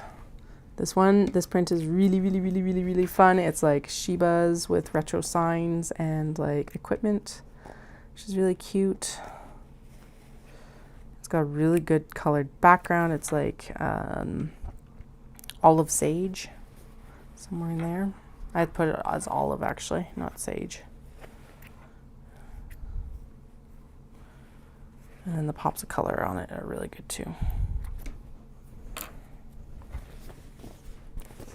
One. Super cute.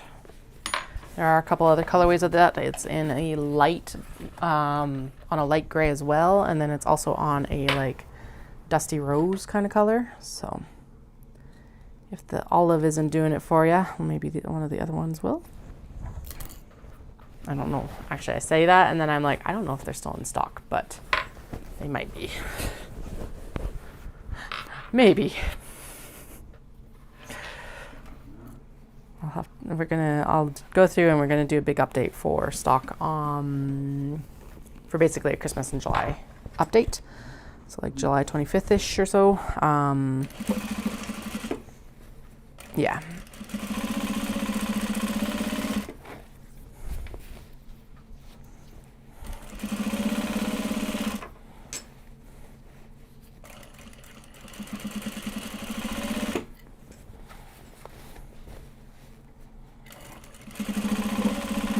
Mostly because the next show is July 13th, and at that point I will have been able to have stocked up on a lot of the other newer things as well, not just the Kato and small box bags. Excuse me. But like the mini traveler slings, which is one of the things we're going to prep and work on for the pancake breakfast on July 13th as well.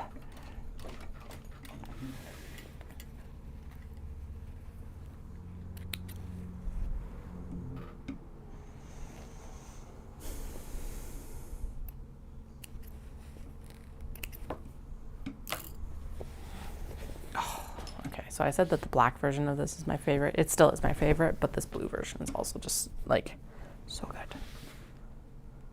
But it is interesting because the colorways on this are actually different than the colorways on the black one. So the black one has like teals in here, and whereas this one has like purples in place of the teals. So it makes the motifs pop differently as well. And typically I would be more drawn to this because it has a lot more pink, but for some reason the teal on the black is just like chef's kiss sort of thing. So good. Okay,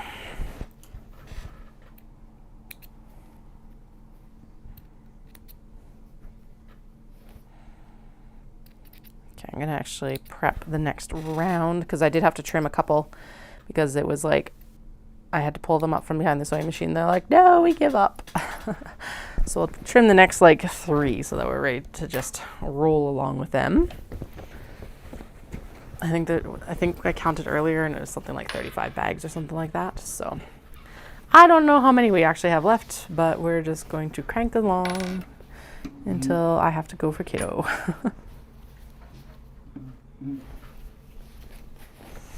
And let's just hope that this is the last round of like illness this summer and that everything just all goes smoothly after this. Please, please, please, please, please, please, please, please, please.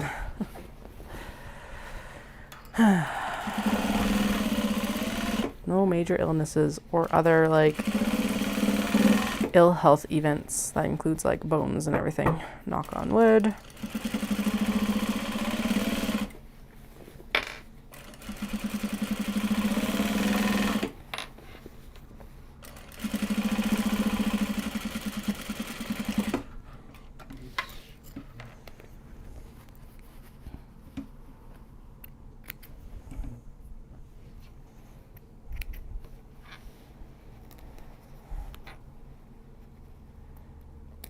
These are, however, one of the times that I like regret their them going to preschool and daycare because it's like, oh my goodness, it's such a trade-off. It's absolutely amazing. They've had so many good supports because of it, but my goodness, do they come home with everything? That feels like I didn't trim that one down. Is it going to be okay? Yeah, it's going to be okay. No, it did get trimmed down. It's all good. All right, strawberries. So cute. I still love these guys. It's a very like kind of retro-esque print or potentially retro print, and it is adorable. I love it.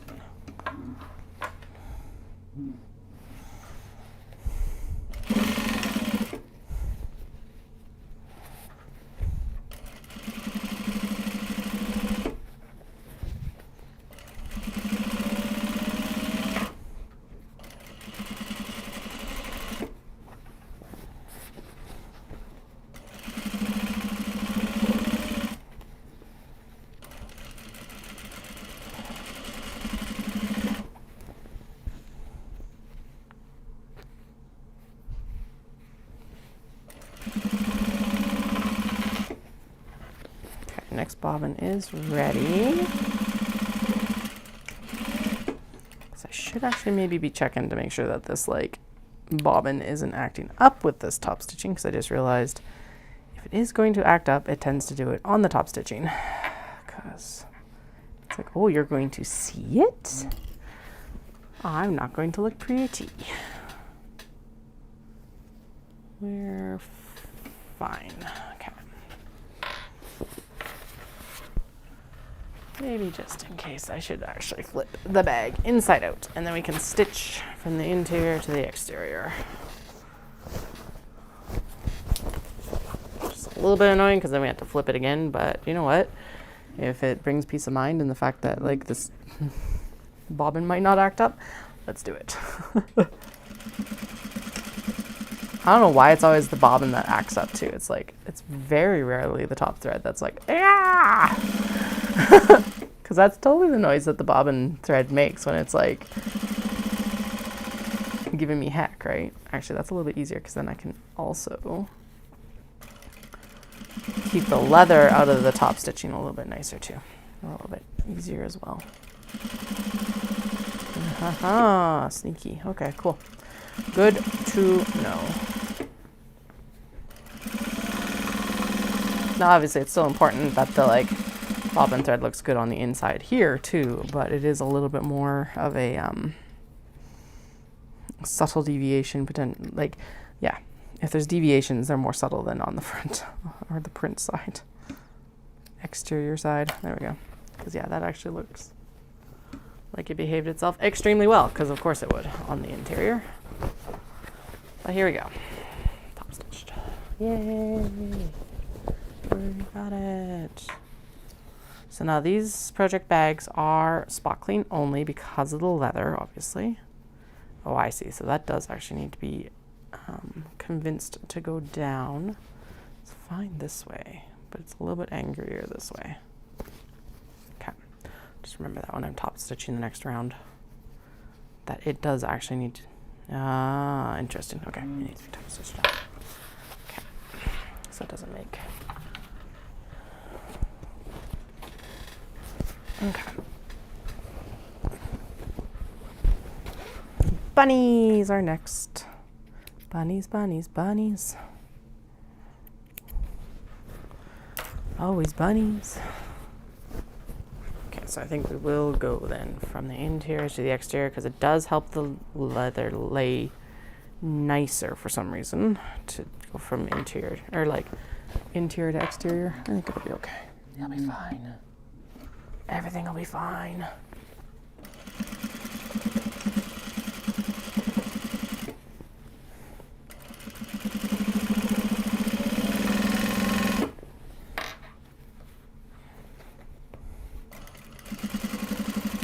Like I said, I could totally do like non-leather handles on these, but the leather looks so good. It's just... I started with them and now I can't stop.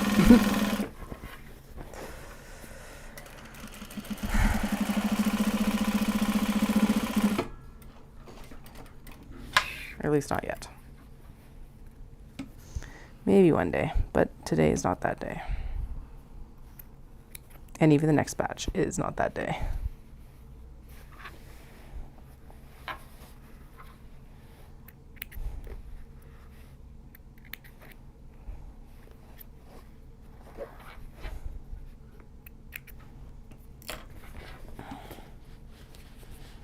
Yeah, for some other reason, that's just going to help it lay nicer. All right, cool.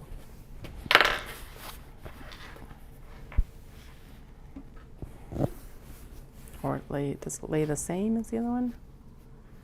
Yeah, it does. Okay, so we can do it from either direction. I do think it stitched nicer from, like it's fine from that side, but I think it did stitch nicer from the inside for whatever reason.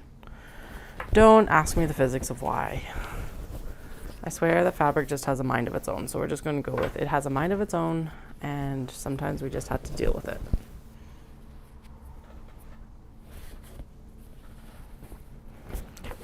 But we will turn these out so that we can stitch from the interior to the exterior.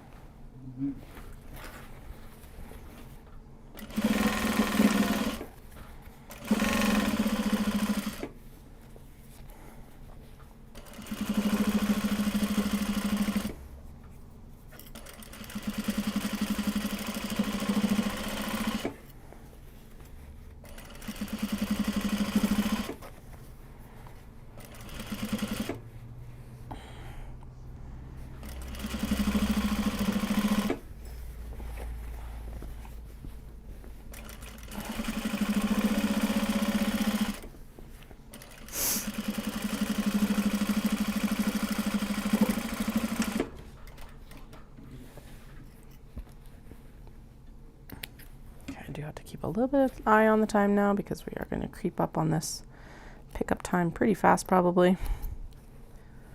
Still good right now, but you know, pretty soon.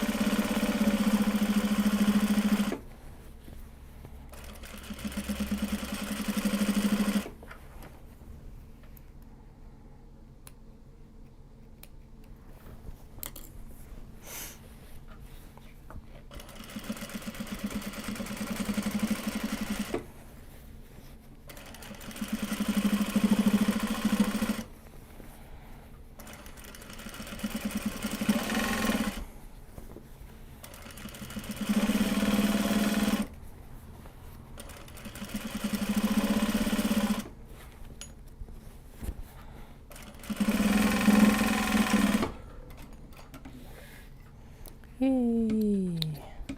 Another one done. Another one where all the sewing is done at least. Yay!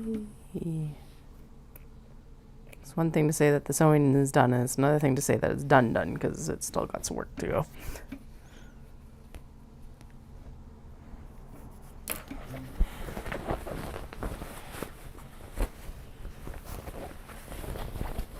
Alright, so I got another half hour on stream. Well, just under half an hour because I have to head at 5:10-ish.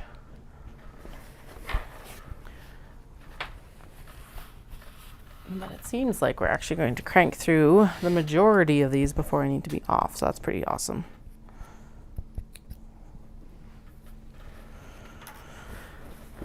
Actually, well, we'll probably get through all the white top stitching ones, and then I'll do the dark top stitching after dinner when I get home.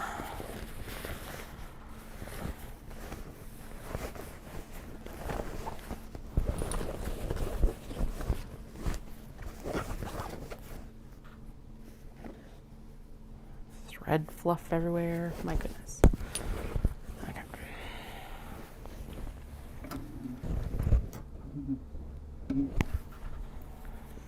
What happens if I like... No, because then it'd have to be... Then it gets stitched over, and we don't want to put more holes into the leather. Okay.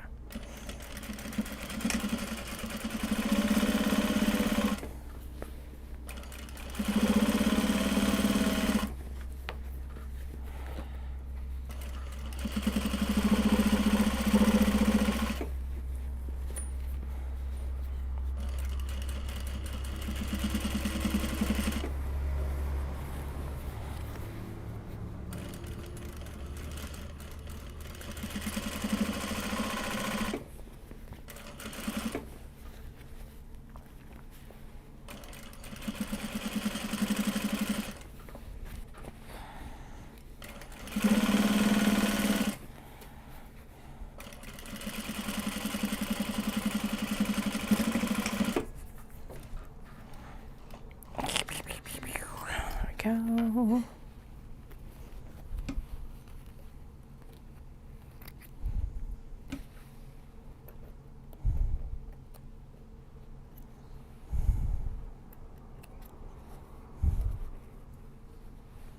Sweet.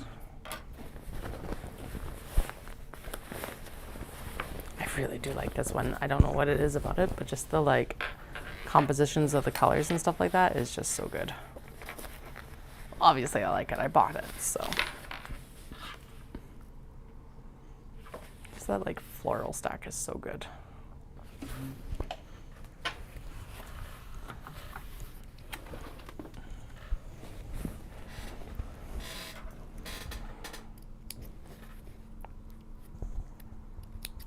Okay, so 1, 2,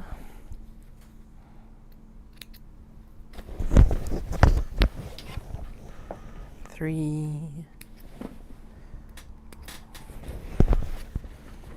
4,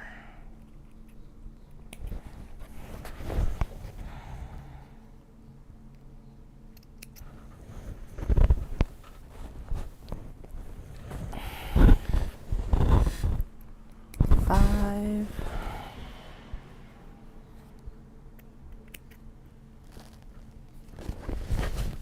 6,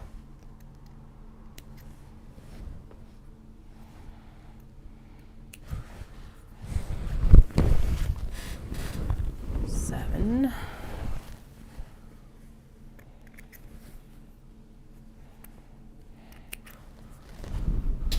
8. Oh yeah, we'll definitely get done the top stitching on these. 8. I think there's like 10 left. I'm just going to trim them all apart right away because I may as well cut the chain piecing that they have. That was 8, 9, 10. And I'll just make sure there's nothing buried under here. Yep, the rest of them are dark top stitching. Sweet. That's pretty awesome. Okay. Yeah, because that means that like there's like something like I said, like 35 bags or something like that. So as long as we get these done, we're like 2/3 of the way through. Woot woot. And like I said, today was just like the day of distraction streaming because everything was going on today for some reason. So that's okay. Some days just happen like that.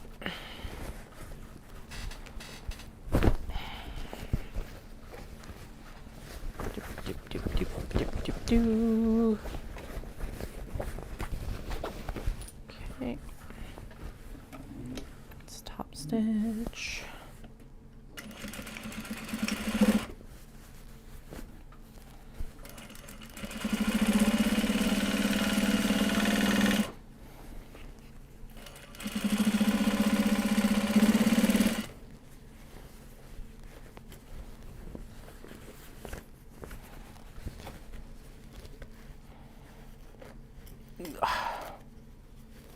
Oh, right. Okay.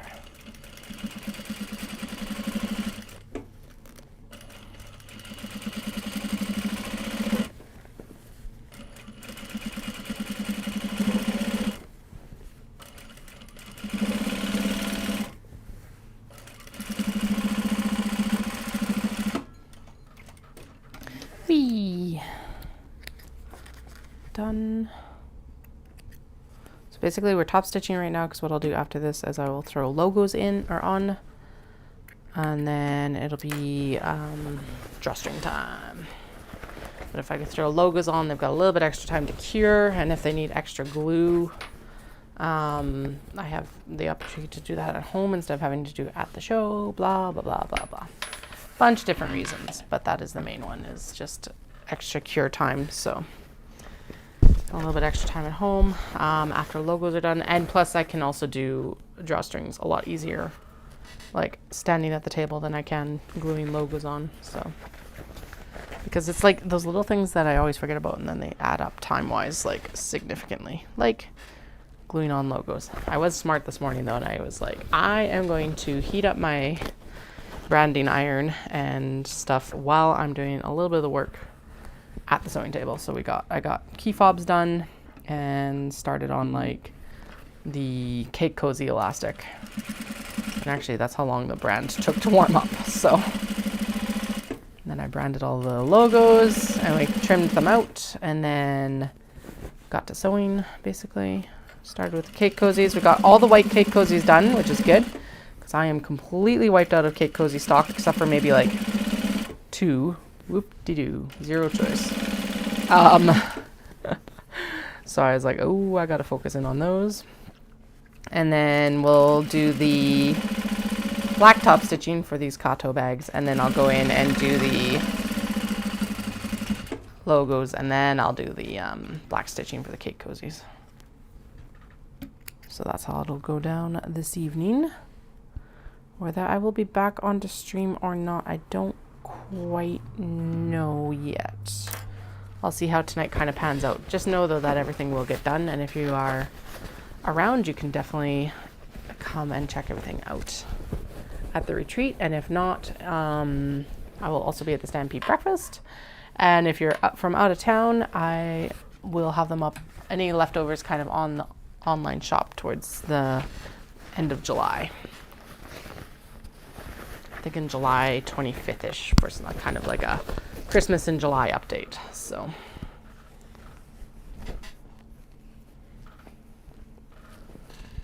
it's been a while since I've done an update. What, like since March, I think. So it'll be time.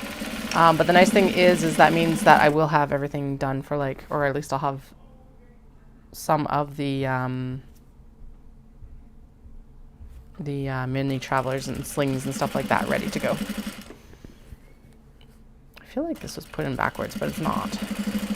Maybe I'm just sewing it the different direction. Who knows? Some days, folks. This is little bunnies with florals. That's super cute. Definitely more of a, probably what I would qualify as a spring print, but really you can use it year round. It could also be taken as like a Christmas print with the reds and oranges in it too. Very cute. Whatever the time of year, it's very cute. All right. Clip. And that one also needs to be clipped right there. Nope, just pulled or something. To clip. And here, there we go. Good. Snip. Snip. I'll make sure that that wasn't actually installed upside down. No, we're good. Or backwards, or whatever you want to call it.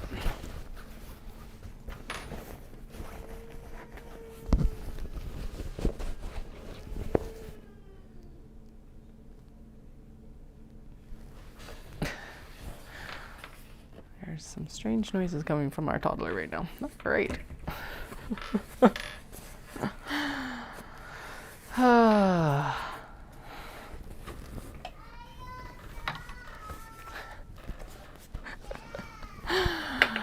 Right, I want Dallas to reinstall the door on the basement.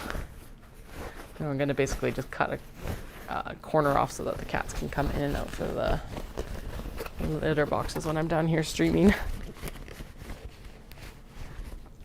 So right now the door is off, but that means that everything kind of comes straight down the stairwell into the room. I don't know if the microphone picks up on it, but it's very distracting for me. Hopefully the microphone doesn't pick up on it.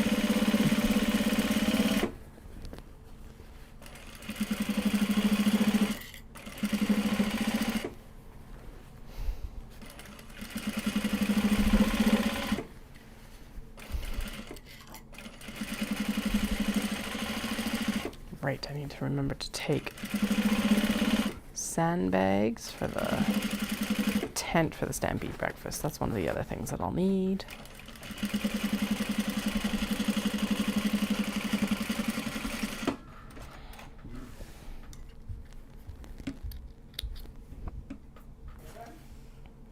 Because when I did that pop-up, like 2 weeks ago, my goodness, the amount of wind and like finagling of the tents to make sure that they stayed down, because none of us really had proper weights.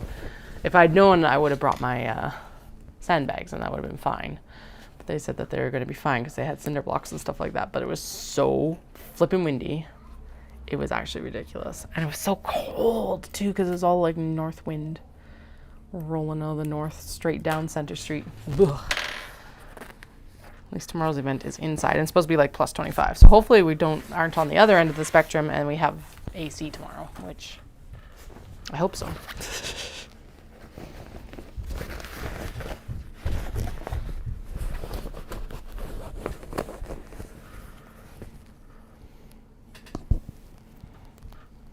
Okay, so how it's looking like it's panning out, what I'm going to do is I will finish up the white top stitching, and then I'm going to be heading out for kiddo and dinner, and then I'll come back and we'll wrap up on the dark top stitching after that.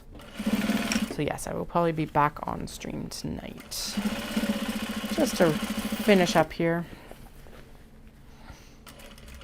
Best ways to find out if I'm going to be on stream is to actually subscribe on YouTube. It will tell you when I come live, or come follow me on Instagram because I post the links to my stories every single time I go live.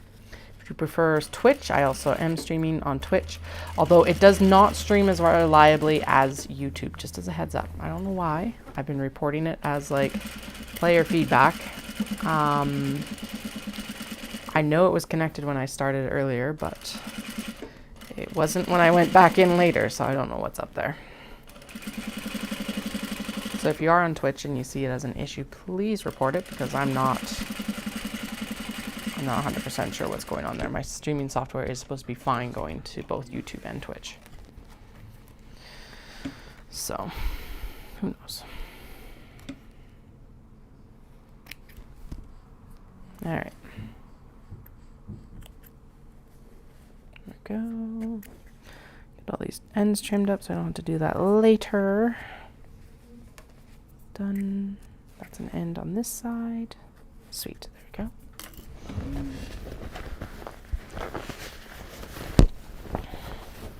Oh, these baby strawberries are so adorable. Like just little itty bitty strawberries. Teeny tiny strawberries. Micro strawberries. So cute.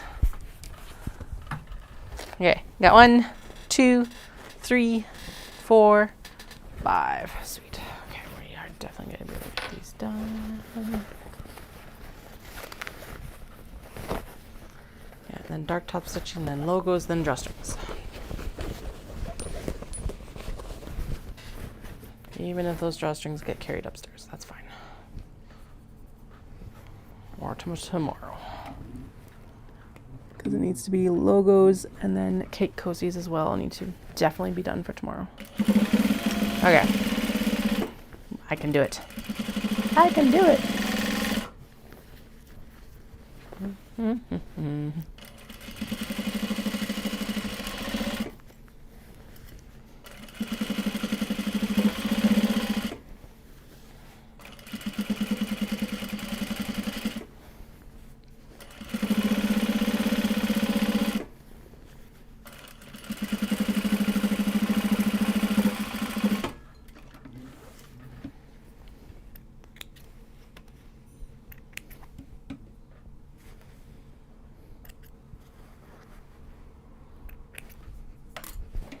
Also, if you are hanging around, thank you so much for 500 subscribers. I very much appreciate it.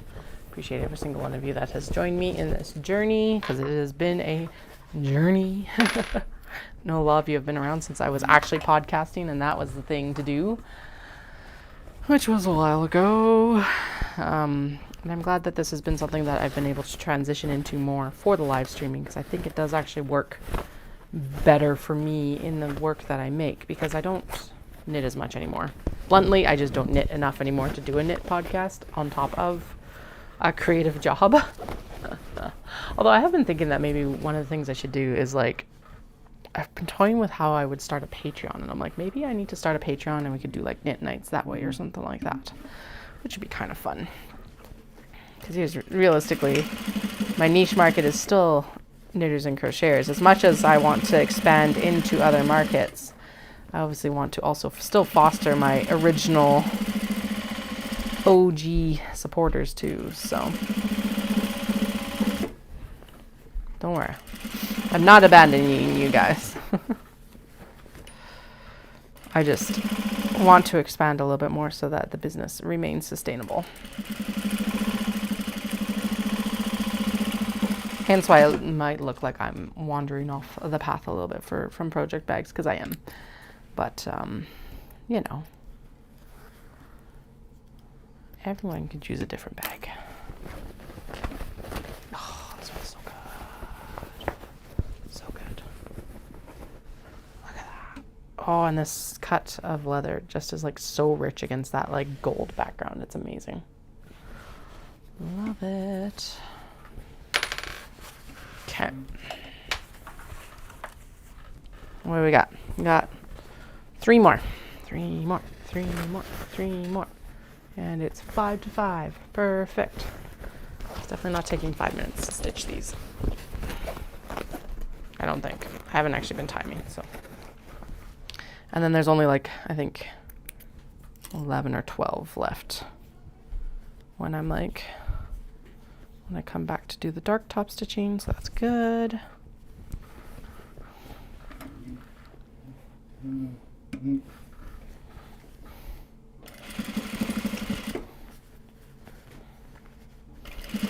I'll have some crochet specific bags tomorrow, which is super exciting. Like this one right here, which is kind of the sandy, dusty, right, that's what I decide on. It's dusty, like 70s colors. So like oranges and dusty sunflowers. There we go. That is what I wanted to call it. Basically, it looks like sunflower colors, but they're kind of like washed out or faded out. So dusty sunflowers. At one point, I would have called it sad sunflowers, and that would just not have worked. Saddened aqua, saddened sunflowers. Such an emo bag. No, but yeah, it's like dusty sunflowers, or like kind of like you get one of the old film photographs from like the 70s or 80s, and it's like kind of, it's still fairly vibrant. You can tell it was very colorful, but it's like just that little bit of sepia tone over top. That's what this also reminds me of.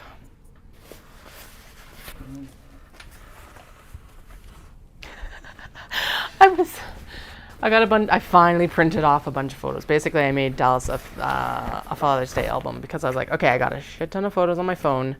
He's always talking about how he wants photos, so let's do a photo album of like just him and the kids, and then like some photos with me and him and the kids, because obviously I'm involved in some of those photos, but like the focus of it being him as a dad. And behind the counter of it was at London Drugs was reusable film camera. I was like, you mean a camera? A film camera?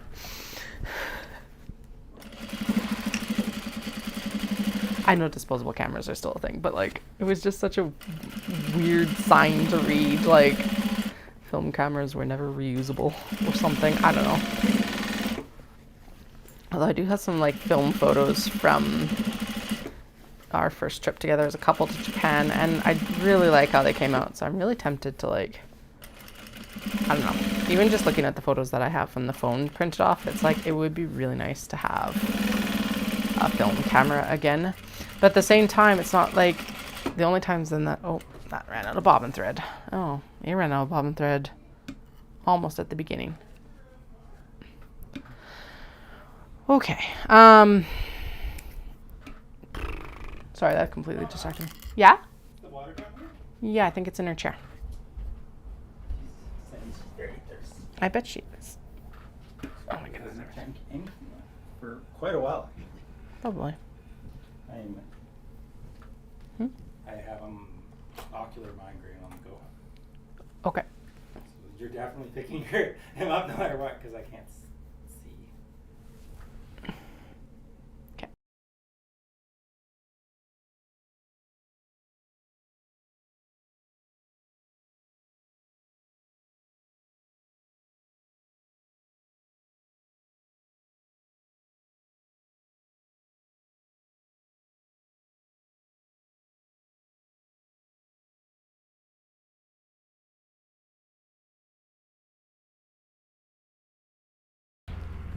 All right, 2 more bags to wrap up on, and then I'll head out.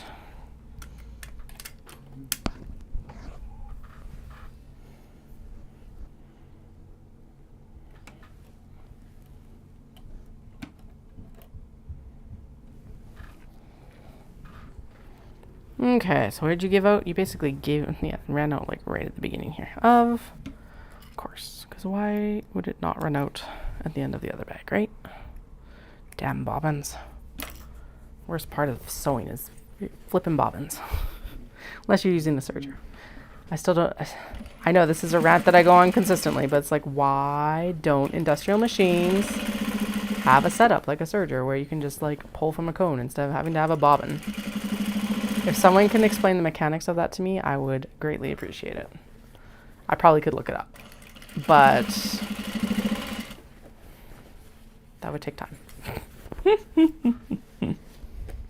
I have a feeling it has something to do with like how the shuttle of the bobbin case and like the hook works, or the timing or something. But like seriously, how have we not gotten away from bobbins, at least on industrial machines? I can understand with the domestic machines where it's like a lay flat bed and it's like you settle in on top, but like why in the case of this where I've got the bobbin that goes in sideways, can we not just pull from a cone? Cat problems. That's totally a cat problem. My machine works amazing. But there should be new technology for that sort of thing. Because here's the thing, the bobbins on this thing are the same flippin' size as a domestic machine too. It's not like they're like bigger. I do not get it. We'll never understand. Okay, last one, and then I'm heading out for the youngest. Pick them up from school, and then yeah, after dinner I'll come back down and we'll wrap up on the dark stitching, the logos, and the cake cozies. And then drawstrings look like they're probably going to wait till tomorrow.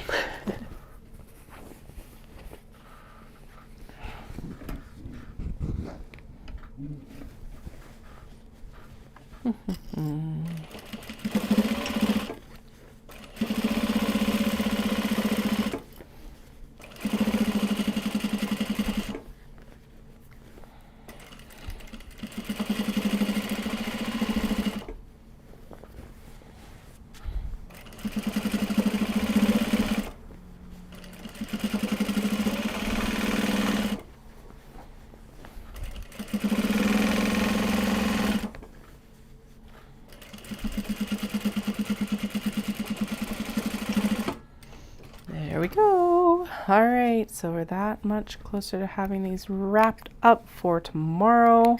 I'm still really happy with how much I've gotten done today, considering that I expected 2 work days and I've only had less than 1. Yeah, look for the link on my Instagram or subscribe on YouTube so that you know when I come on live. I would appreciate it. And when I come back, we'll do the dark top stitching. I keep saying this. You know what I'm going to do. And I'll chat with y'all in like a couple of hours. See you soon.